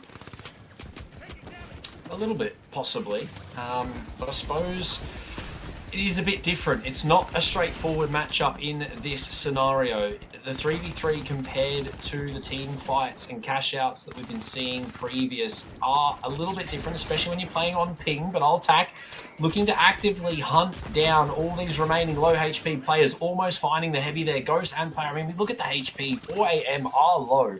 They aren't on top of their healing as much as they should necessarily be in these fights. But ALTAC just don't seem to be locking in on one person. They're spreading out their efforts. And I think that's hurting them in the long run here, Hyper. They aren't necessarily locking in those first frags that they need to be finding to shut this team out. If they just manage to isolate players, which they are good at doing, we've seen them do it before, then they can have a different outcome. I guarantee it. But at this point in time, it is too little too late in most of these fights when they do start locking in on actually shooting the same person. Yeah, and also what helps them is 4 Angry Men is feeding them these opportunities. I mentioned before, onto that first cash out, they're attacking with Player running in by himself. So you've got to take advantage of an isolated player and then group up on them. You play buddy system, you've got to act like a buddy system. Otherwise, you've got to roam properly like 4 Angry Men are doing. Tell you what though, let's bring it into a corner, let's dome it up, let's add a bit of glue, let's make it covered. This should be a nice easy steal, and I think this is going to be recognised from 4 Angry Men to allow it to go through before crushing in from the outside. Oh. But Rusty Pete will say thank you. Yeah, that M11 is scary if you don't get too close. I also noticed Player seems to really like chucking that shield up as opposed to actually shooting 99% of the time, which has been working for 4AM because it gives Ghost and Kiar the ability to actually shoot back. But this is what I was talking about. Get the M11 out, Rusty Pete in, and just obliterates the competition when they isolate these gunfights. You've got one rushing forward, getting too aggressive. He's 5 and 4 right now. Yes, the death's okay, but the kills. Look at Microchip and Bus. One apiece. Bus has been carrying majority of these games, and it is time in these 3v3s where the lights need to stand up and do a lot of the heavy lifting because you are the damage dealers. Kiar already 2 bars down on a light. That's not good, and they're not really going to get a great chance at C here. I feel that unless Ghost can get it in this, well, whatever you want to call this confusion tactic here, Winch pulls it away. Hyper, I don't imagine they're going to see it. We're going to go to a 3rd vault here after the team fight. Yeah, smoke was put out, and then a green barrel of gas was put out. Basically, anything that caused some visual confusion was put out, and well, it nearly worked, but ALTAC will say thank you very much, dear sir. We will enjoy that as it's down to a 1v1, Buzzy versus Kia. A little dip and diving, a little bit of techers of movements, but unfortunately, when you have dash, you kind of win on that. He was waiting for it to recharge, to be fair. I think Bus was trying to play the regen, the passive regen, because he was close in terms of getting that one back as heavy. He was, I believe, close from how long he was alive. But some of those moves, I got to give it to him as a heavy. Bro was moving. He was jumping, he was diving, he was getting around. There was definitely some great movement tech. But ultimately, it doesn't matter in this game mode. 3v3s, you don't lose cash on team wipes. You only lose cash. Well, you don't. It is just all about gaining it. You cannot lose it in this game mode. So they'll take a wipe, and ultimately it gives them a chance to play for positioning. They're now situated above the vault with some great damage on Ghost. Yes, the glitch does hit, but they don't choose to capitalize. 4AM all low here. Off some passive, a little bit of H infuser. But now the vault is at ALTAC's feet, and they are the ones in the driving. Oh, okay. That's gonna hurt. Sorry. Action was so good, I've started to get a nosebleed. That is how amazing it's been so far. That's good. So if you do see me with a tissue on my nose, that's the reason why. Nonetheless, 4 AM, they consistently have this height here. They will overlook everything that's going on. But this reverse gateway, you need to be careful not to jump too far away because he is getting hunted as well. But it might be a bait as well because player's been damaged really low. And that's been caught off guard. Buzzy, a little over aggressive for my taste, but hey, risk and reward at the end of the day. Yeah, look, it is what it is. They are doing their best in the situation that they have been given, considering that Bus has been leading the charge a lot of the times. So if he gets a little bit over aggressive, you can sort of understand why. Ultimately, though, he's back. They're 3 strong. They're going to make their way over now, and they do have the option to fight a fresh, well, almost fresh ult as they move towards D here. But height is where 4 AM reside. Ultimately, it's going to have to be a quick push. Either drop down or play for some kind of confusion. There goes the vault. 3 floors down, but they're looking to cause some visual confusion, Hyper, as they move on all the way up to the roof. A great jump pad. Goes low. Bus has been hit, but ultimately not taken down. A winch connects, though. That's insane. They need to lock this in, but no. Out of nowhere, player and Ghost find one. Ghost with a second. An ALTAC off the back of a huge RPG. Flop that team fight. Yeah, a brilliant winch, but just couldn't commit off the end of it. 4 angry men staring down the barrel of their qualification, making it the 3rd Chinese team to go towards the top 8. And look at the height they're gathering from this. We talk about anybody who runs a goo gun on a heavy is a piece of art, but this is another form of artwork that is slowly coming through. A quick push, a last-minute dash. ALTAC needs to get this. Yeah, this is going to be their last option of making something happen, and they don't really have many avenues left to play with here. RPG comes down, they're going to have Denial set up. I mean, we've got Ghost going for a wrap here already. Glitch comes out, everybody's involved. You've got low HP on one player, not looking too great. Microchip hurt, Bus goes down early. 4 AM, ALTAC have managed to steal it though. This isn't good. 4 AM, Deep Dip comes out as well. Bus is back in play. ALTAC at 3 strong, make it 2. Microchip goes down, Bus as well. But it's just Rusty P, and it's a 1v1. Ghost have not managed to pull off all 3. Gets it, but ALTAC off the back of a quick steal. Holy OCE, you didn't want to leave it any longer. That was about as close as it could possibly have gotten in that situation.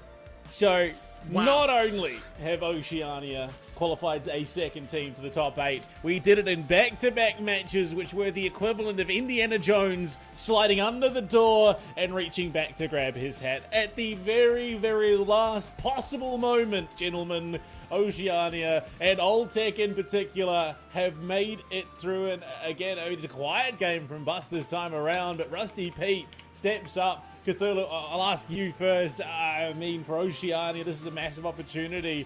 And, I mean, look, could this be the start of maybe working towards more oceanic domination in the wider APAC region? Look, all I'm gonna say is this is the one time the justice for Weekend at Bernie's really for the cycle 1.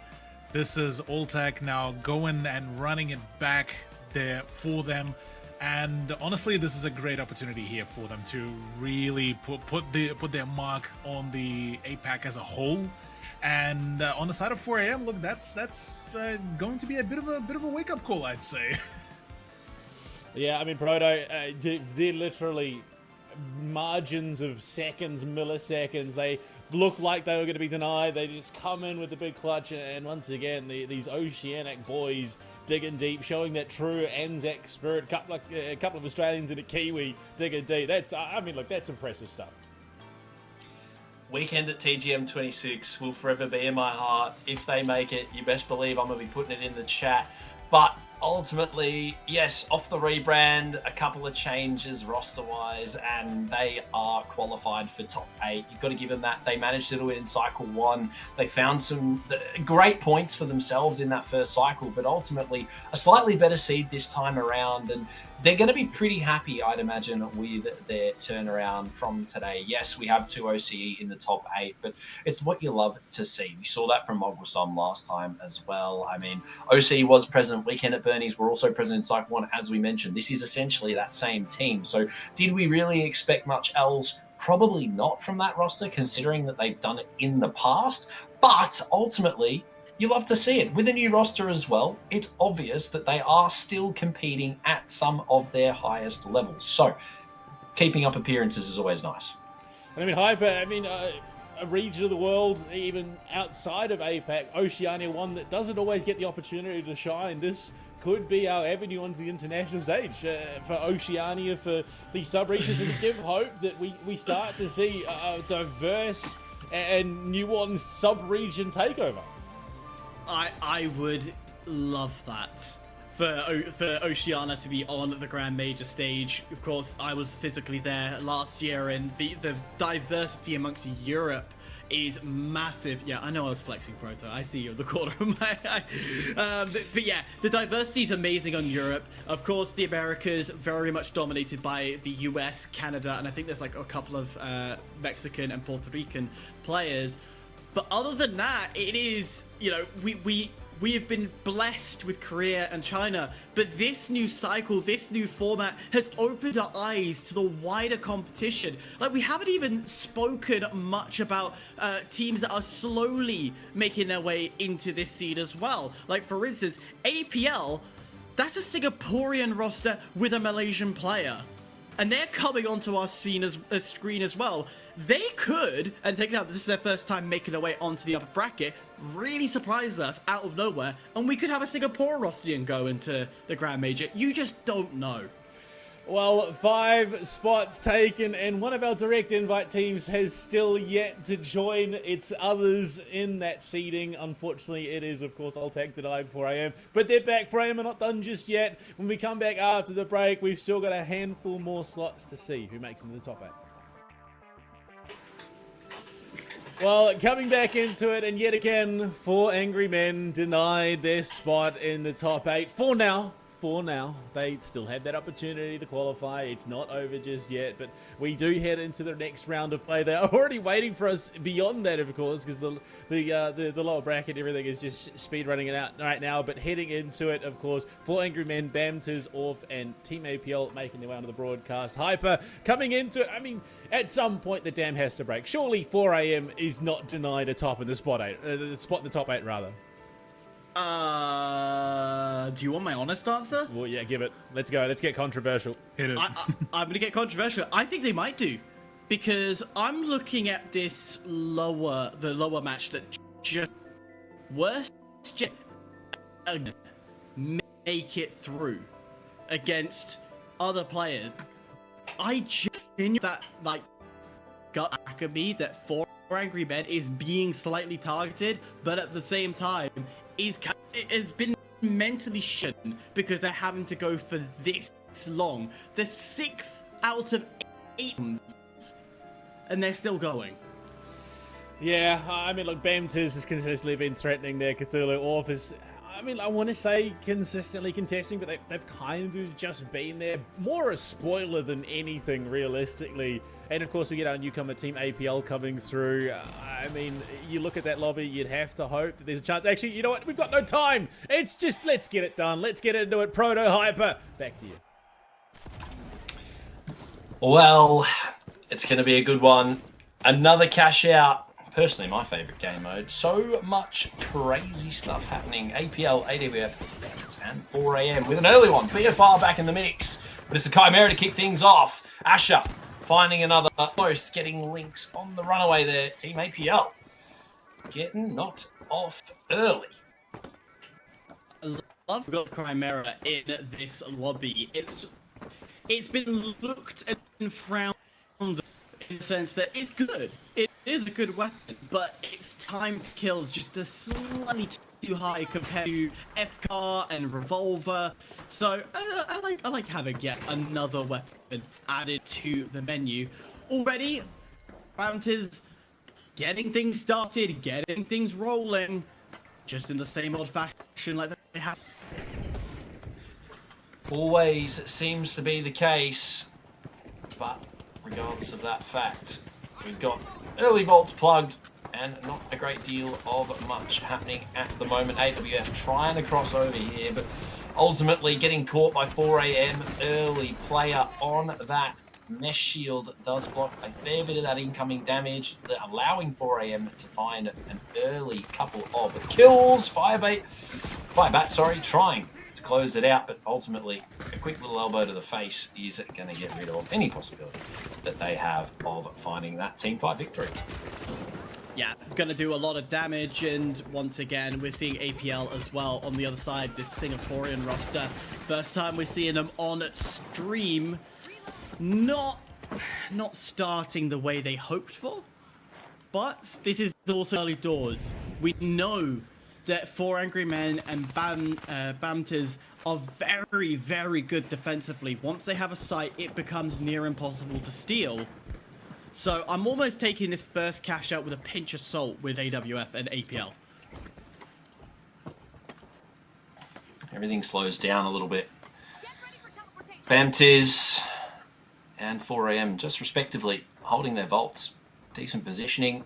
Just running around, playing the information game. 4 AM, Ghost has got his eye on a couple of players and ultimately going for a bit of a quick wrap here. Spots one, hears them on the gateway up, or at least, sorry, jump pad up. Does get the first, looking for a quick second here. Does lock that in, fire back down, and is last alive. Ultimately, a triple wipe there for him. 4 AM, find all three. AWF really not having any success over at B. Yeah, at this point, if I am AWF, or if I am APL, I might consider going for a third party, or maybe go for that cheeky steal. Hiding in the bush, good idea, but it's unfortunately this game doesn't provide you a lot of cover. And sorry, Potato, what was that? It was not just me that questioned him just spinning around in the middle of the room, completely confused. I think he was going for an RPG, but then ultimately realized that he didn't have any ammunition left in it, and then maybe tried to re-engage, and then it just sort of, yeah, it was over at that point in time. There wasn't really much left to be devised. So he had to sort of cop it on the chin and goes for the white. APL, you got to give it to 4 AM though. They were, at that point in time, currently fighting two separate teams. Hammett goes down early, does get the nullifier off, but ultimately it's not enough, and Kya is flanked up onto the roof. He's found a second. Ladder goes down, and they're going to get a steal here very quickly. No contesting, nobody wanting to fight it. It says Bamtiz says thank you very much. We're going to focus elsewhere. Talking about elsewhere, APL taking out AWF. Of course, AWF are another Korean roster. We've only got one that's been qualified from Korea. I'm sure they would like to join their Korean comrades to, well, have a good winning in this competition. And again, Bamtiz says thank you very much. We're going to absolutely take things away from 4 Angry Men this time.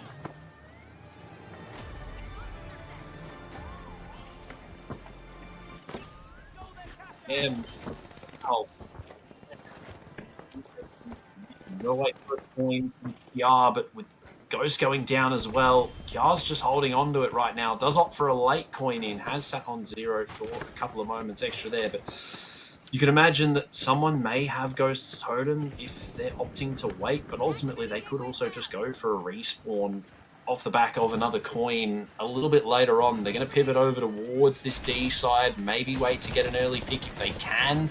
Diving on up now, looking for any they can find in terms of information, possibly trying to get a gateway up onto the roof. Indeed, that seems to be the case. Kya's behind a lot right now, has to Vanish Bomb out, reappears on the backside of this roof, and APL, they're not so aware that they've got lots of people sitting behind them as all things start to kick off over towards D here. Everybody in the lobby seems to be at this vault right now, Hyper.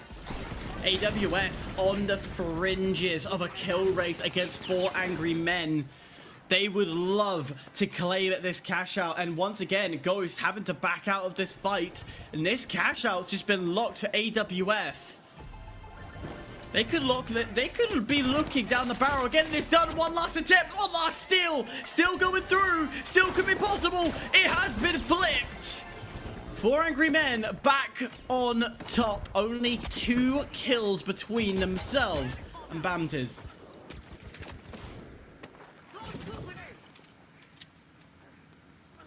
A quick one. Bamtiz and 4am sitting comfortably in their position right now, but realistically, there's still a lot of game left to be played. 2 minutes, another 2 possible vaults here with the option to double jeopardy, but the option really comes down to whether or not APL go for that double jeopardy. That's going to be realistically the only way they qualify here, Hyper. As well as AWF, they might be a little bit more safe in terms of the amount that they have already banked, but with a couple of wipes and a couple more team fights, that amount is going to go down very, very quickly. Bamtiz says, you know what? We're going to put it in. We need to make sure we're out of that second place, have a bit more of an advantage that comes with it, and put 4 angry men on the chopping block. Steel's already going in, so they're not worried at this current point about losing the cash out, because Vault 5 is the critical vault. If that gets anywhere near A, it could change the entire game, and it is slowly moving. Is it moving towards B? Because if that goes B, then that's game over for AWF and APL. Yeah, it's been split. Yeah. It's not what you want to see, unfortunately, for both of these teams. It means that we're not going to see them go forward, at least at this point in time.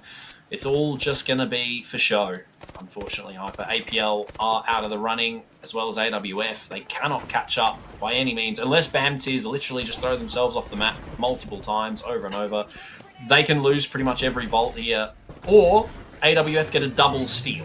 If they can get a double steal, then that could make something happen. APL aren't going to give up so easily, but 4am aren't exactly too worried. They know that they can let them have it, and they're not really bothered at all. It's rough, but unfortunately that is all she wrote, Hyper. We have our top 2, and that's going to be it for this one, unfortunately.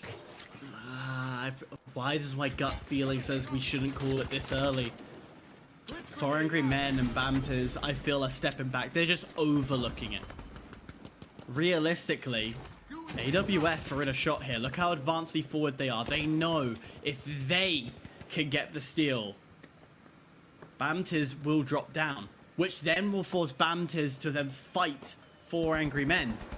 Steel's coming through, but who is that for? Who's the one going for it? It's nobody right now. It's been forced. Ah, fair enough. We're still in that question. We're still in that question mark. There's 37 seconds left. It is not over. AWF are looking to do the impossible. They are looking to go and pressure that steal on APL.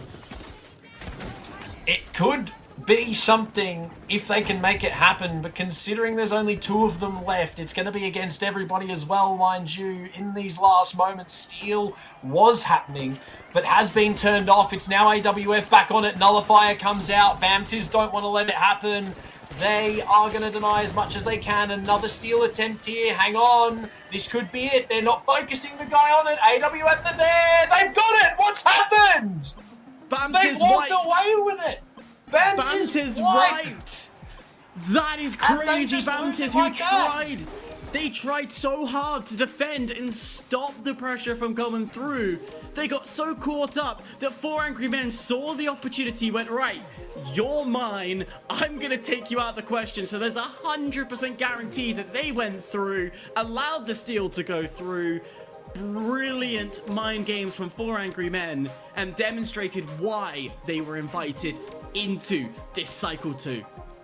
I mean, Cthulhu, I think I'll go to you first, given we were both sitting there watching their losing match. Yes. At what point do Asia Pacific finals players learn their lesson and stop these steals from happening in the very last seconds of the game? Because that's like, what, the third lobby in a row now where the game has literally been stolen with seconds left to play because the team decided, oh, you know what, it's done here surely. There's no need for me to intervene.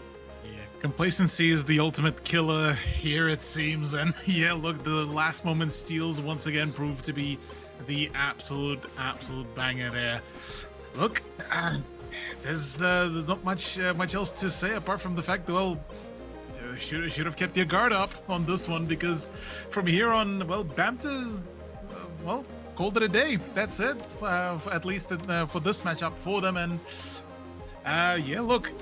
AWF, 4AM, Worst Gen, and MIR are making their next play happen, and Jesus, look, yeah, I don't think we are getting enough of the lessons. Maybe I'm not entirely too sure at this point, Panda. Yeah, look, Hyper, we saw MIR, or MIR Gaming, usher Worst Gen into a lobby. It then cost them pretty dearly. It looks like, whether that's the case or not this time around, the same thing is happening again. AWF comes in, they haven't looked the strongest. Is this finally that breaking point for 4 Angry Men? Because this looks like a lobby they should do reasonably well in. On paper, yes, they should do well, but it's MIR, and again, WGZ.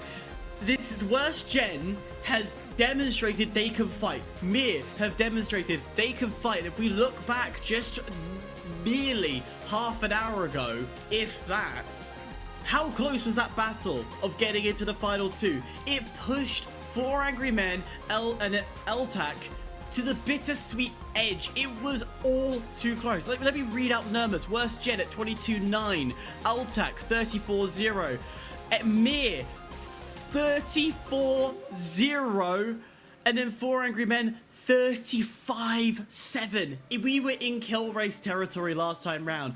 That was how close it is. And I tell you what, we're bringing 3 of the same people back to run it back again. So no, 4 Angry Men are not safe at all.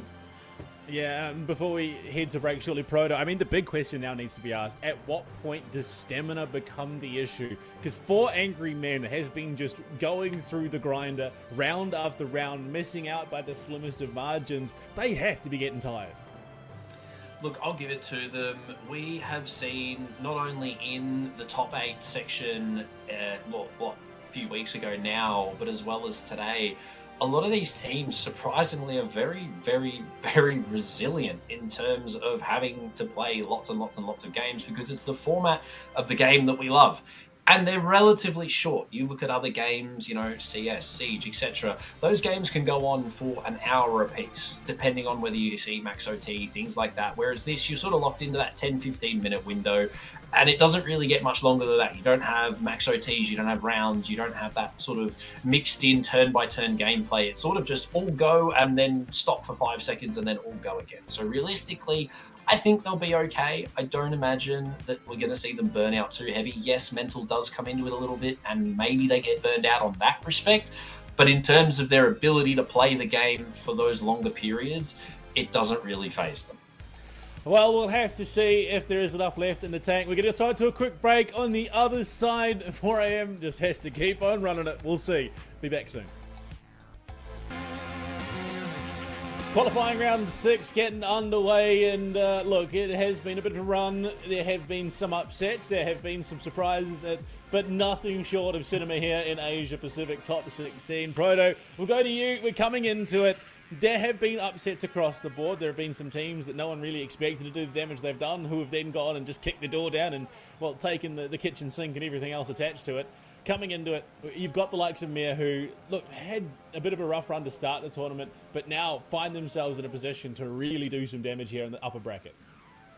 Look, definitely the case. 4 AM have been put in difficult positions by teams that we would not have expected. They were one of our invited teams, Panda. They did well in top 8 to the point where they were asked to come back to the top 16, and they are the last, as you said previously, to qualify off the back of some insane gameplay. We have seen pretty much everything aside from a double jeopardy today that you could have asked to see in pretty much every game mode that we've looked for. We've got last minute steals. We've had 3 Vault 3v3s. We've had pretty much everything in between, and yet they still haven't qualled. They are struggling, and I think it's off the back of some great gameplay. People clearly went away from top 8, did their homework on this team, and they now know what they needed to do to counter it. And they've been doing just that all play day.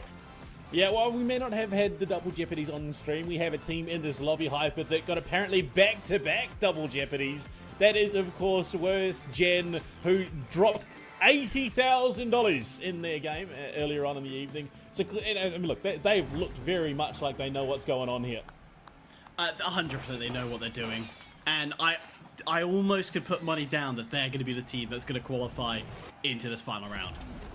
Well, gents, back over to you. Again, it's Proto and Hyper. Yeah, I feel that. BluePanda, thank you. Dropping it in. It's not because we're tired, ladies and gentlemen. It's because we don't know what to expect. Usually, we come into these matchups with the storyline in mind. We know who's who, and we know what's going to happen within reason.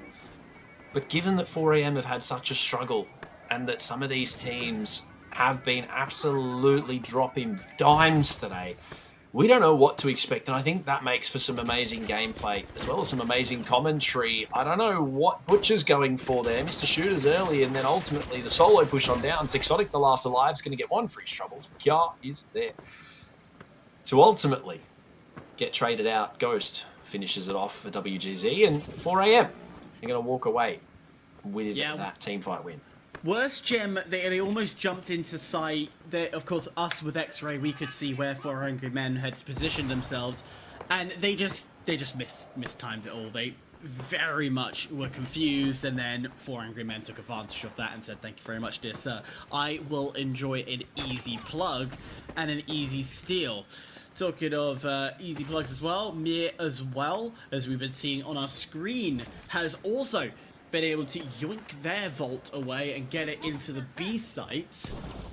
And I'm a guy, I like B site here. It is such a challenging site because it's not, you can't drop it, you kind of have to go through it.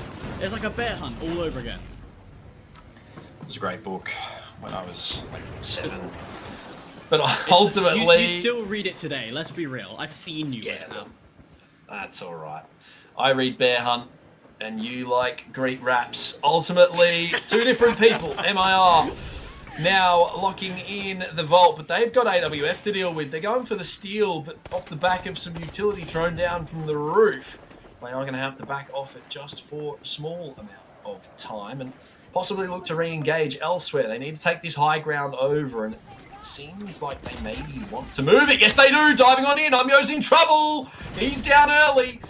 And AWF, they're looking to make their way down. They're still going to deal with 2, Yangdoon and July, both alive here in the situation currently. But as the steal starts to come out, they now have to get involved. Dome goes down, and as well as that barricade, this is going to make things difficult. That's a free steal. They can't do much too strong. Why not take the free steal? 4 Angry Men are going to be cursing under the... No, sorry. MIR is going to be cursing under their breath as they realize that was a steal that shouldn't have gone through. As famous Coach Young said once, don't run away from the site and don't let them steal. Wise words, some to live by. AWF playing for denial. They've done it perfectly, given themselves plenty of time, but no. You would have thought so. MIR, they're going to squeak it away. You've got to give them credit where it's due, though. They managed to deal with as much as they could with the time and HP that they had. We saw it for the whole part of the last bit of that fight.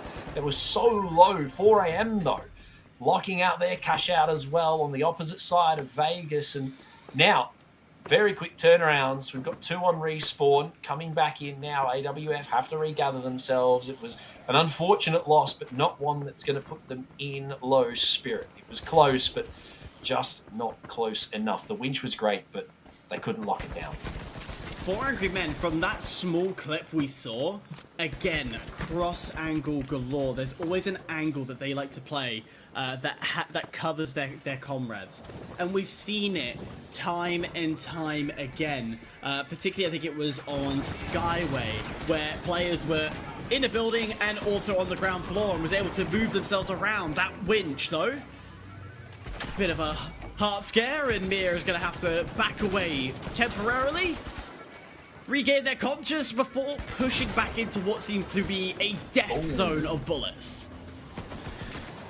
All sorts of things ultimately kicking off here at this doorway. You've got RPGs and all sorts of horrible bits and bobs coming towards you, being flung at speed. AWF low, but the medium on MIR keeping their dream alive right now. Yangdun managing to help everybody out in the meantime. One goes down. Mesh Shield has to come out quickly to deny any damage being dealt. Finds one. July's taken out. That's the heavy remove, but defib fast puts them back at 3 strong. AWF are struggling a little bit with only 2 on the board.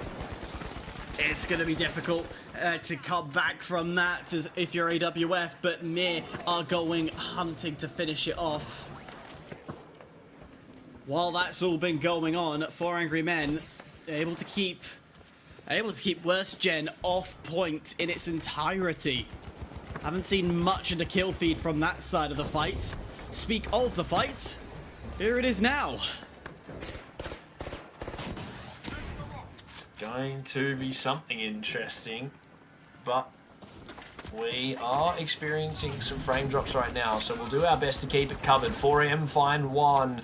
Good damage on player, but the Mesh Shield does deny that winch, meaning that he can stay alive for a small amount of time, but amidst everything going on, Sixotic manages to find him, and it's going to be a trade from his teammates, though. Kya does manage to take him down, but an instant defib puts them once again back at 3. The mediums really proving why they are so important in these matchups. Butcher, though, is punished by the same player that just took his teammate out. 4am taking some shots from long, but they still have control of this vault. Look to keep it.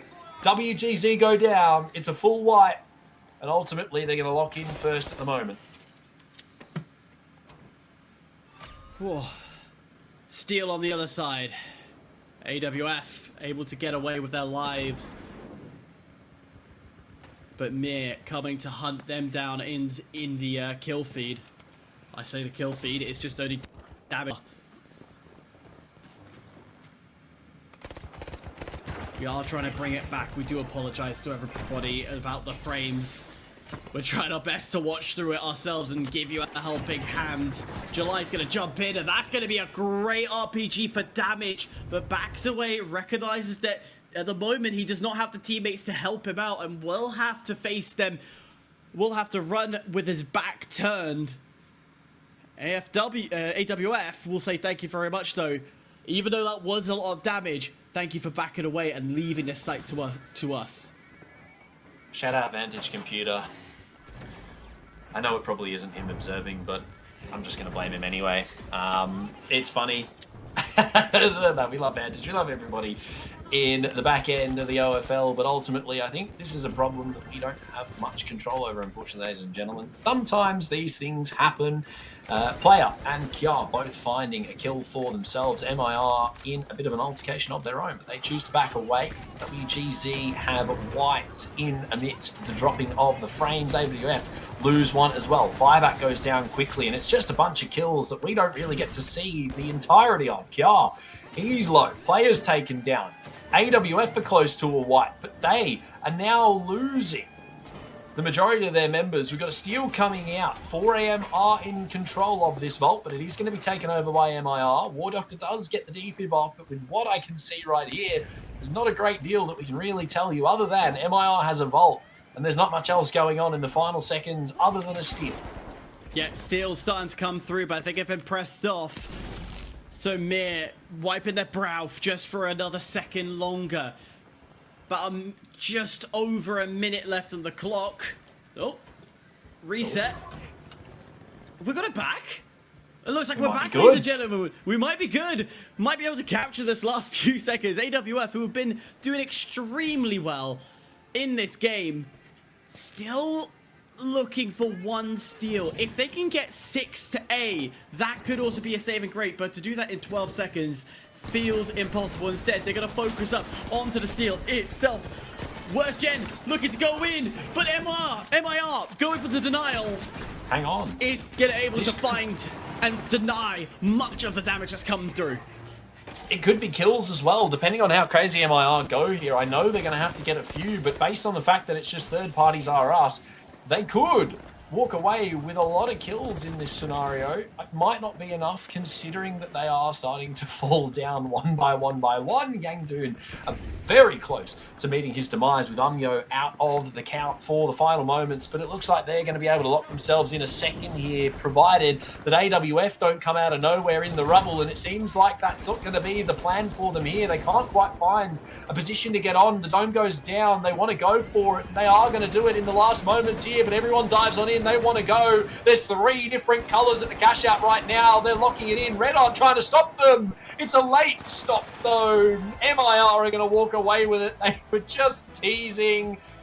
They didn't want to let it happen in the end, and ultimately you've got your top 2. Yeah, look, a bit of a deep cut. Hold on. There we go. I had the button. I was doing a thing. Yeah, look, a bit of a deep cut there. Looked like maybe there's going to be some shenanigans, but I think ultimately this is kind of what you expected this game to play out as. 4 AM didn't feel like they were really under the pump all that much there, Cthulhu. They kind of just had it dialed in, locked in, and got the job done. Yeah, look, I mean, 4 AM honestly doing their best impression of HIBOO from cycle 1, really, where the inconsistency has been very much of the name of the game for them. And when they're performing, yeah, we got to see exactly that. When they're able to really, you know, put the proper effort, the lock in, and actually, you know, play some good finals, they can actually do some really good damage. When they're not, though, they're getting bullied by everything and anything, even the most inanimate objects on the server as well, and that also shown in full capacity. So, look, yeah, over here, they managed to finally lock in. MIR finally starting to show some results as well, and for all the right reasons. It's a roster that has actually shown some great upset potential. So, now that they are getting pushed through further into the bracket, for 4 AM, this is ultimately, I would be still now thinking that, okay, maybe this is it. Maybe they finally locked in. Because if they don't, well, at this point, you may as well, you know, say, okay, well, hope you enjoyed your invite spot. MIR, here's an invite spot. Yeah, I mean, Proto, MIR has been here a couple of times already. They stumbled before they reached that, you know, 3v3 qualifying position. Now that they're here, look, does that simplify things? Does this suddenly put them in a position where 4 AM need to be genuinely concerned?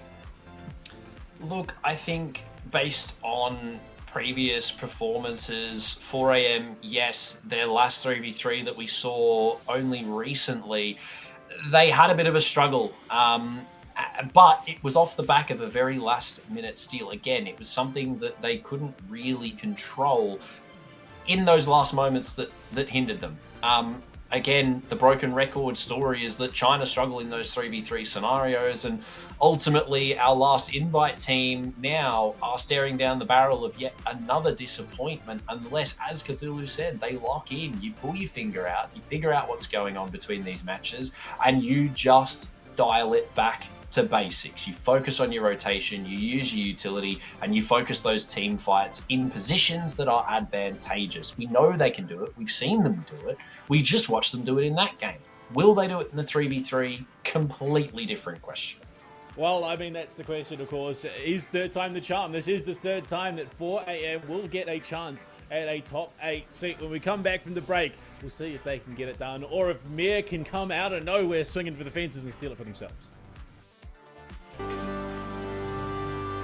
Coming back, and it is now time to see who takes the next spot in the top 8. And Hyper, third time surely is the charm, right? Like, you only get so many opportunities. Okay, let's put it this way. If 4 AM miss out in the top 8 spot here, you got to question if they can make it at all this time around.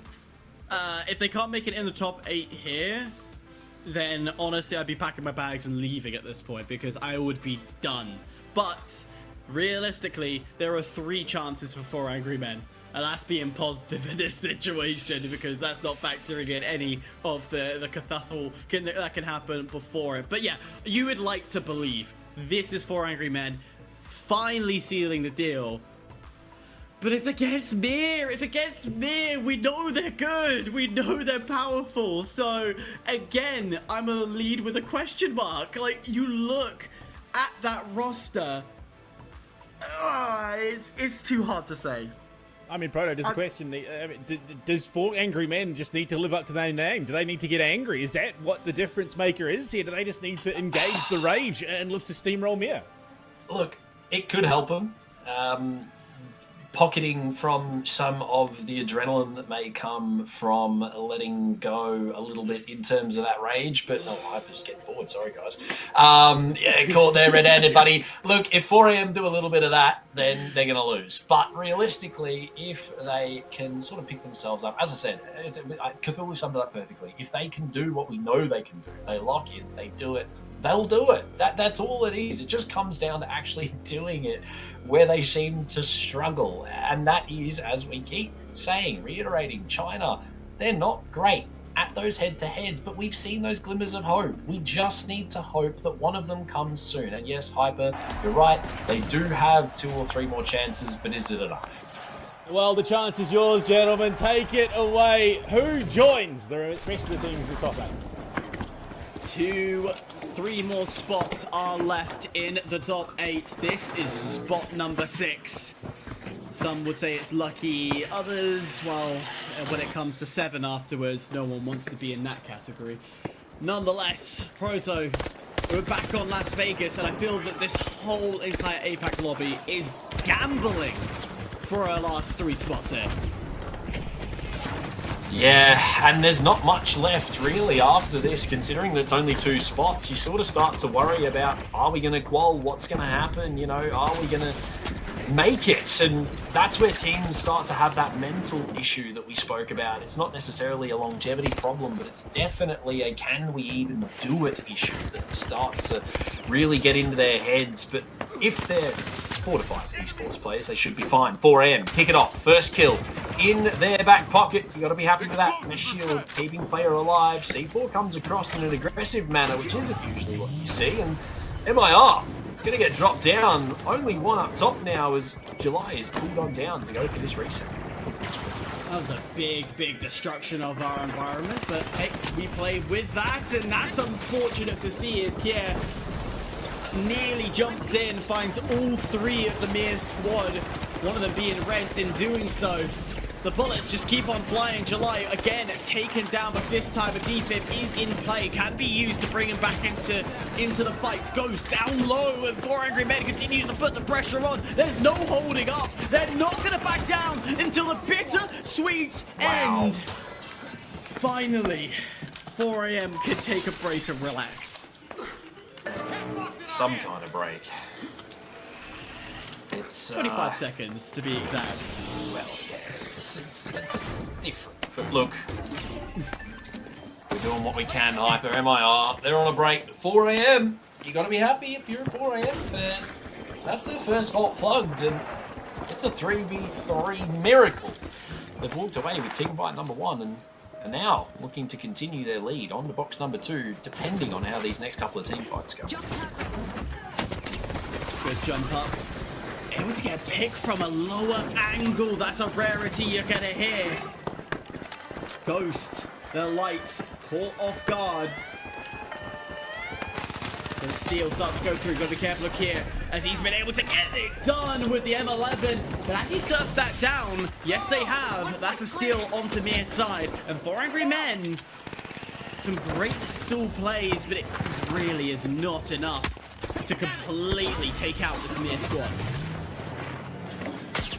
Yeah, they are close by. Both sides, well, sorry, MIR, the only side with a heavy. Passive does come out now for July, and Yangdoon, he's either going to coin, yeah, he's going to coin back, and it's 3 strong. Both sides probably waiting for a coin here. MIR holding control of the vault, and 4AM waiting to play. 3 strong as player does actually get revived, and It's going to be another 3v3 here, Hyper, but only a quarter left. 30 seconds, 45 if you're lucky to play with. It's not really much left to be desired. Not a lot of time. And you peek the wrong corner, you find two, but there's one right behind you, and that's going to take down Kier. Player down to half, and this whole 4 Angry Men squad is going to have to slow down slightly. Last chance for the steal. If they're going to commit, it's got to be now. What they don't realise is yes, they're going above, but it's below, and they will get fallen to the ground, and the stall is perfect. MIR is going to take the first cash out. That is a bit of an upset, unfortunately. It is rough for 4 AM, but considering that they've just been wiped by HUNNU, just a little bit more insult, injury. That hurts. Yeah, I feel the pain. You lose out, and then you lose the fight afterward. It really is insult to injury. Well, with 2 seconds left, the spawns will force them not too far away from the vault. Immediately starting yet another fight. We won't be seeing a gateway cross. We won't be seeing them move away quickly. Instead, it's going to be a rooftop battle. Slow one, mind you.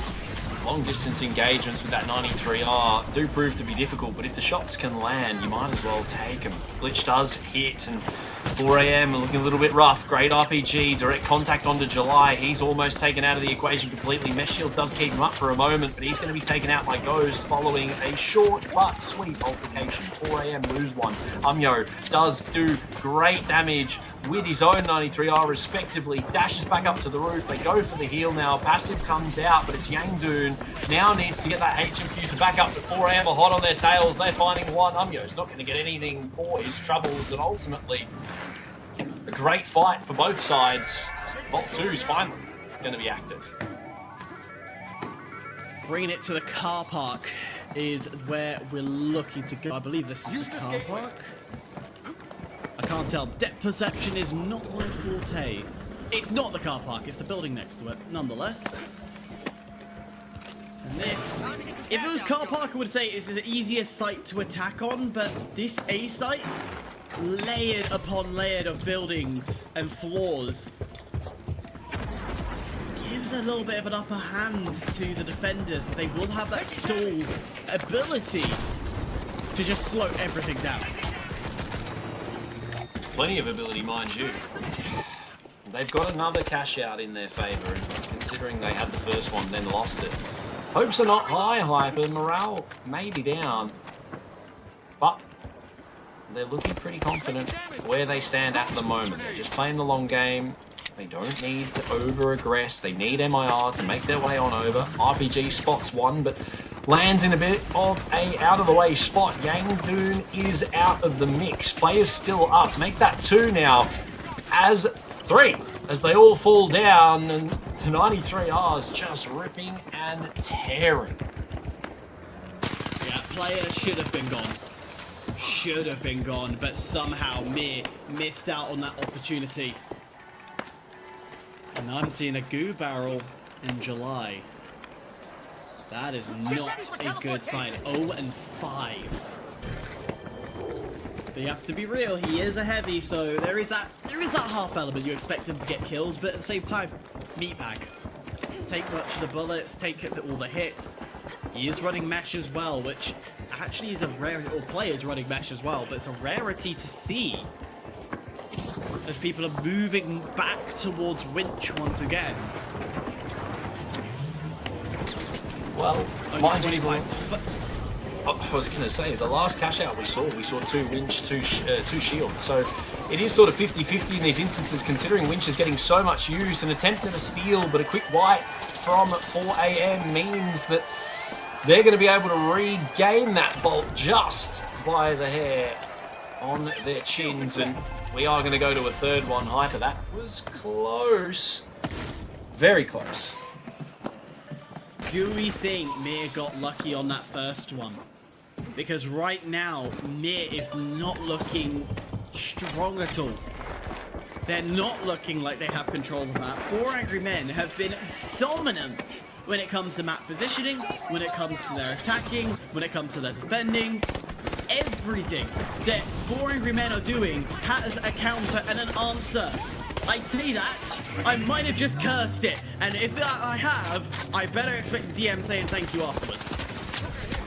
Well, not out just yet, but losing Kiar does make things a little rough.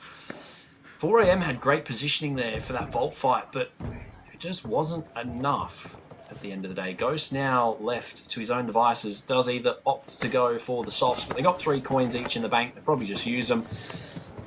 You don't get to keep them going out of the 3v3, so you might as well bring them with you. And considering this is the last vault as well, Hyper, you don't need to hold on to them for much longer. We realistically only have 2 minutes left of great, straightforward gameplay. It's not much. Can you bring this to the outside? That's a question that you're going to ask yourself, because if you can get that into the street, it would be a godsend. But at the same time, you can use that cover to benefit you as well. Very European in the way their style is right now, MIR.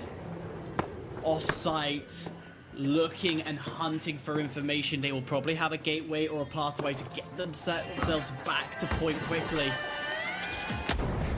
As the steel starts to go through, that's the gateway activated. The jump in and, well, get out of there quickly as you can, 4 Angry Men, as they realize it was a trap.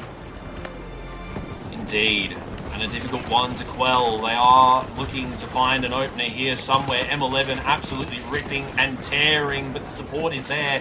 MIR have managed to bring one down. Kiar and Ghost both fall, and Hyper off the back of a 23-second respawn. I don't think there's much left to be divided here for 4am fans at home. MIR, they have had an insane match so far, and just the ability to consistently be resilient in the sense that they keep winning these gunfights. 4am, that's got to hurt. They might get one more go at it if they're quick, but that's really it. 30 seconds. But a lot can happen in 30 seconds. 4 Angry Men, they're not going to go for high. They're just going to go brute their way in. If there's an opportunity to finally qualify and be the 3rd Chinese team, they have to do it now. Or is it the 2nd Korean team to make it top 8? The damage starts to go out. The steel starts to come through. They've spotted them. Down to Kier, left alive. It's done. We're getting our 2nd Korean roster into the top 8.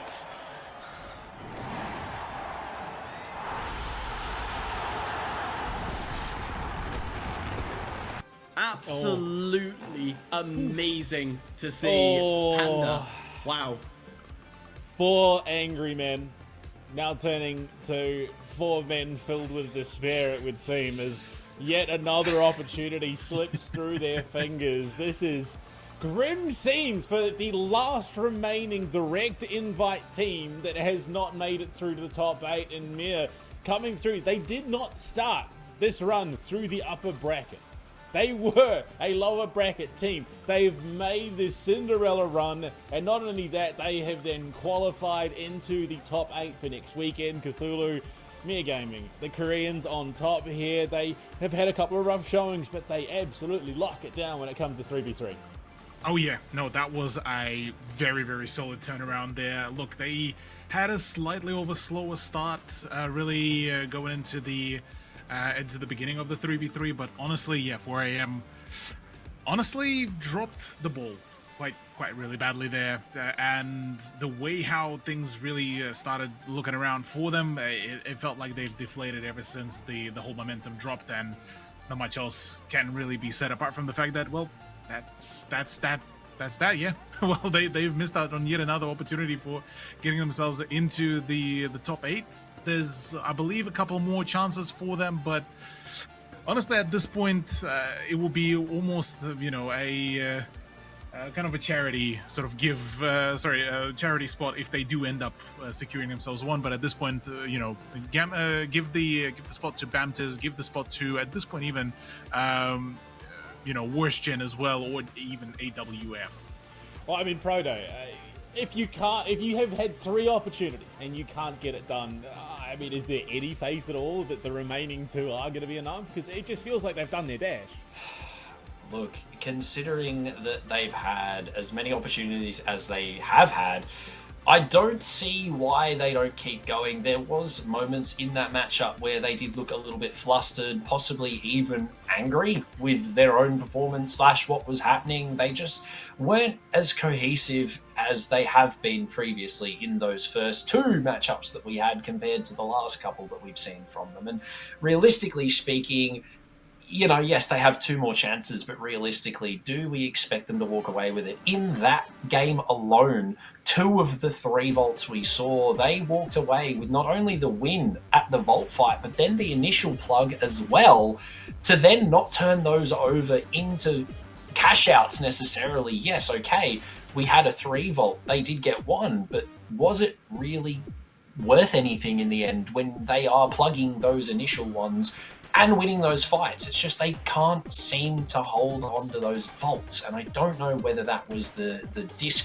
cohesiveness that came out, whether or not that was a mental thing after they lost their second one. I don't know what it was, but going into a third, you've got to imagine they're sort of kicking their boots at this point. Well, we'll have to see. We have yet another team, Team Charus, the Malay stack coming through. When we come back after the break, we'll jump into qualifying round 7. Off the back of some crazy gameplay, we find ourselves staring down the barrel of qualifying round 7 of 8. Boys, we're going to flip things over. BluePanda and Cthulhu are going to take things away, and I'd love to get their opinions on what we just saw. 4 a.m., 0-3 so far since I joined the broadcast. 4 3v3s. BluePanda, you've been watching. What do you think of what's going on at the moment? Look, I'm going to be brutally honest here. If 4 a.m. do make it to top 8, at this point, it's a pity qualification, because they have had every opportunity to make it through in the 3v3, and they've dropped the ball 3 times now. I mean, look, there isn't the toughest, most brutal competition remaining, but it should be enough for 4 a.m. to just get it done and qualify here in round 7. You'd hope so.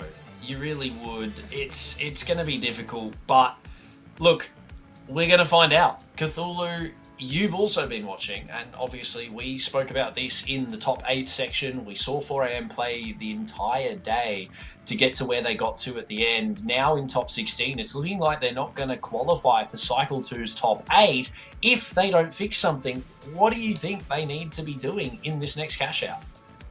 Honestly, just they need to be very much mindful about the presence around the cash out boxes, considering that they've let it slip by so many times. It's at this point starting to become it's turning from comedy to drama, really, with how things been really going for them. And otherwise, I mean, watch out for Team Bamtiz, honestly, at this point, because out of all of those 4 teams currently in the lobby, 4 a.m., look, I still give them the benefit of the doubt. They are still the invited team and such. So between them and Bamtiz, those are the 2 teams that are very much, the favorites going into this specific cash out.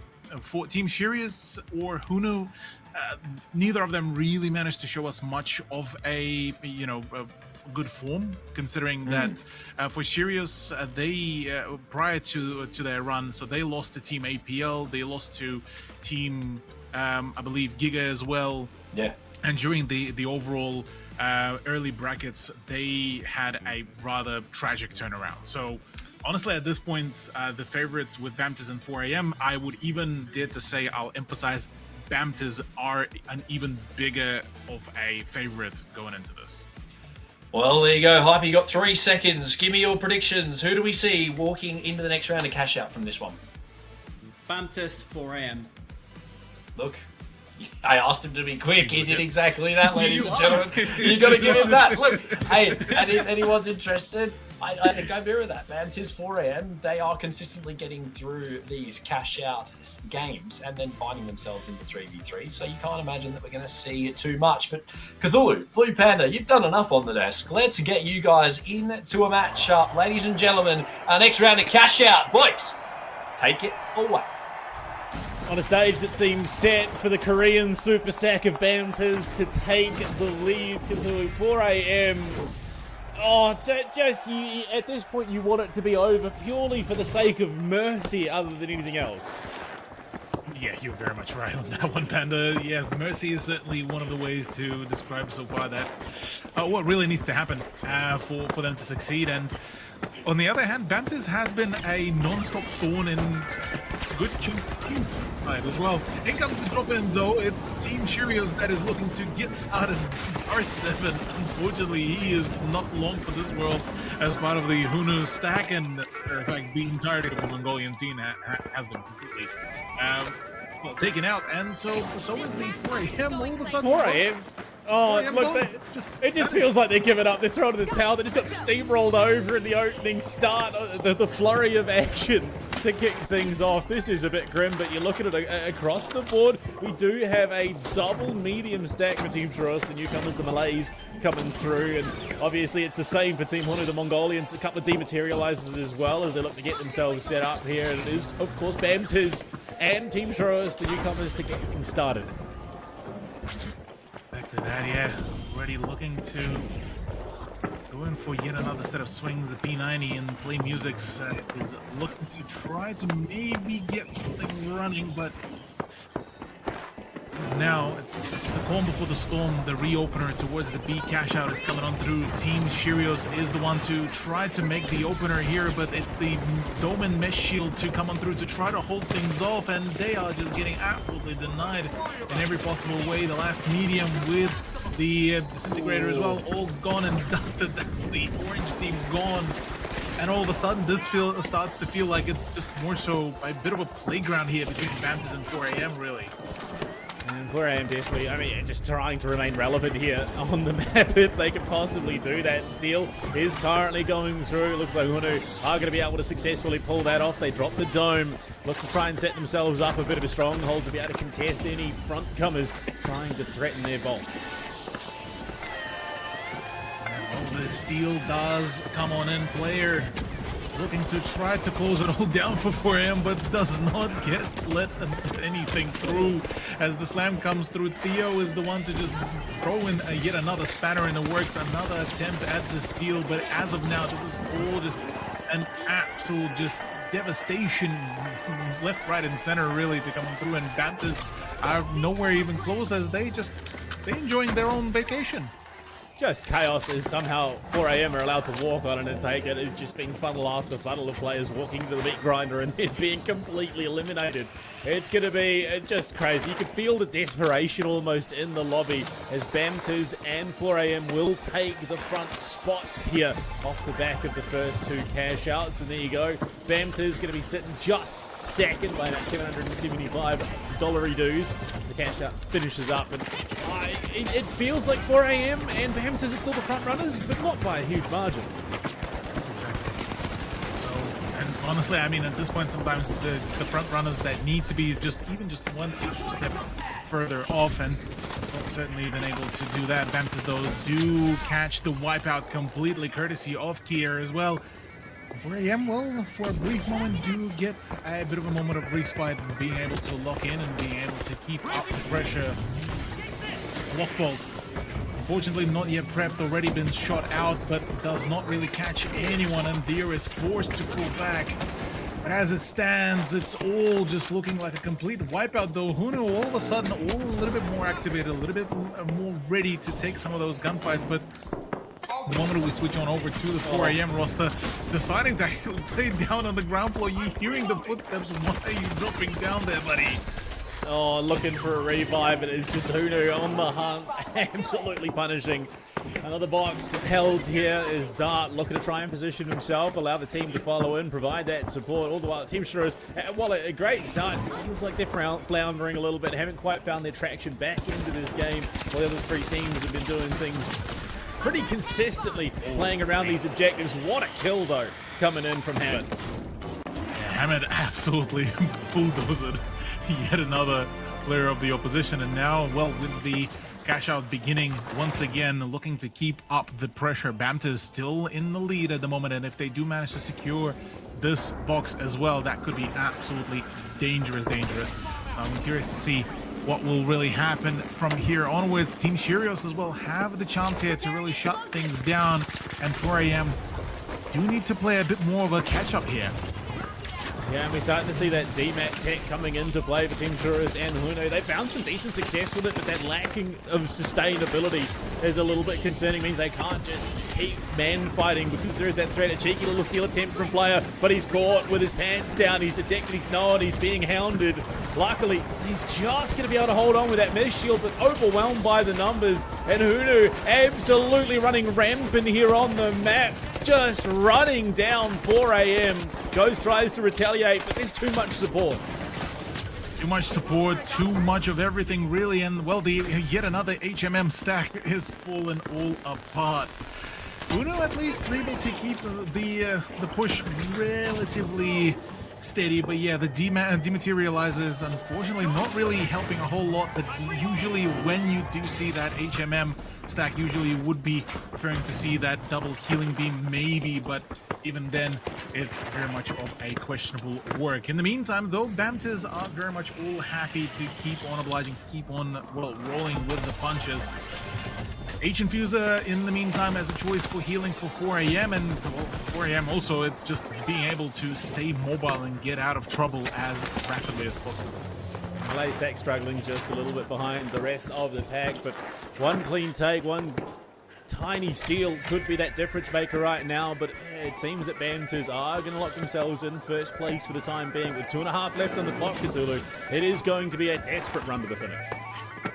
Desperate run indeed. Yeah, look, with not really a whole heck of a lot of time left, this is going to be an absolute dangerous one. Cash out has been once again claimed. 27,000 at this point. This might just be the potential point of lockout as well for Bamtiz if they keep up the frags as well. But as of now, 4AM and co, actually the remaining, all the other teams will need to really put their best effort in. Another cash out attempt is being logged in here by Team Cheerios. Question being is, will the flamethrower be enough considering just how much of an out-of-pocket choice that is? Unfortunately, 4AM by themselves, one of the leaderboards here, making a desperate run in the thick of the chaos, finds himself a big opening, and they wipe out HUNNU. And suddenly, this could be that opportunity to get themselves in and steal this cash out away. If they can hold it for a little bit longer, puts them back in position to definitely contest going into the final moments of this game. But the shots ringing out, Blader is lethal with that F-car in hand at range. He will consistently be hitting those shots. And Team Cheerios with that flamethrower, with that DMAT still holding for the time being. Player on for the steal, but the DMAT comes through, drops it through in the dome shield as well. They absolutely throw a spanner in the works there. Detection for sure, player's in trouble. He's trying to duck dive and dodge his way out of danger, but he can't do it. There's just everyone hounding and haranguing him. Yeah, absolutely. The absolute demolition there. Player is completely shut down. Team Cheerios might actually be able to lock it all out as well amidst all of the chaos. With all of the grenades coming on through, the flamethrower will be pretty solid here. Flame music as well is gone as of now, and Kier as well is gone. 4AM down to the last light to try to hold things off. The lockbolt to now bring on in, and it's an absolute massacre and a half as Theo is here to try to steal for HUNNU, to try to keep them alive. But as of now, with last few seconds, this one will be the big decider as to who gets to stay in the top two. For now, this might just be the opportunity to even dethrone the Bamtiz roster. Kia going huge, finds himself 2 picks. HUNNU's gone, and this could be their time to strike. 2 teams wiped off the board for time being with 14 seconds left to go. This has to be that deep cut, and there you go. 4AM with some big kills, primed and opportune just to steal right now. Kia, he's on the tools. He's going to steal it away from Team Cheerios, who looked like they were going to be in it, and there you go. With 2 seconds to go, no chance, no hope, no dream. 4AM will pull it out of the bag, and the disrespect in chat from the Chinese roster. Guys, that was a little too close for comfort, the winch. I mean, everything going on there, and ultimately then just looked at towards the last moments. 4 a.m. You've got to give it to them. We've got a scoreboard up. We can't really see it. Kia with 13 off the back of a last-second steal. Maybe green's the color they needed, guys. Red's just not been doing them justice. Hyper. I mean, look, green is the color of cash money, baby. It is a color of cash money, and walking away with 39 grand. You gotta love to see it. Hyper. We watched that one from the background, and realistically, we got to take in all of the sights. I mean, what? How? Well, first of all, You're muted. Flame. Maybe press F1, buddy. It's fine. It's finally his turn. He's done it, guys. There's a flamethrower in game. What the hell? First of all. Like, to bring that to the forefront of competitive gameplay is phenomenal. And the fact it worked as well for a long period of time, I am loving every step of the way. But 4 angry men were flustered throughout the entire game. They were stressed. That you could tell from their response within the chat, in the game chat afterwards. They are tilted. They are finally playing in such an aggressive manner. Their name stands true, but why has it taken them this long? And a team, Charus, who have been sat on the sideline for 2 whole series before we get an angry men who are truly angry. Yeah, it was an interesting one, but they seem to have channeled some of that rage that Panda spoke about, and realistically, they needed to do that a long time ago. Cthulhu, do you think that this is an eye-opener for them in the sense that now, off the back of finally a win in such fashion, they can continue with that momentum into this next game of Cash Out? See, I don't know on this one, Proto, because we spoken about the 4 a.m. waking up already. I want to count at least 3 occasions. And then quite literally the very next matchup, we get to see them at the very bottom of the leaderboard. So yeah, I won't hold my breath on that one really just yet. It's good to see that 4 a.m. did manage to really keep themselves up and running, but off the back of the final steal as well. That one is a bit of a, for the lack of a better word, that's a bit of a yikes to call it. And now into the next one. Bamtiz are still very much the favorites going into this. They kept themselves nice and steady and comfortable amidst the entirety of the cash out. Definitely. Look, 4 a.m. fans at home, there is still 2 chances for them to make our top 8 qualifiers for next week's games, but we'll find out in just a moment. We're going to have a short break, but we'll be back with that top 7 qualifying after this one. We are back. An amazing start to our round 7 qualifying. Hyper, a great game. 4 a.m. finally looking like they actually turned their monitors on and got a little bit spicy off the back of some losses. What do we think is going to go in the next one for our next 3v3? Who do we think we're looking at here? Oh, the thing is, 4 angry men, if they can just keep that defensive skill up, then they will be fine, because their defense is solid. It's all about this attack, and I feel it's been the common statement throughout the whole of the APAC tournament today. Their attacks are nowhere to be found. It is not in the same area, and they need to start to get creative to outdo these teams. 4 angry men, they're on a tear. They know what they need to do. They could go through. However, we are looking at Bamtiz, who are probably Korea's favorite to go through, and Worst Gem. Honestly, time and time again, I do strongly believe Worst Gem is going to make it to a final round. Look, we're going to find out, but BluePanda and Cthulhu are going to be the ones to tell us how it goes down. Our next matchup for the qualifying round 7 is going to be brought to us by the boys. Enjoy. We'll talk to you in a minute. Oh, Cthulhu, we come from a sporting nation of New Zealand, and there is a factor that is time and time again talked about that you need to find success, and that is that mongrel inside of you. You need that junkyard dog to be able to come out barking, and there looks like it might be an element of mongrel coming through, changing things up. I saw potentially, yeah, it's double heavy medium coming through for Orv, and look, maybe that's the mongrel they need. They've been kind of quiet up until now, but 4 angry men need to live up to that name. They need to find that mongrel inside of themselves and get barking. Yeah, well, embarking they will with the Shack 50 plus the BFR Titan to boot. That's going to be a hefty lineup as well to bring on in. So I'm wondering if that will actually be able to line up in full capacity. Firebat is already taking quite a fair bit of damage. There is the healing ball as well, so there is some sort of a replacement for the overall support. But as of now, yeah, that is a lot of damage flying on in and not a whole lot of damage flying on out back against the opposition. And just like that, AWF are completely shut down. Reswing from Ghost. Goodbye. See you later. Have a nice day. It's not a good time to be a light in this situation. that gun hits, and it hits hard. Exotic, unfortunately, the last alive for his team. They are going to get themselves back into play as the right vibes start coming on through. You can see a cash out being run now currently by AWF, looking to get themselves over to that B vault to start that cash out process. As it stands, it has been a flurry of action. Flurry of action indeed, and plenty more to come.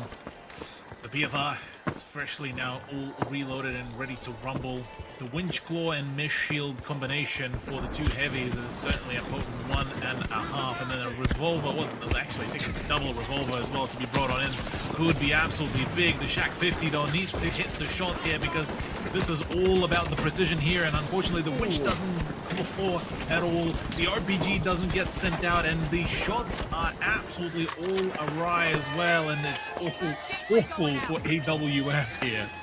Oh, and it seems things have gone slightly awry there for a player who may or may not have contributed to his own downfall, but you can see WGZ and Bamtiz looking to get things underway for themselves. This cash out process has started, and my eyes for sure on Blader here for Bamtiz. That guy on the medium has just been a laser cannon. He hits some crazy shots. Right now though, it's Asher from above with that SA-12 raining out hellfire. Blader low, Asher in trouble as well. It's just chaos across the board. Two go the way of AWF, and Ander takes himself out. He is now removed. War Doctor tries to clutch, can't do it as Bamtiz. They throw the gloves down in the middle of the ring and just come out slugging.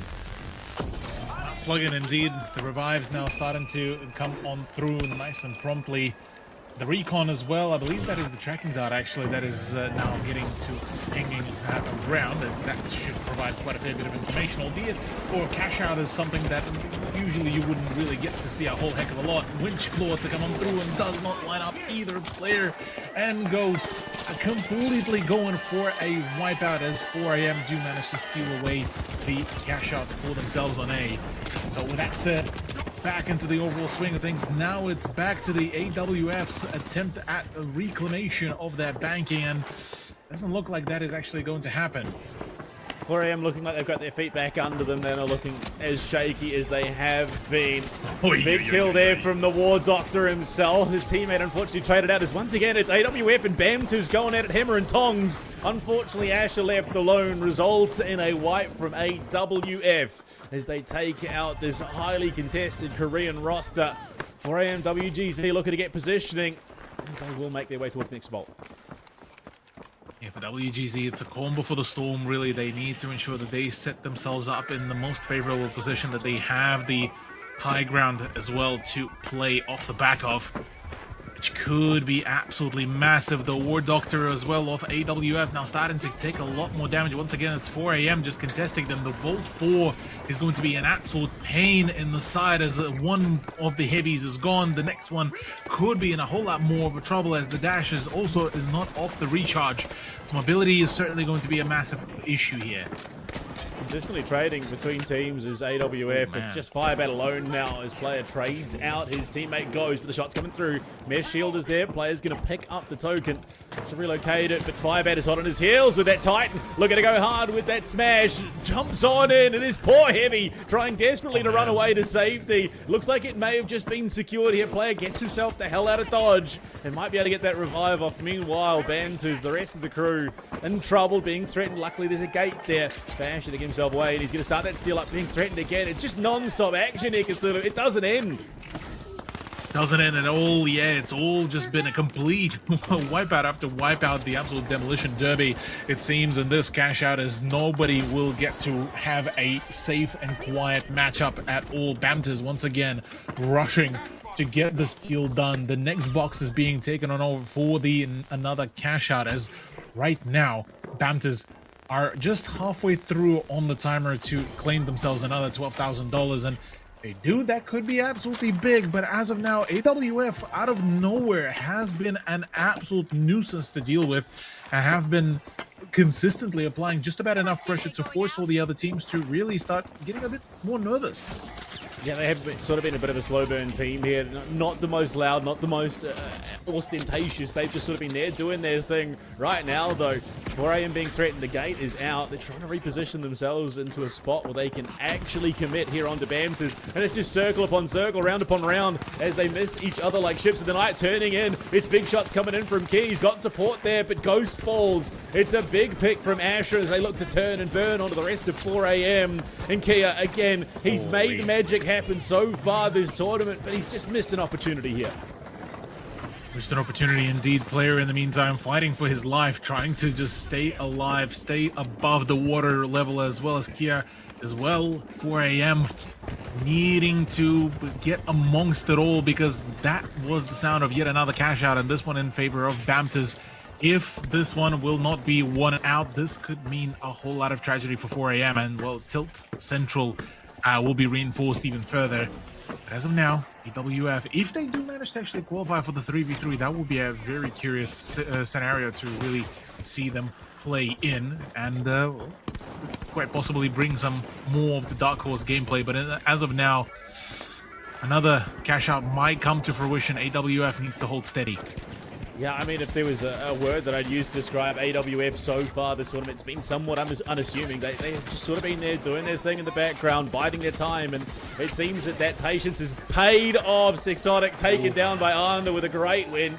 And WGZ, we thought maybe they were going to come in and give it a real crack, but they have been under the pump from start to finish, wipe after wipe. War Doctor takes down Mr. Shooter. Frozen Butcher's on looking for that steal, but he's going to be hounded into non-existence. A full wipe of WGZ with 90 seconds to go.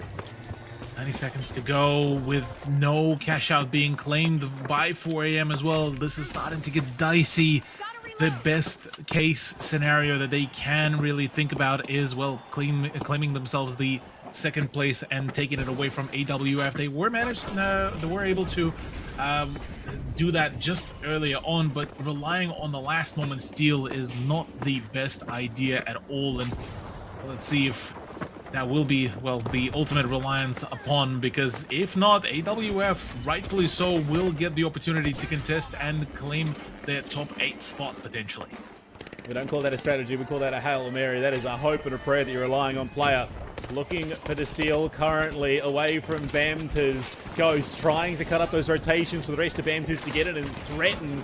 And right now it is just utter chaos. Big kills coming through from both sides, but Bamtiz, Asher, Hammett is unfortunately not good enough, but it's Asher to close it out there. The revive coming through, the steal denied. It's suddenly 4 AM on a full wipe. It's now AWF looking to come in and solidify their position. Massive shots coming through that tight. The Lewis gun in the hands of the Frozen Butcher. WGZ not really in a position to contest, but in a position to play spoiler.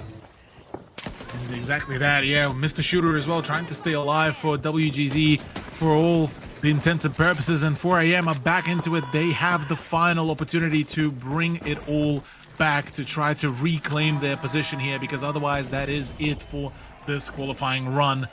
AWF has to hold steady. They need to ensure that they stay in that top 2. This could get quite difficult, but let's see if anything will really happen. Right now, another steal attempt is starting to come on through. AWF so close, but yet so far away. It may not just happen, as 13 seconds remaining. 4 AM need this like their final lifeline, and this has been absolutely a wipeout. They have been denied the 3v3 position. Ghost is in position to steal, but Hammett spots him at the last second, takes him out, and Bamtiz with a statement match denies 4 angry men that chance. Oh my lord. Angry, just screaming into the void.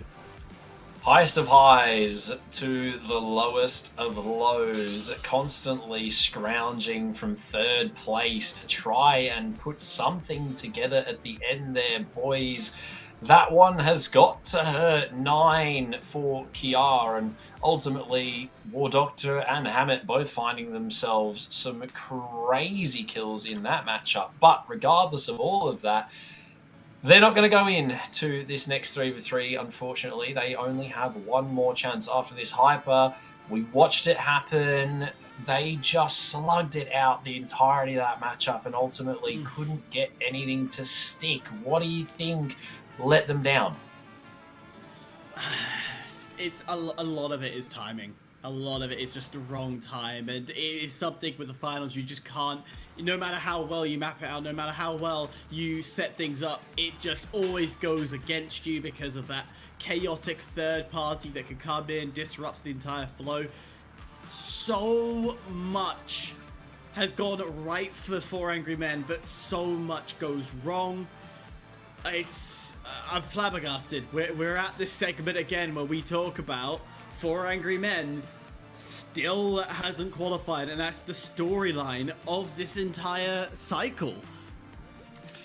Yeah, I mean, considering that everybody had an invite in their level, they were the last team that we had an invite from that we expected to qualify, and they're just struggling at this point in time. I mean, do we see them go through realistically? Who knows? But BluePanda, if you had to put any thought towards this one, we'll move on from the 4 a.m. saga at right now. Bamtiz and AWF, what are your predictions for this? I mean, going into the Korean head-to-head, Bamtiz comes in. I mean, seeding-wise, it's 6th versus 8th technically, but AWF come in with an unchanged roster. They finished 14th of 16 last cycle, but Bamtiz, I mean, that is, such a story for me. They come in, they qualify into Cycle 1 top 16. They then can't compete because of clashes in schedule, and Zenwu puts together a team this time around, no scheduling issues. It's a brand new roster with him at the helm, and these guys are really stamping their mark here. Look, ultimately, we'll have to find out, but right now, a short break. Get yourselves poised and ready for this next 3-3. That is going to be the penultimate of our final round 7. So we'll find out who wins in just a moment. A short one, we've been told. We get to dive straight on into the action. So we're back a little bit quicker. Sorry for those of you who are enjoying the quiet. We are going to bother you once more. Cthulhu and BluePanda are going to be taking it away, but Hyper, what is your guess? Cthulhu, I know we're skipping you. You're going to take us into the game, so we'll get it from you in a minute. But Hyper, what are you thinking is going to win in this one? Who's it going to be? Bamtiz. It's just something about the way they've been playing, the way they've been more consistently going into that second round and making sure they're into that final cash out. There's more of that. Of course, AWF, they've been a lot in the lower bracket and they have made their way up, so there is still the question mark, but realistically, Bamtiz, it's strong, it's poised, I think it's meant to be. It's going to have to be something spectacular, Hyper, but I imagine we're going to find out very quickly. It's a 3v3, one without 4 a.m. in it, funnily enough, but not too sure what to expect. Bamtiz going up against AWF. This is going to be a big one. Who's going to qualify next? We'll find out in just a moment, but aside from that, make sure you get your votes in as well for everybody at home. Cthulhu, BluePanda, take it away. The penultimate seeding match here, Cthulhu, and an all-Korean matchup. The problem being AWF's strength has been in the third party today. Their ability to come in when there is those distractions and everything else going on, that is no longer an option. This is a head-to-head, a 3v3. They don't have the ability to pinch in off someone else's earlier efforts.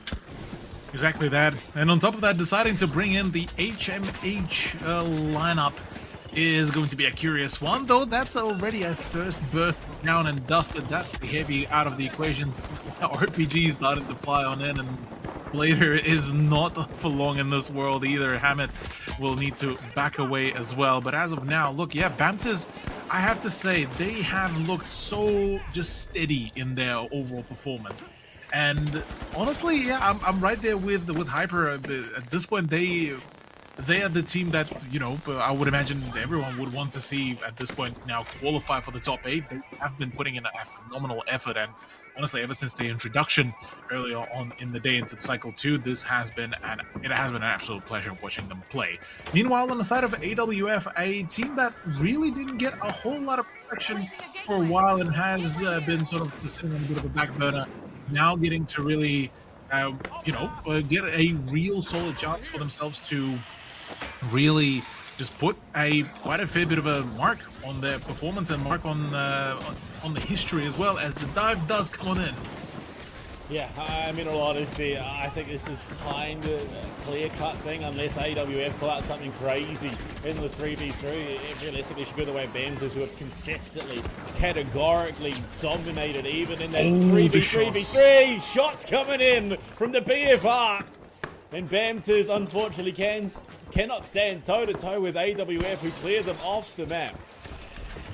Yeah, the damage output, once you start lining up those shots on both of the revolvers, the Shack 50 as well, it is a dangerous thing to really look into. And considering that, you know, it's still quite a fair bit of HP to really go through, when it comes down to just a head-to-head contention, Bamtiz might start running into a whole lot of problems. But it's the funny part about all of this is, you know, on one end, you seeing that whole HML lineup, you know, very much down to the meta, and then you're seeing what is technically would be considered very much of an off meta, the double heavy lineup that is somehow still working out really well, at least for that initial few gunfights. But wondering if once we do get down to the more chaotic nature, more close quarters as well, whether that will still hold.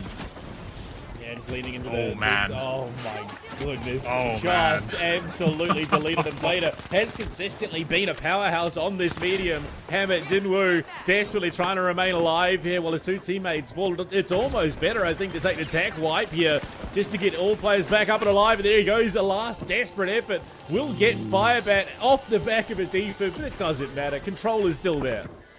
What happened with Bamtiz?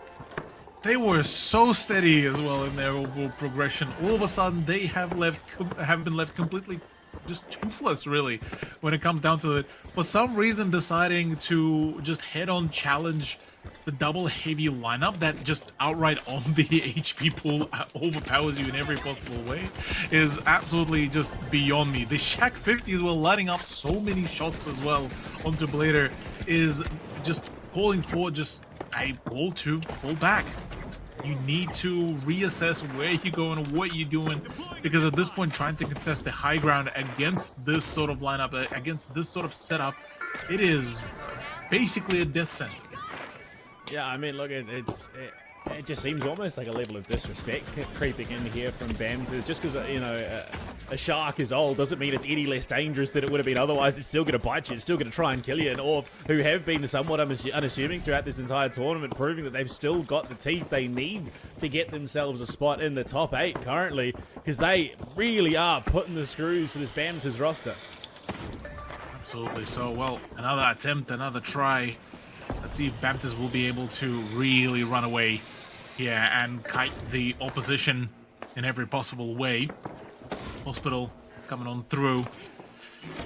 Curious if this is where they're able to really lock it all down, or whether will AWF be able to really smash on through. They have the ability to really put in the demolition works here as well. That's the funny part as well. So I'm wondering if that is going to be enough of the util. Well, we'll have to see if, that ambition, that innovation pays off for them here. Bamtiz currently in control. If they can right the ship, we've seen a number of sort of semi-reverse sweeps, I suppose. One team will take that initial cash out, and then it's just 2 back in favor of the other team. So maybe Bamtiz can find that energy here. I'll call before the storm. Cash out began.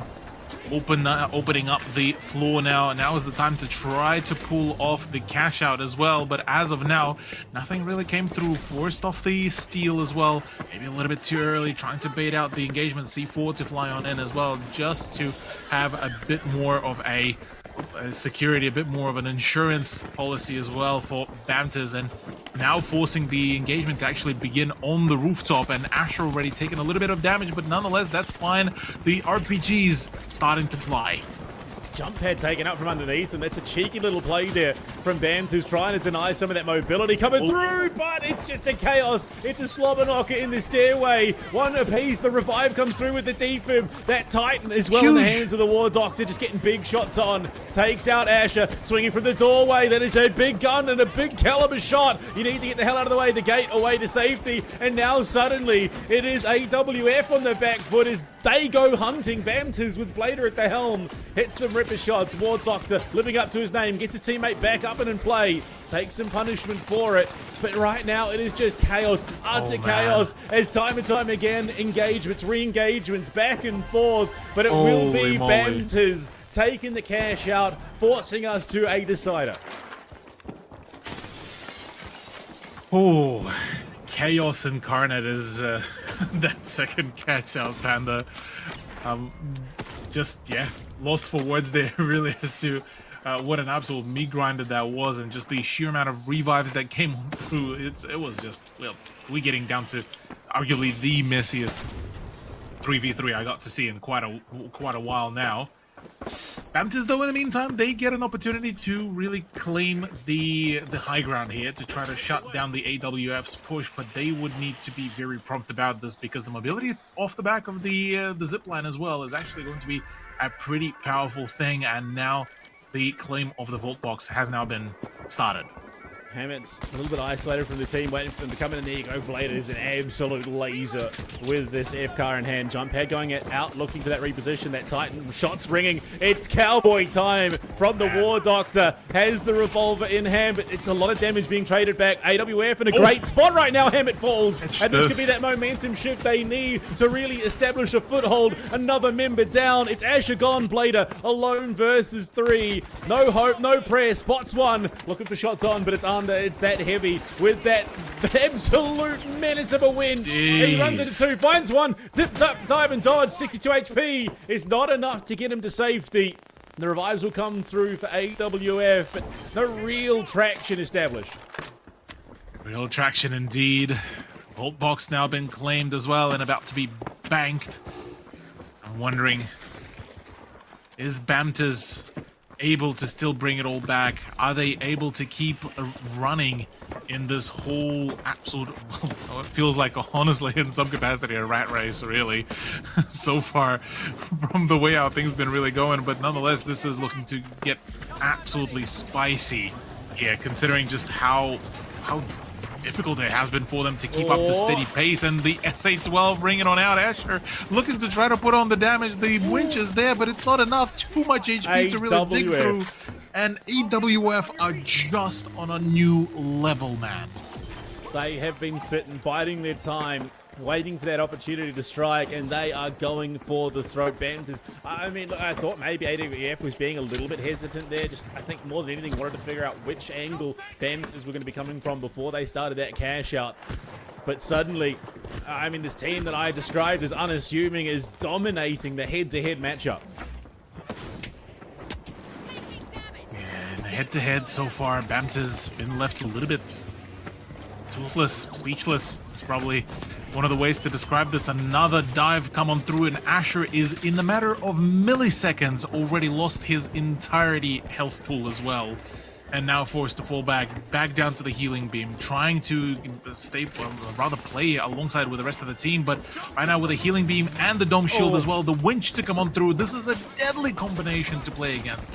Tom and Jerry-esque as they both run around looking for this debris as cover. War Doctor in trouble, taken out under the threat of danger. Blader hitting some ripper shots, but it's a 3v2. Make that a 2v2, a 2v1, and it's Firebat alone, trying to hold on as we cross the half, but I doubt that'll come into it. He is playing for the stall. He wants that interrupt. He wants to deny the cash. He's going to go for the slam. He's trying to make this as uncomfortable as possible. The gate comes out back in. Shot! Firebat might be that one-man army they need. Just interrupting. What a steal is AWF. Will come in huge, and Firebat, the hero that AWF needed, will pioneer the victory. No. Guys, has anybody seen a chef so heavy in the kitchen cook that hard? 3 players, 3 denials, sorry, 3 attempts, 3 denials, 2 kills, and ultimately probably one of the most cinematic endings from a solo player that we have seen all evening, I'd argue. Gentlemen, Hyper, what a way to close that one out. Bamtiz. Oh, that was scrappy. And that's not a positive scrappy, that was a bad scrappy. Bamtiz, first of all, wildly weird rotation that was definitely off the map in some way or another.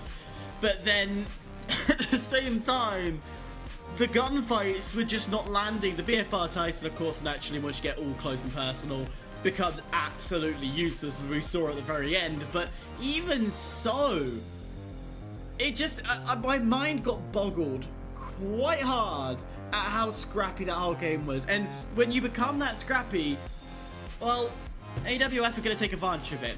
They were more in control, they were more, well, less scrappy of the two, and they 100% were rotating quicker, they were defending, getting their defenses up quicker, they were pushing onto their opponents so quickly, there was no time to breathe. Yeah, look, that was a difficult one to swallow if you're Bamtiz off the back. I mean, you've got player advantage there, and the fact that the gateway, I mean, just up and down and left and right and charge and slam and BFR Titan and, I mean, Cthulhu. What did you think of the final moments of that? I know BluePanda was busy screaming into his microphone, but, like, what do you really draw from that?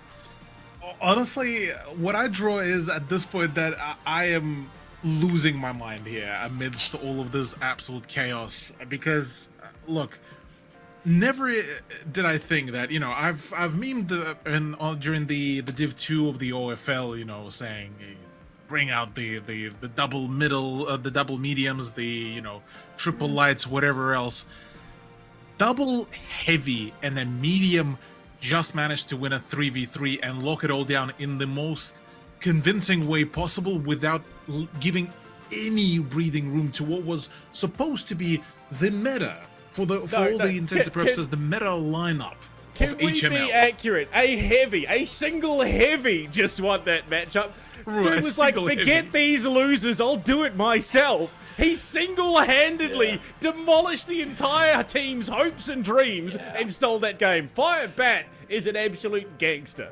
Yeah, gangster indeed. Look, we're going to take a short break, but don't go anywhere. When we come back, we're going to kick things off for our final chance in the qualifying round 8. Will 4 AM make it, or will they be sent packing? All will be revealed in about 5 minutes. A little bit different there. They brought the flamethrower. Oh my lord! You cannot make it up! Ladies and gentlemen, we've Scratch just that. received word from production that Bamtiz are actually coming back. We're back. Yay! Coming back. I'm not too sure on the official verdict just yet, but we've been told that we may have a Bamtiz return. A very quick one, mind you. I think the fastest goodbye and hello. Hey, look at that! Guys, the bracket didn't change. We've come back. Oh, please. Panda, rejig what you were going to say on that one. Bamtiz are in it. I was going to say, like, this seems like the worst possible way for this run to end for Bamtiz. They miss out due to time constraints in Cycle 1 to play in the top 16. The fact that they got here with that close to top 8 and we're potentially going to miss out due to time constraints again. So I'm glad that Zinwu and the crew get to play this one out. But, I mean, you had teams like Team Shiros and HUNNU who were playing something a little bit funky. We've got BSC coming in now, you know, the final hour. Team Proto, I do believe it was, who have, you know, sort of rebranded, renamed the 15th seed coming out of Korea. But, oh, look, there you go. Beautiful, it's beautiful. It's a full 4-team lobby. It is a beautiful day. We love it. Cthulhu, I mean, we had a very brief chat when we heard Bamtiz were pulling out. We theory crafted. That's all out the window. What are you thinking now that they're back in it? Do you think what we were saying before the break is going to be what we see coming forward on the scoreline? Or do you think we see an upset now that Bamtiz may or may not have had that weird little mental episode in the middle? Look, I'd say it's a bit of a 50-50 for Bamtiz in terms of their chances here. On one hand, yeah, it's a turbo tilt really off the back of their loss to AWF. but arguably in this whole lobby, they are the one team that I would say that have the ability to really keep up the consistency, to keep on pushing and keep playing. Because, well, let's look at it from a slightly different perspective, where you're looking at when they started playing. They actually, I believe, only joined us slightly later on into the overall run. And honestly, they have arguably the best opportunity here. On the other hand, though, 4 a.m. still here, somehow still threshing, somehow still going at it. So maybe Bamtiz will be able to bring it all back. Hopefully, Mum plugging the Wi-Fi back in means that we get more of that magical ending we were hoping for. But looking across the board for the rest of the day, we get to this point in time. Hyper, it's going to be us taking back over the reins from BluePanda and Cthulhu. And I mean, what are your thoughts? 1.1, Bamtiz are back. Are they better than ever, though?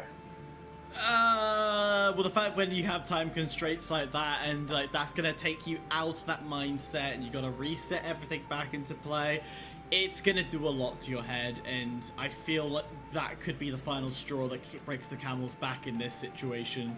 And I'm just worried. I'm worried that that's gonna be enough to throw everything off track. Definitely could be the case. BluePanda. Any other team on that scoreboard across both games of Cash Out? Mind you, Cash Out, always the game mode that gives us the interesting endings. 4 teams, maximum amount of crazy. What do you think? Do you think 4 a.m. have got it in them? Especially, we've now had a long tech pause. We've had all sorts of a manner of mental changing things go on. They're being told Bamtiz isn't there. They're thinking, oh, we've got a qual, but then Bamtiz is back. What are we expecting? I mean, look, if I had to put pink slips down, if I had to call it one way, I think, honestly, and I'll even go beyond this opening 2 matches, I reckon it's Bamtiz and HUNNU that make it through. 4 a.m. at worst, Gen, and then it's 4 a.m. Bamtiz going at it hammer and tongs again for that final seed. Yeah, look, possibly. I mean, we'll find out. It's going to be an interesting one. Cthulhu, any extra information you want to drop on us here from the analyst side of things? You've got the numbers, you've been looking, you've been watching, and obviously casting as well. 4 a.m. Do we think they've got it? No.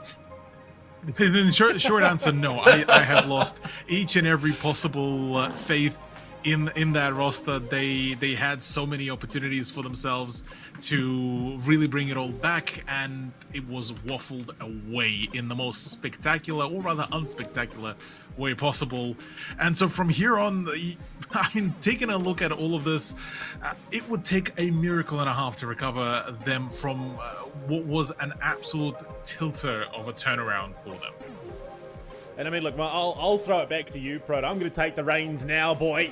My big question is, give it to me. What does your one do for this matchup? What does your one don't that gets you over that finish line?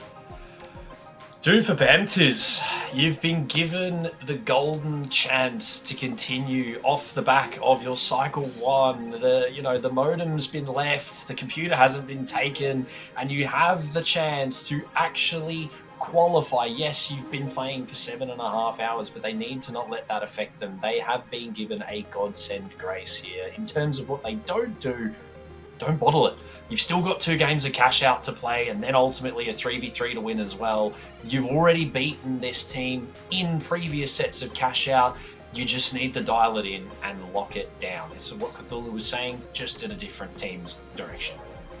Well, it is do or do not at this point in the competition. Either you take that final top 8 spot, or you are relegated to Cycle 3. Proto, Hyper, it's all you lads. Take us away. Finally, we're back on the show. We're back in the game. The final, well, it's not the final Cash Out just yet, but the one before. I ain't doing fancy words anymore. That was good. That was great. That was really classy. The best game show in the world, ladies and gentlemen. Hosted by some of the best in our region. We're going to watch it unfold here. 4 teams. A few more games of Cash Out with Bamtiz live on the trail. They are here for possibly 1 or 2 more games, depending on how things run. We're going to see what goes on. But right now, A slow start to Fortune Stadium, Sector 6 and 5 are looking to be the focus, but no Vault over there early Hyper, meaning things are going to be a little bit more central, which makes for a better opening. 3 different compositions in this lobby, 2 running the heavy, medium as HUNNU and Shiris. And then you've got Bamtiz, which are running the heavy, medium, light. And then BSC, who has been sat on the sideline for 4 entire series, will finally step forward as a heavy, light. That is a big statement. BSC is probably the most iced out team in this entire lobby. They've got to come out and go guns blazing immediately. Yeah, definitely need to see it happen. Ghost Cash will get one from the grave, though, with that flamethrower, and it's going to be difficult to deal with. You've got flamethrower winch, but you're going up against teams that arguably have sort of a targeted utility DMAT on in here for the HMM, and that DMAT heal beam, we spoke about it off screen, we talked about it in the caster production chat, that only one healing option for these teams running that double medium is really powerful when paired with the DMAT, considering the rotations that you can achieve, and it's looking really good in the hands of teams that are making it work. HUNNU and Team Sirius have made it look really good so far, but ultimately things are slow, Hyper. We've only seen one wipe so far, and ultimately not a great deal's been going on, but it looks like it might kick off here for Bamtiz. Well, if it does kick off, I'll be a bit more excited, but still, just tickle damage from each side of the teams, understanding that right now it is just a case of where's that opening, where's that gap. Talk about the opening and gap. Shiris have found their way inside. And they're going to start to go for the steal, and if you are HUNNU, you've got to quickly jump inside. The goo is going to be really powerful and successful. The steal's still going through. Ooh. It has been stolen by the skin of their chinny chin chin. Shiris have done this before, though. Remember last time round, he were at the top for a long time of the game and lost it at the very end. Yeah, Bamtiz, first Vault loss. Well, staring down the barrel of, should I say, first Vault loss. They haven't really had a great success here, which is unfortunate, but it's not the ultimate end for their legendary comeback, mind you, off the back of some unfortunate timing. They still have plenty of play left to have a go on, and realistically, is it going to be enough for them? They have a chance at BSC's Vault here, should they opt to go for it. They're set up positionally speaking. Nullifier comes out early, though, and Asher is going to have to think about his choices as they start to try and get the drops. They will get one. Bladder finds the first. Now going for the steal. Heal beam being consistent. Winch does come out, but it doesn't seem to land, and ultimately the HMUs are not enough. Hendrix, on his lonesome, manages to deny from above, and BSC, they're going to just squeak away with it. Yes, they wipe, but that's huge for the first Vault. Major help. As I said, BSC, they've been sat on the sidelines. They've been watching everything unfold throughout this tournament. One shot, one opportunity, one moment is all they need. And then they can finally make their way through. Right now, again, we're back to the situation of just trying to find that opening to make it easier for them to get themselves through. Wow. I thought that was a defib kill. Nope, that was the Fist of Fury. As much as a defib kill would be amazing on this pro stage, it's quite rare to spot. Steal on C. Got a highlight as well. KS23 doing some crazy damage. A big charge and slam as well, paired with the utility being bought by Bladder. Hopefully, Asher can stay alive here with that KS as well. Bang, fists coming out. It's a fisticuff battle just over by C here with a wipe from Bladder. He's got team support now from Hamid as well, but look underneath. Sirius are here. They want a piece of the pie. DMAT in hand. They're going to drop it down and possibly go for a steal when they can close this floor back up if they choose to do so, but it's going to be a commit. But these glitch mines making things difficult. They don't have access to the RPG, but it doesn't seem to matter too much. Gun skill alone's getting the job done, but they've denied enough. Possibly here with a charge and slam kill to finish it.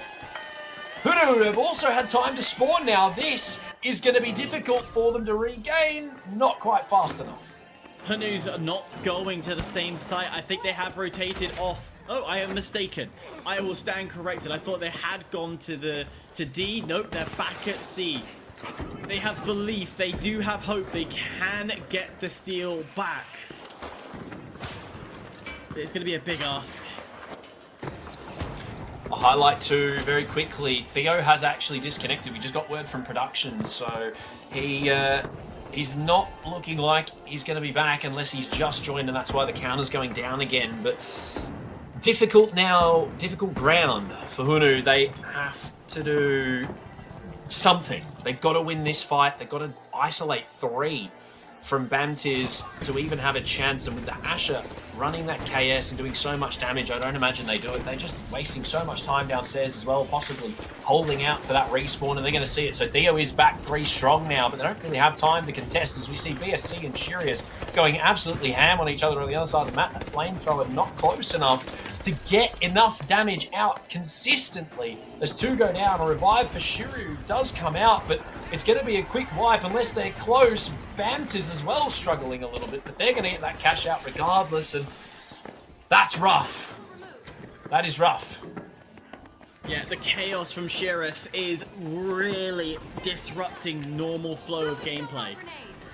And I think that's what Bamtiz is not getting their head around. They are staying ahead of them, but they're having to quickly change the entire strategy, change how they approach things, and then somehow come on top of it. It just, for them, does not make sense. Meanwhile, BSC are currently on top, and we go into our final wave of cash outs, and they theoretically can control the entire game. They could determine who goes when, where, what, and how. They have the power to decide, do we double, do we split, do we do what we want?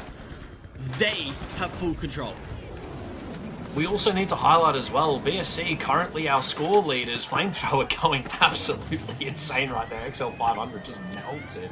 Looking for the steal as well, but look at the positioning of the rest of HUNNU. They are off in the forest. BSC as well. They're just out of the way. They're fighting for Vault 6 right now, and it's going to be a free steal for Shirius. What we were saying, BSC, they struggled during the qualifiers and managed to only qualify in the final rounds, meaning that this is their one and only chance to qualify. If they go forward through here and then win one more game of cash out, they could be staring at a top 8 off the back of a really, really difficult top 16 qualifier, and that could be one of the most insane storylines we've seen, Hyper. They are in second. It is possible. And also, top 8, remember, will grant you points towards the Grand Major. So important. If you win the entire 4 cycles, you go straight to the Grand Major. Top 2nd to 5th go and gets into the closed qualifiers. The rest, you get an advancement. So it's so critical, and that wipe will not help Shirus. Takes them ever so closer down towards Bamtiz, depending on who's going for the steal here. It's going to be HUNNU. They're going to get the nullifier off to deny it. Mind you, Bamtiz have found a steal elsewhere off screen, so now looking for a 2nd place finish for themselves. Both vaults are in. There's not much left to be desired. That APS is going to be doing huge work, but people are starting to be cleared now. BSC, they've managed to find their vault once more, and Hyper, this is going to be it. 40 seconds left of gameplay. 4 teams on the board, minus a couple of members from HUNNU. Is it going to be enough for Bamtiz to hold on? And BSC, will they qual to the next round and cash out? Or are they going to be punished? Well, I'll tell you what, HUNNU's not going to get any chance, and we are seeing that rotation. Shirus is rotating all towards BSC. BSC has the most amount of time on their clock, so yeah, everybody's going to be looking towards this direction. A chance, an opportunity for the flamethrower. It's going to start burning their way through that cash box precariously on the edge as the steal started, that got dropped away. 7 is crossed. It's done. Oh my gosh. It's dusted. BSC are going to the next round. Holy moly. Well, I think if I had to hazard a guess as to what BSC stood for, it's ballers, shooters, and criminals, because that was an absolute heist and a half. They have waited the entire day to get here, and they just came in, kick butt, take names, and get themselves a shot at the next round in the cash out. I mean, Cthulhu, we're sitting there, you know, unassuming. You're like, oh, HUNNU have come in, they've done reasonably well. Oh, Team Shiro, they're innovative, they're doing something different. Maybe it could be them. BSC come in, they say, no, we've got something to do here. Let's get it done. I mean, look, they're not putting up the craziest kill numbers too. You look at 2, 4, and 3, but they get the objective under the belt. Oh, yeah. They played to that win condition. I mean, you look at this, their objective score is the highest out of the entire set of the teams as well, and it shows that they've been doing their work, they've been doing what was needed and without really anything extra. And the fact that, you know, you're looking at HUNNU, you're looking at the Shiro as well, and yeah, look, for them, unfortunately, that's it, that's GG, that's the run, done and dusted. But honestly, this is a storyline and a half to really bear witness. The team that struggled throughout the qualifiers, got into the top 16, get only a singular chance to qualify, and get to now, well, potentially walk the full run for the potential top 8 qualifier as well, which would be an absolute crazy storyline to begin with. And no matter what happens after that, it is already a big highlight of the cycle 2. Yeah, I mean, Proto coming into it, this team that is just so, like, again, they have waited the entire day for this opportunity. We had nothing. We had absolutely nothing to bring to, you know, talk about, this is what you can expect. No, BSC just rock up and in their first lobby, take it out. Look, I noted it mid-game, you know, they got one chance. They struggled, but clearly the 7.5 hours of warm-up that they must have been doing seems to have, well, done something. It's definitely done something. They just wiped the floor with a team that has consistently been towards the top end of the spectrum all day.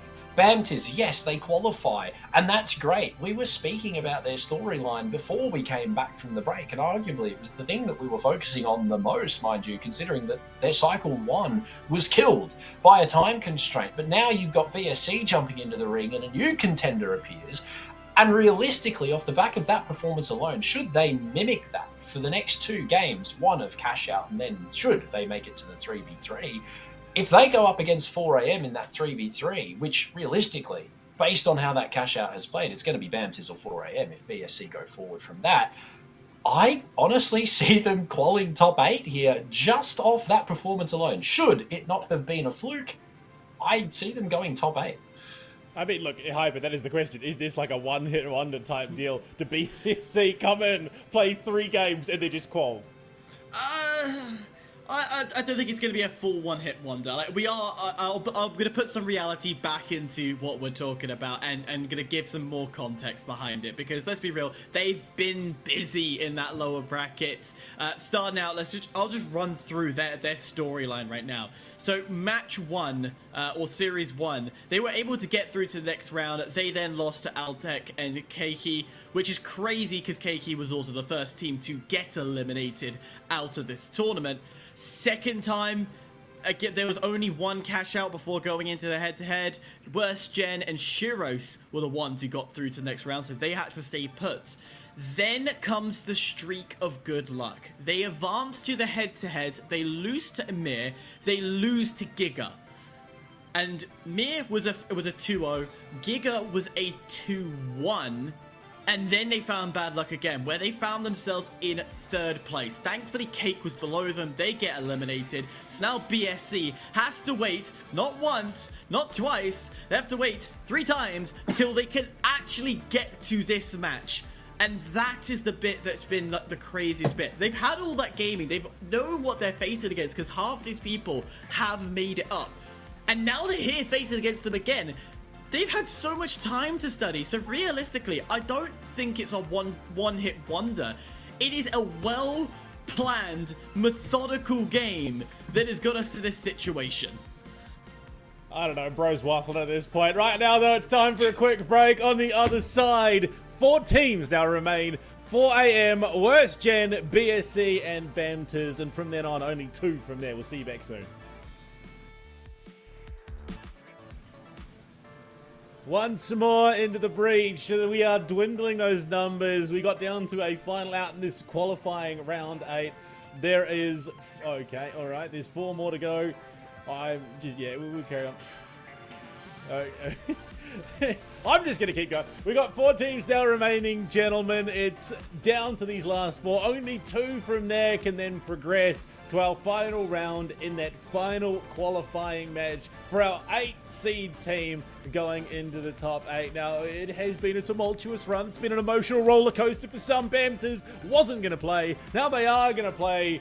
Proto, we've got 4 teams, and they are no slouches by any stretch of the imagination. They are, in fact, some cracked rosters coming into it. 4 AM, BSC out the gates with a statement matchup. Worst Gen, who have just been on the cusp. Oh, my lord, I just looked at... okay, so Bamtiz to round it. I just looked at the money count from that match too.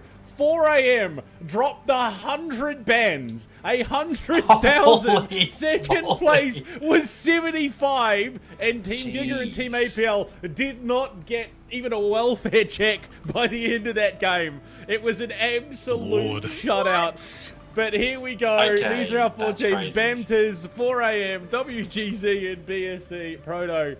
Only 2 can make it through. I mean, look, apparently the number's wrong, but either way, I'm pretty sure that would have been a shutout match anyway. Yeah, look, based on those numbers, whether or not they're right or wrong, I don't think that really makes much of a difference. It was going to be 4 AM that we expected to get through, and realistically WGZ. But for this matchup, this is probably going to be the biggest, the most anticipated, and the biggest upset, mind you, with BSC coming into the fray that we have seen this evening. It all comes down to this. Afterwards, there is nothing else. Top 8 is merely a step away for 2 of these teams to battle it out between each other. And if I had to guess, I mean, look, what we just saw from BSC, how they played in that matchup, it was a wash. 60k flat, and realistically nobody could touch them. Bamtiz tried, but yeah, they qualled. They didn't win a fight. You know what I mean? It was very much the BSC show. 4 AM with the mental they have that they've been going through this entire night. I mean, look, it could be wraps for them already. We just don't know. But going into this is David and Goliath, but everybody's David and everybody's Goliath.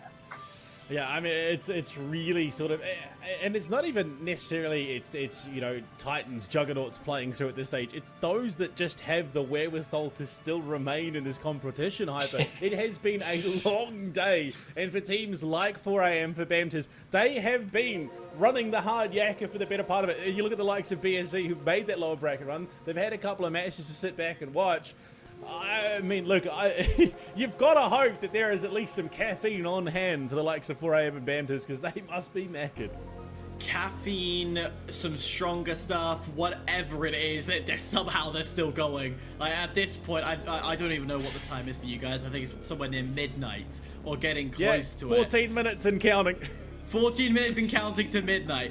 That is the level we are at. That is how determined we are ready to get to the end. Just to flex to you guys, it's already past lunchtime for me. I'm ready to have food, but nonetheless, it should go down to the bittersweet end.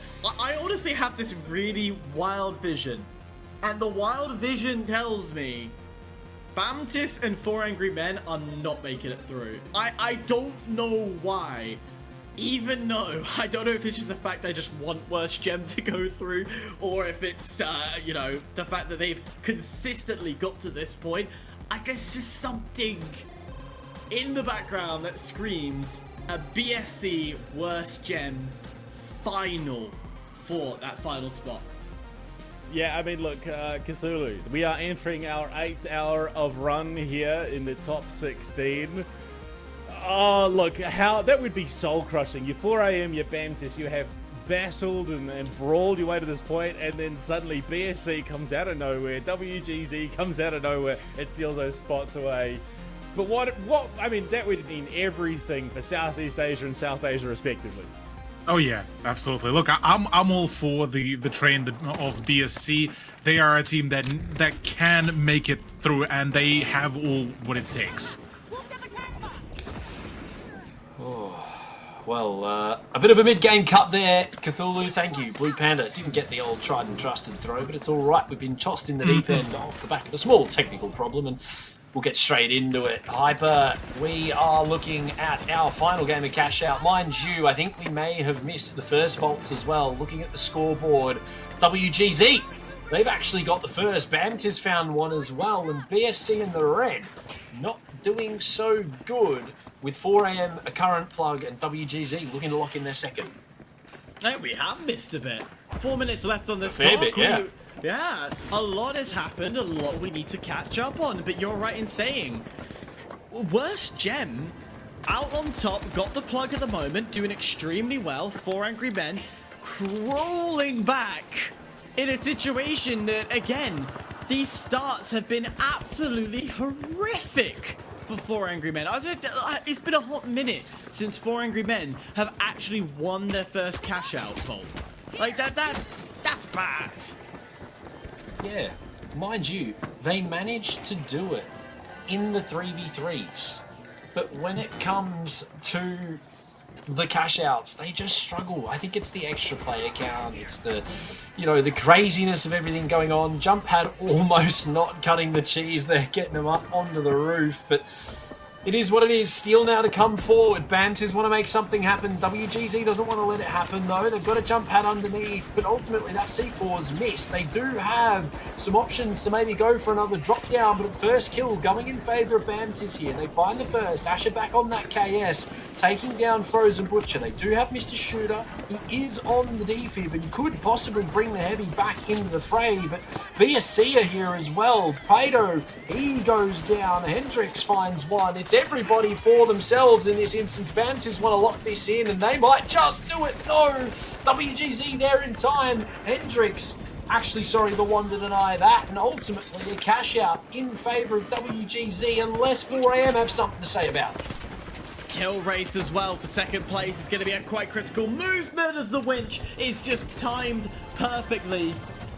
I tell you what, I think half my dream is gonna come true. 30,500 for worst gem for their last chance to get through, and a team wipe for Bamtiz. Wow. That has opened the door, add a bit of relief for 4 Angry Men, but it's only a slight relief. BSC and Bamtiz could still come through. Mind you, we hyped up BSC a lot in this pre-game, and off the back, mind you, of an insane first matchup, they're not looking too great right now.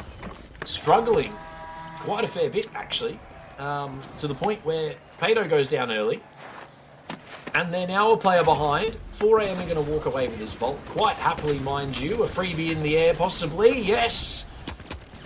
Unfortunately, another goes down for WGZ. Sexotic is taken out. B's going to be plugged here for 4AM. They're looking to reclaim second as Bamtiz try to fortify their score as well. They get pushed down to third. Kill race for WGZ and for Bamtiz. Margins extremely close, but as Indian roster will not falter at the final seconds. They will do what they can to keep themselves alive, but I can guarantee you for sure, BSC, unless there's a large amount of wipes, will not advance through. So instead, they have the choice here to create the chaos that they've been looking for. They could choose to take somebody out of their choosing. And that's a scary thought, that you have all that power in the palm of your hands. Yeah, I mean, they could essentially go for a grief of some description if they want to maybe support another team. They could try and feed boxes or even kills, depending on what the play is. And I don't imagine we see them do something like that. They do want to play their own game. They want to get this win. They worked so hard qualifying and ultimately have put on such a great show in their first matchup that I don't imagine that's the type of playstyle they go for here, but they're just getting punished time and time again. 4AM already wiping 2. Ghost and Player finding those early kills, make it all 3 as Player collects his second. They're looking to lock in first. 4AM definitely on a little bit of a witch hunt here, considering they had such a difficult day so far. Bamtiz are struggling. They have kill race for second here. If they can wipe a couple of players off the board, they've got 30 seconds to do it. But WGZ are arguably probably not going to let that slide, Hyper. This is going to be a close second finish to see who goes into this 3v3. 3 kills is all it takes. 5 kills is all it takes. And then that will change the tide. But you know that Worst Gen will not allow it to happen. 10 seconds to go. I still look at the kill feed. It still looks at the clock. Wow. As slowly, one by one, of Worst Gen is slowly dropping. Mr. Shooter will have to hide. Oh. 4 angry men will advance to the the final qualification matchup.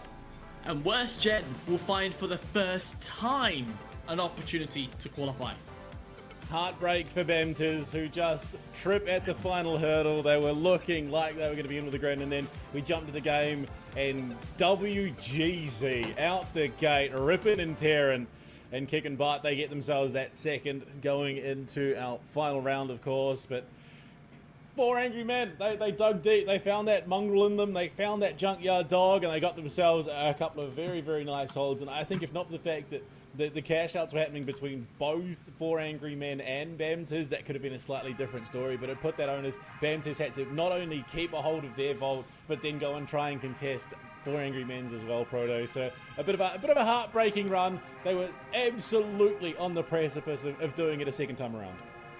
It was difficult in terms of the position they found themselves in. As you said, they had to look after their own before they moved elsewhere, and the stagger just wasn't enough to give them the time they needed to hunt those kills down, and WGZ knew this. They just removed themselves completely, hit away, they didn't want to feed anything, and again, you know, BSC, yes, they had a great start, but they didn't want to do the same thing. So they just kept out of the way, and realistically for Bamtiz, it's just a shame to see them go in such form, but, you know, that's cash out for you.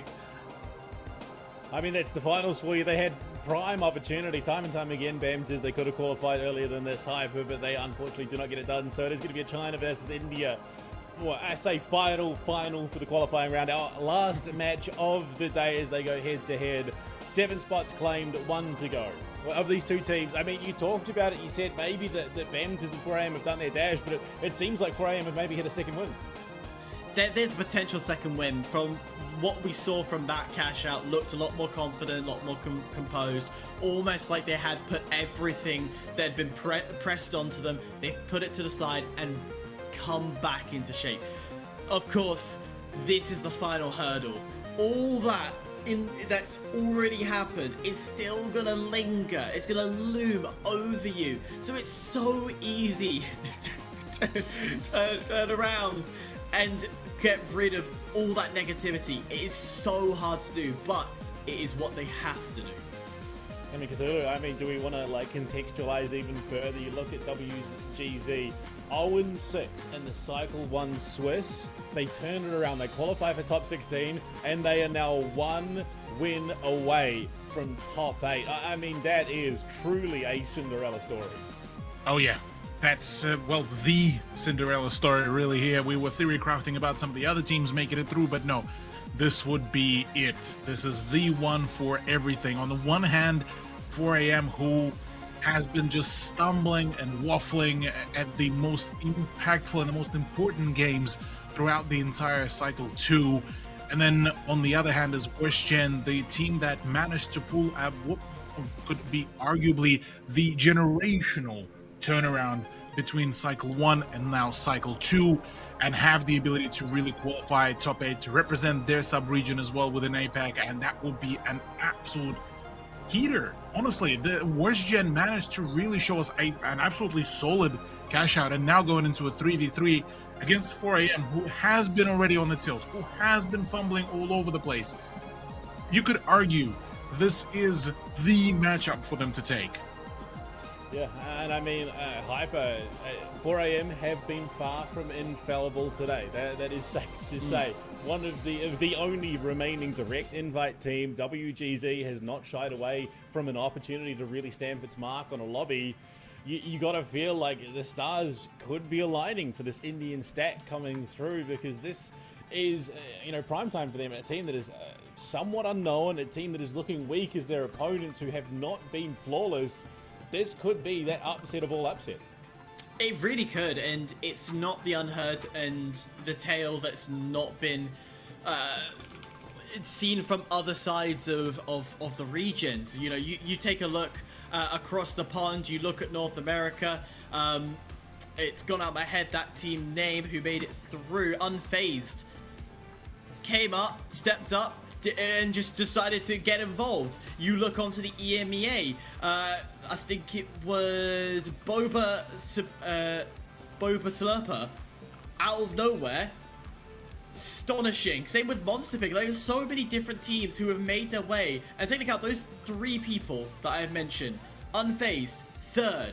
Boba Slurper, 4th. Monster Pig, 5th in their respected regions. So why would it be any different to have a roster like Wrong Gen come forward and absolutely jump into the mix of all this? Well, gentlemen, I am going to put you to it. Pink slips down. You bet in the house. Proto, up first. Who's taking it? WGZ or 4am? Honestly, this is probably the most 50-50 com that I've had to make all day, purely based on the fact that 4am, yes, we know they can do it, but we have just seen them consistently not. We're 8 hours into the broadcast and they've still pretty much been in majority of these 3v3s and they haven't locked anything down. Whereas for WGZ, they haven't made it to one yet. This is their first one and we haven't actually seen them play a 3v3 format yet. They could be the best 3v3 team we've seen today. We don't know, Panda. It's a completely different game mode, and purely based off that fact, I'm gonna turn around and say WGZ do it. All right, I'm putting it to you as well, Hyper. No thinking, no anything else. I just want it. One team or the other. WGZ 4am. 4am. 4am. 4am. I'm back in stats. Cthulhu, you and I are no strangers to South Asian esports. Do you have the faith, or are we going a clean sweep 4am? Who are you backing? Oh no, I'm backing WGZ here on this one. They deserve this run. They managed to stay alive and stay above the ground for so long. They deserve this run. They will be the one to take it.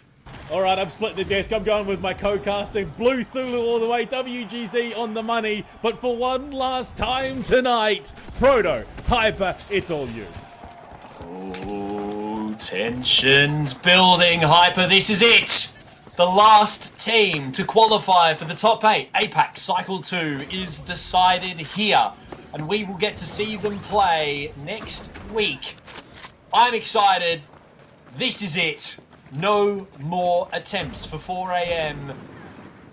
Let's get into it. This is going to be cinema. And this is a horrible variant to do it on. Suspended structures, and also we have the platforms that move. This is honestly a nightmare of a map. And whichever Embark dev created this variant, we might need to have conversations at the next major. Just saying indeed. But nonetheless, huh? This guy thinks he's got pulled. A little bit. Tiny bit. I already discussed about Kyoto and its competitive validity, and we agreed it's never going to have competitive validity. It's going to remain off the competitive pool for its entire life. Can we have a Kyoto-only tournament, please, Oscar and Pixie? Just putting that out there. Thank you very much. Hyper, a slow start. WGZ a little too scared to get involved. That might be why 4am open it up with a door the size of a big red barrel hole. They find one. Quickly trade it back. Goes down. Big RPG. Not enough against the Shack 50 at range. And some help from Ghost as well. They have been reduced to 1. WGZ have just missed a shooter. He does have Fib in play as well as a pad for rotation. Some great damage onto Ghost. It is a light, but the heavy jumping on in with Jar back in the fray as well off a coin. That's going to be a full wipe off a bad stagger. He didn't waste enough time and no one got that coin off. That's not good, but it's okay. You don't lose much time. The vault hasn't been run. It still has to get to A. You do have some time to play. Come on, team. Yeah, you've got some time to recoup, regrasp, and get back into it. And as that clock slowly brittles down, 3 seconds to set, maybe a few afterwards while you're trying to get the last bit bit sorted. But the reality is, you can immediately apply this pressure. Question is, how much pressure can you add onto it? That gateway looks pretty decent. Got themselves right up to the suspended platform. And this is your first attempt of a steal. And to get that first early point. Mind you, a rough team fight there off the back of some unfortunate mistakes made. The suspended structure's also not making things any easier. WGZ aimed to go for a regroup. Some big damage though, a good RPG, and ultimately an insane first pick. Mesh shield goes up, it opens the door for Ghost and player to come on in, but Ghost is taken out. Mind you, so's the rest of WGZ. Sixonic does something, but ultimately not enough. These 93 Rs just absolutely slamming anyone that walks in front of them, and 4am just have that movement diff with those two lights playing behind that shield from player. They are in good settings right now with pace behind them. Also the height. 4 Angry Men are capitalizing on the height advantage they have. They're forcing Wrong Gen to get into their territory, and look at this. Kier is just gonna demonstrate to us the power of reconnaissance and the power of the 93R. Hold up, I thought we'd nerf this thing because it's back to strength again. Mr. Shooter drops in, so does Butcher within a matter of seconds. It's looking pretty one-sided, but this is it from a defensive position. We have said that 4 Angry Men are unstoppable. Yeah, especially when they get angry. It is a difficult one to read. I mean, yes, first vault, arguably largely uncontested, and just what we've seen alone from 4am. I mean, completely different level of gameplay than the other 3v3s we've watched, but there might be a reason why we haven't seen WGZ make it to that 3v3 yet, because they've just been struggling that little bit, locking in on those team fights. Aim is not a problem. There is no issue with how they've been playing necessarily. The issue comes from the way they manage their utility during these fights. That is a key point. I'm glad you have been watching the util. I've been watching where people have been stood and where they've been positioned, and this from 4 Angry Men, this is meta play right here. This is absolutely big braining the entire situation. They control one of the easiest sites to approach to, but their rotation is going to be flawless. And when they see as the whole of WGZ moves across the roofs, they will instantly push themselves towards those cranes and create that pressure, as proven by that little purple pink marker that you can see moving across. And now you play a game of cat and mouse. This is incredible to see. Oh, they've been baited in! They've been baited in! Oh my gosh. But look at the quick rotate. 4am are there. They're ready to chase it. They've got the vault moving. Can they get it plugged in time before losing their life? No, they're just going to go for the time waste. They've tossed it away. He's right in front of you! Shoot him, player! He's there! You can hear him! He's been caught! He might be able to get away with this if he's careful. Player's low! WGZ have managed to walk off with that player alive for an extended period, but ultimately not long enough. How has that happened? Invisibility might need a slight tweak, guys. You should be able to see him when you're standing on the head. Oh my god, gargoyles in plain sight. That is beautiful to see. But I tell you what's not beautiful, all the WGZ fans, the 3 of you who put your pink slips onto this game saying it's going to be India. It's not looking to be going their way, but it's not over. It is far from over. He says as they have to cross the hardest jump point. It might be over. Yeah, look, it's not looking good. We've got about a minute and 15 seconds roughly of gameplay left on this vault. It's going to have to be a jump pad up and a quick attempt, possibly even a gateway, at getting to this vault to do something. They're being absolutely hunted right now by 4am. They're playing their positions. They've gone to take height. Good damage. Ultimately not enough to force away. They've bought the dome out once. Ghost chasing with this 93R. Great winch, but it's not enough. Frozen taken down. Mr. Shooter, the last alive, but he doesn't even have a chance to look at his assailant as Ghost wipes him off the face of the earth. And that is it. Almost Hyper. One more chance remains. Is it enough? I don't know if I believe it is. Yes, I don't think so. You're talking about the hardest jump, which they are map manipulating these spawns to go towards those offices. And they have successfully done it. They've got to make that hardest jump across. On top of that, they've got to stick together because they have separated God knows how many times. The final push, the final attempt has to be the most suicidal Hail Mary of all time. Butcher dropped to the floor. Sexoptic dropped to the floor. Shooter gone. 4 angry men after the 8th time of asking will make it to the top 8 next week. It only took the entire day, but they do finally get there, unfortunately. Come the end of it, WGZ aren't the hurdle that we potentially thought they were going to be. But my goodness, Cthulhu, they couldn't have made it any harder for themselves, could they? Wow. Not at all. He's, that scoreline basically tells the entirety of the story. Poor WGZ. Look, they've done their absolute damn best. They've pulled a phenomenal turnaround. Let's not discredit them at all. Whilst, yes, no top 8 positioning into the Cycle 2, this is still a much needed improvement for them. So going into Cycle 3, I would be hoping to see them reappear again and absolutely tear it all up. But at this stage, yeah, look, 4 a.m. when they finally locked in. This is, by the way, what we've been saying throughout the entirety of the broadcast as well. If they lock in, they can perform. But it's the fact that they have been so inconsistent that we have seen them at the lowest of the lows and the highest of the highs, and it's every time we would say, surely now they lock in, they proceed to just say, oh look, a birdie, and just proceed to completely forget about how to play the game. So now we finally have them. Now we finally have our top 8. 4 a.m. Look, there's a lot of things to really fix up for them, but they will be relieved to finally be able to, well, rest easy, knowing that they can still continue fighting.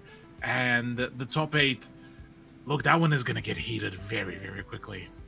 Yeah, for sure. Let's get that graphic back up one more time, of course. We finished the top 16 here. There are your top 8 going into next weekend. DRG, KingZero, 777RS, HIBOO, ALTAC, MIR, AWF, and 4AM finally rounding that one out. Proto, I mean, look, our 5 direct invite teams get it done in a roundabout way, of course, but the big talking point, at least for us as Oceanic fans, on top of being APAC fans, double Oceanic representation and 777RS and ALTAC making through. That's kind of huge.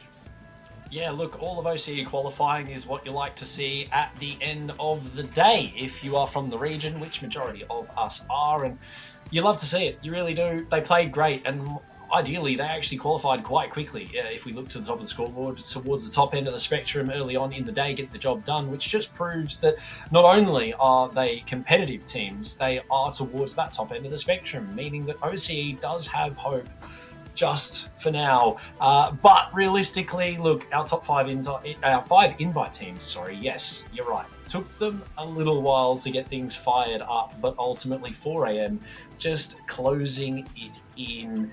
Look, yes, took them all day, but at the end of the day, they made it. And that is all that matters. They've consistently qualified for that top 8 twice in a row now, so they're going to get points regardless. Yeah, Hyper, I mean, it's been a long day, 8 hours plus, 8.5 hours of broadcast by the end of it. We sort of had a mixed bag, a little bit of everything. APAC finals at its finest, but I mean, looking at that, you and Proto are going to be hitting top 8 next weekend. I mean, does this shake things up? Do we see a new team is the clear favourite going into top 8, or is it just going to be business as usual, do you reckon? Ooh, I feel there's going to be an element of business as usual. DRG, KZ, 777RS have demonstrated they are a clear top 3, a HIBOO definitely up there as a top 4. Those 4 I feel are consistently going to be within the conversation and the real talking point. I don't think I'm going to really talk about it much for Cycle 2, but come Cycle 3 and 4 will be who is going to be sitting comfortably at number 1, who is going to get that direct invite to the Grand Major. But it has to really start here. Of course, KZ already have the upper hand, they're already leading that table, DRG is in that number 2 position, and then you've got, I think it was... going to make sure I got it right. Mugwasam, which is now double 777 RS, and then HIBOO in 4th. Those 4 are your top 4. So 100% that could swap around God knows what. In terms of upsets, yeah, there's going to be we've got a load of new teams that are going to come through. I want to see more from 4 Angry Men because they came 6th last time. You know, ALTAC, you know... We heard news that is not Weekend at Bernie's. Weekend at Bernie's wasn't able to compete this cycle, but would come back in Cycle 3. Again, there's so many storylines here that is opening up the doors that it's hard to say, is it business as usual? There are elements, but I don't think it fully is. Well, business, but not as usual. Thank you so much, gentlemen, for having me on. It has been an absolute pleasure running it through the top 16. Looking forward to next weekend to see you two run it back for top 8, of course. Proto, Hyperactive, Cthulhu, and myself, BluePanda, on the desk. Thanks to everyone behind the scenes as well who made this all run as seamlessly as possible, and to the players and fans, of course. It would be possible without you guys backing us all the way. Until next time, we have been OFL. Good luck, good games, and glory to you. We'll see you guys on the field.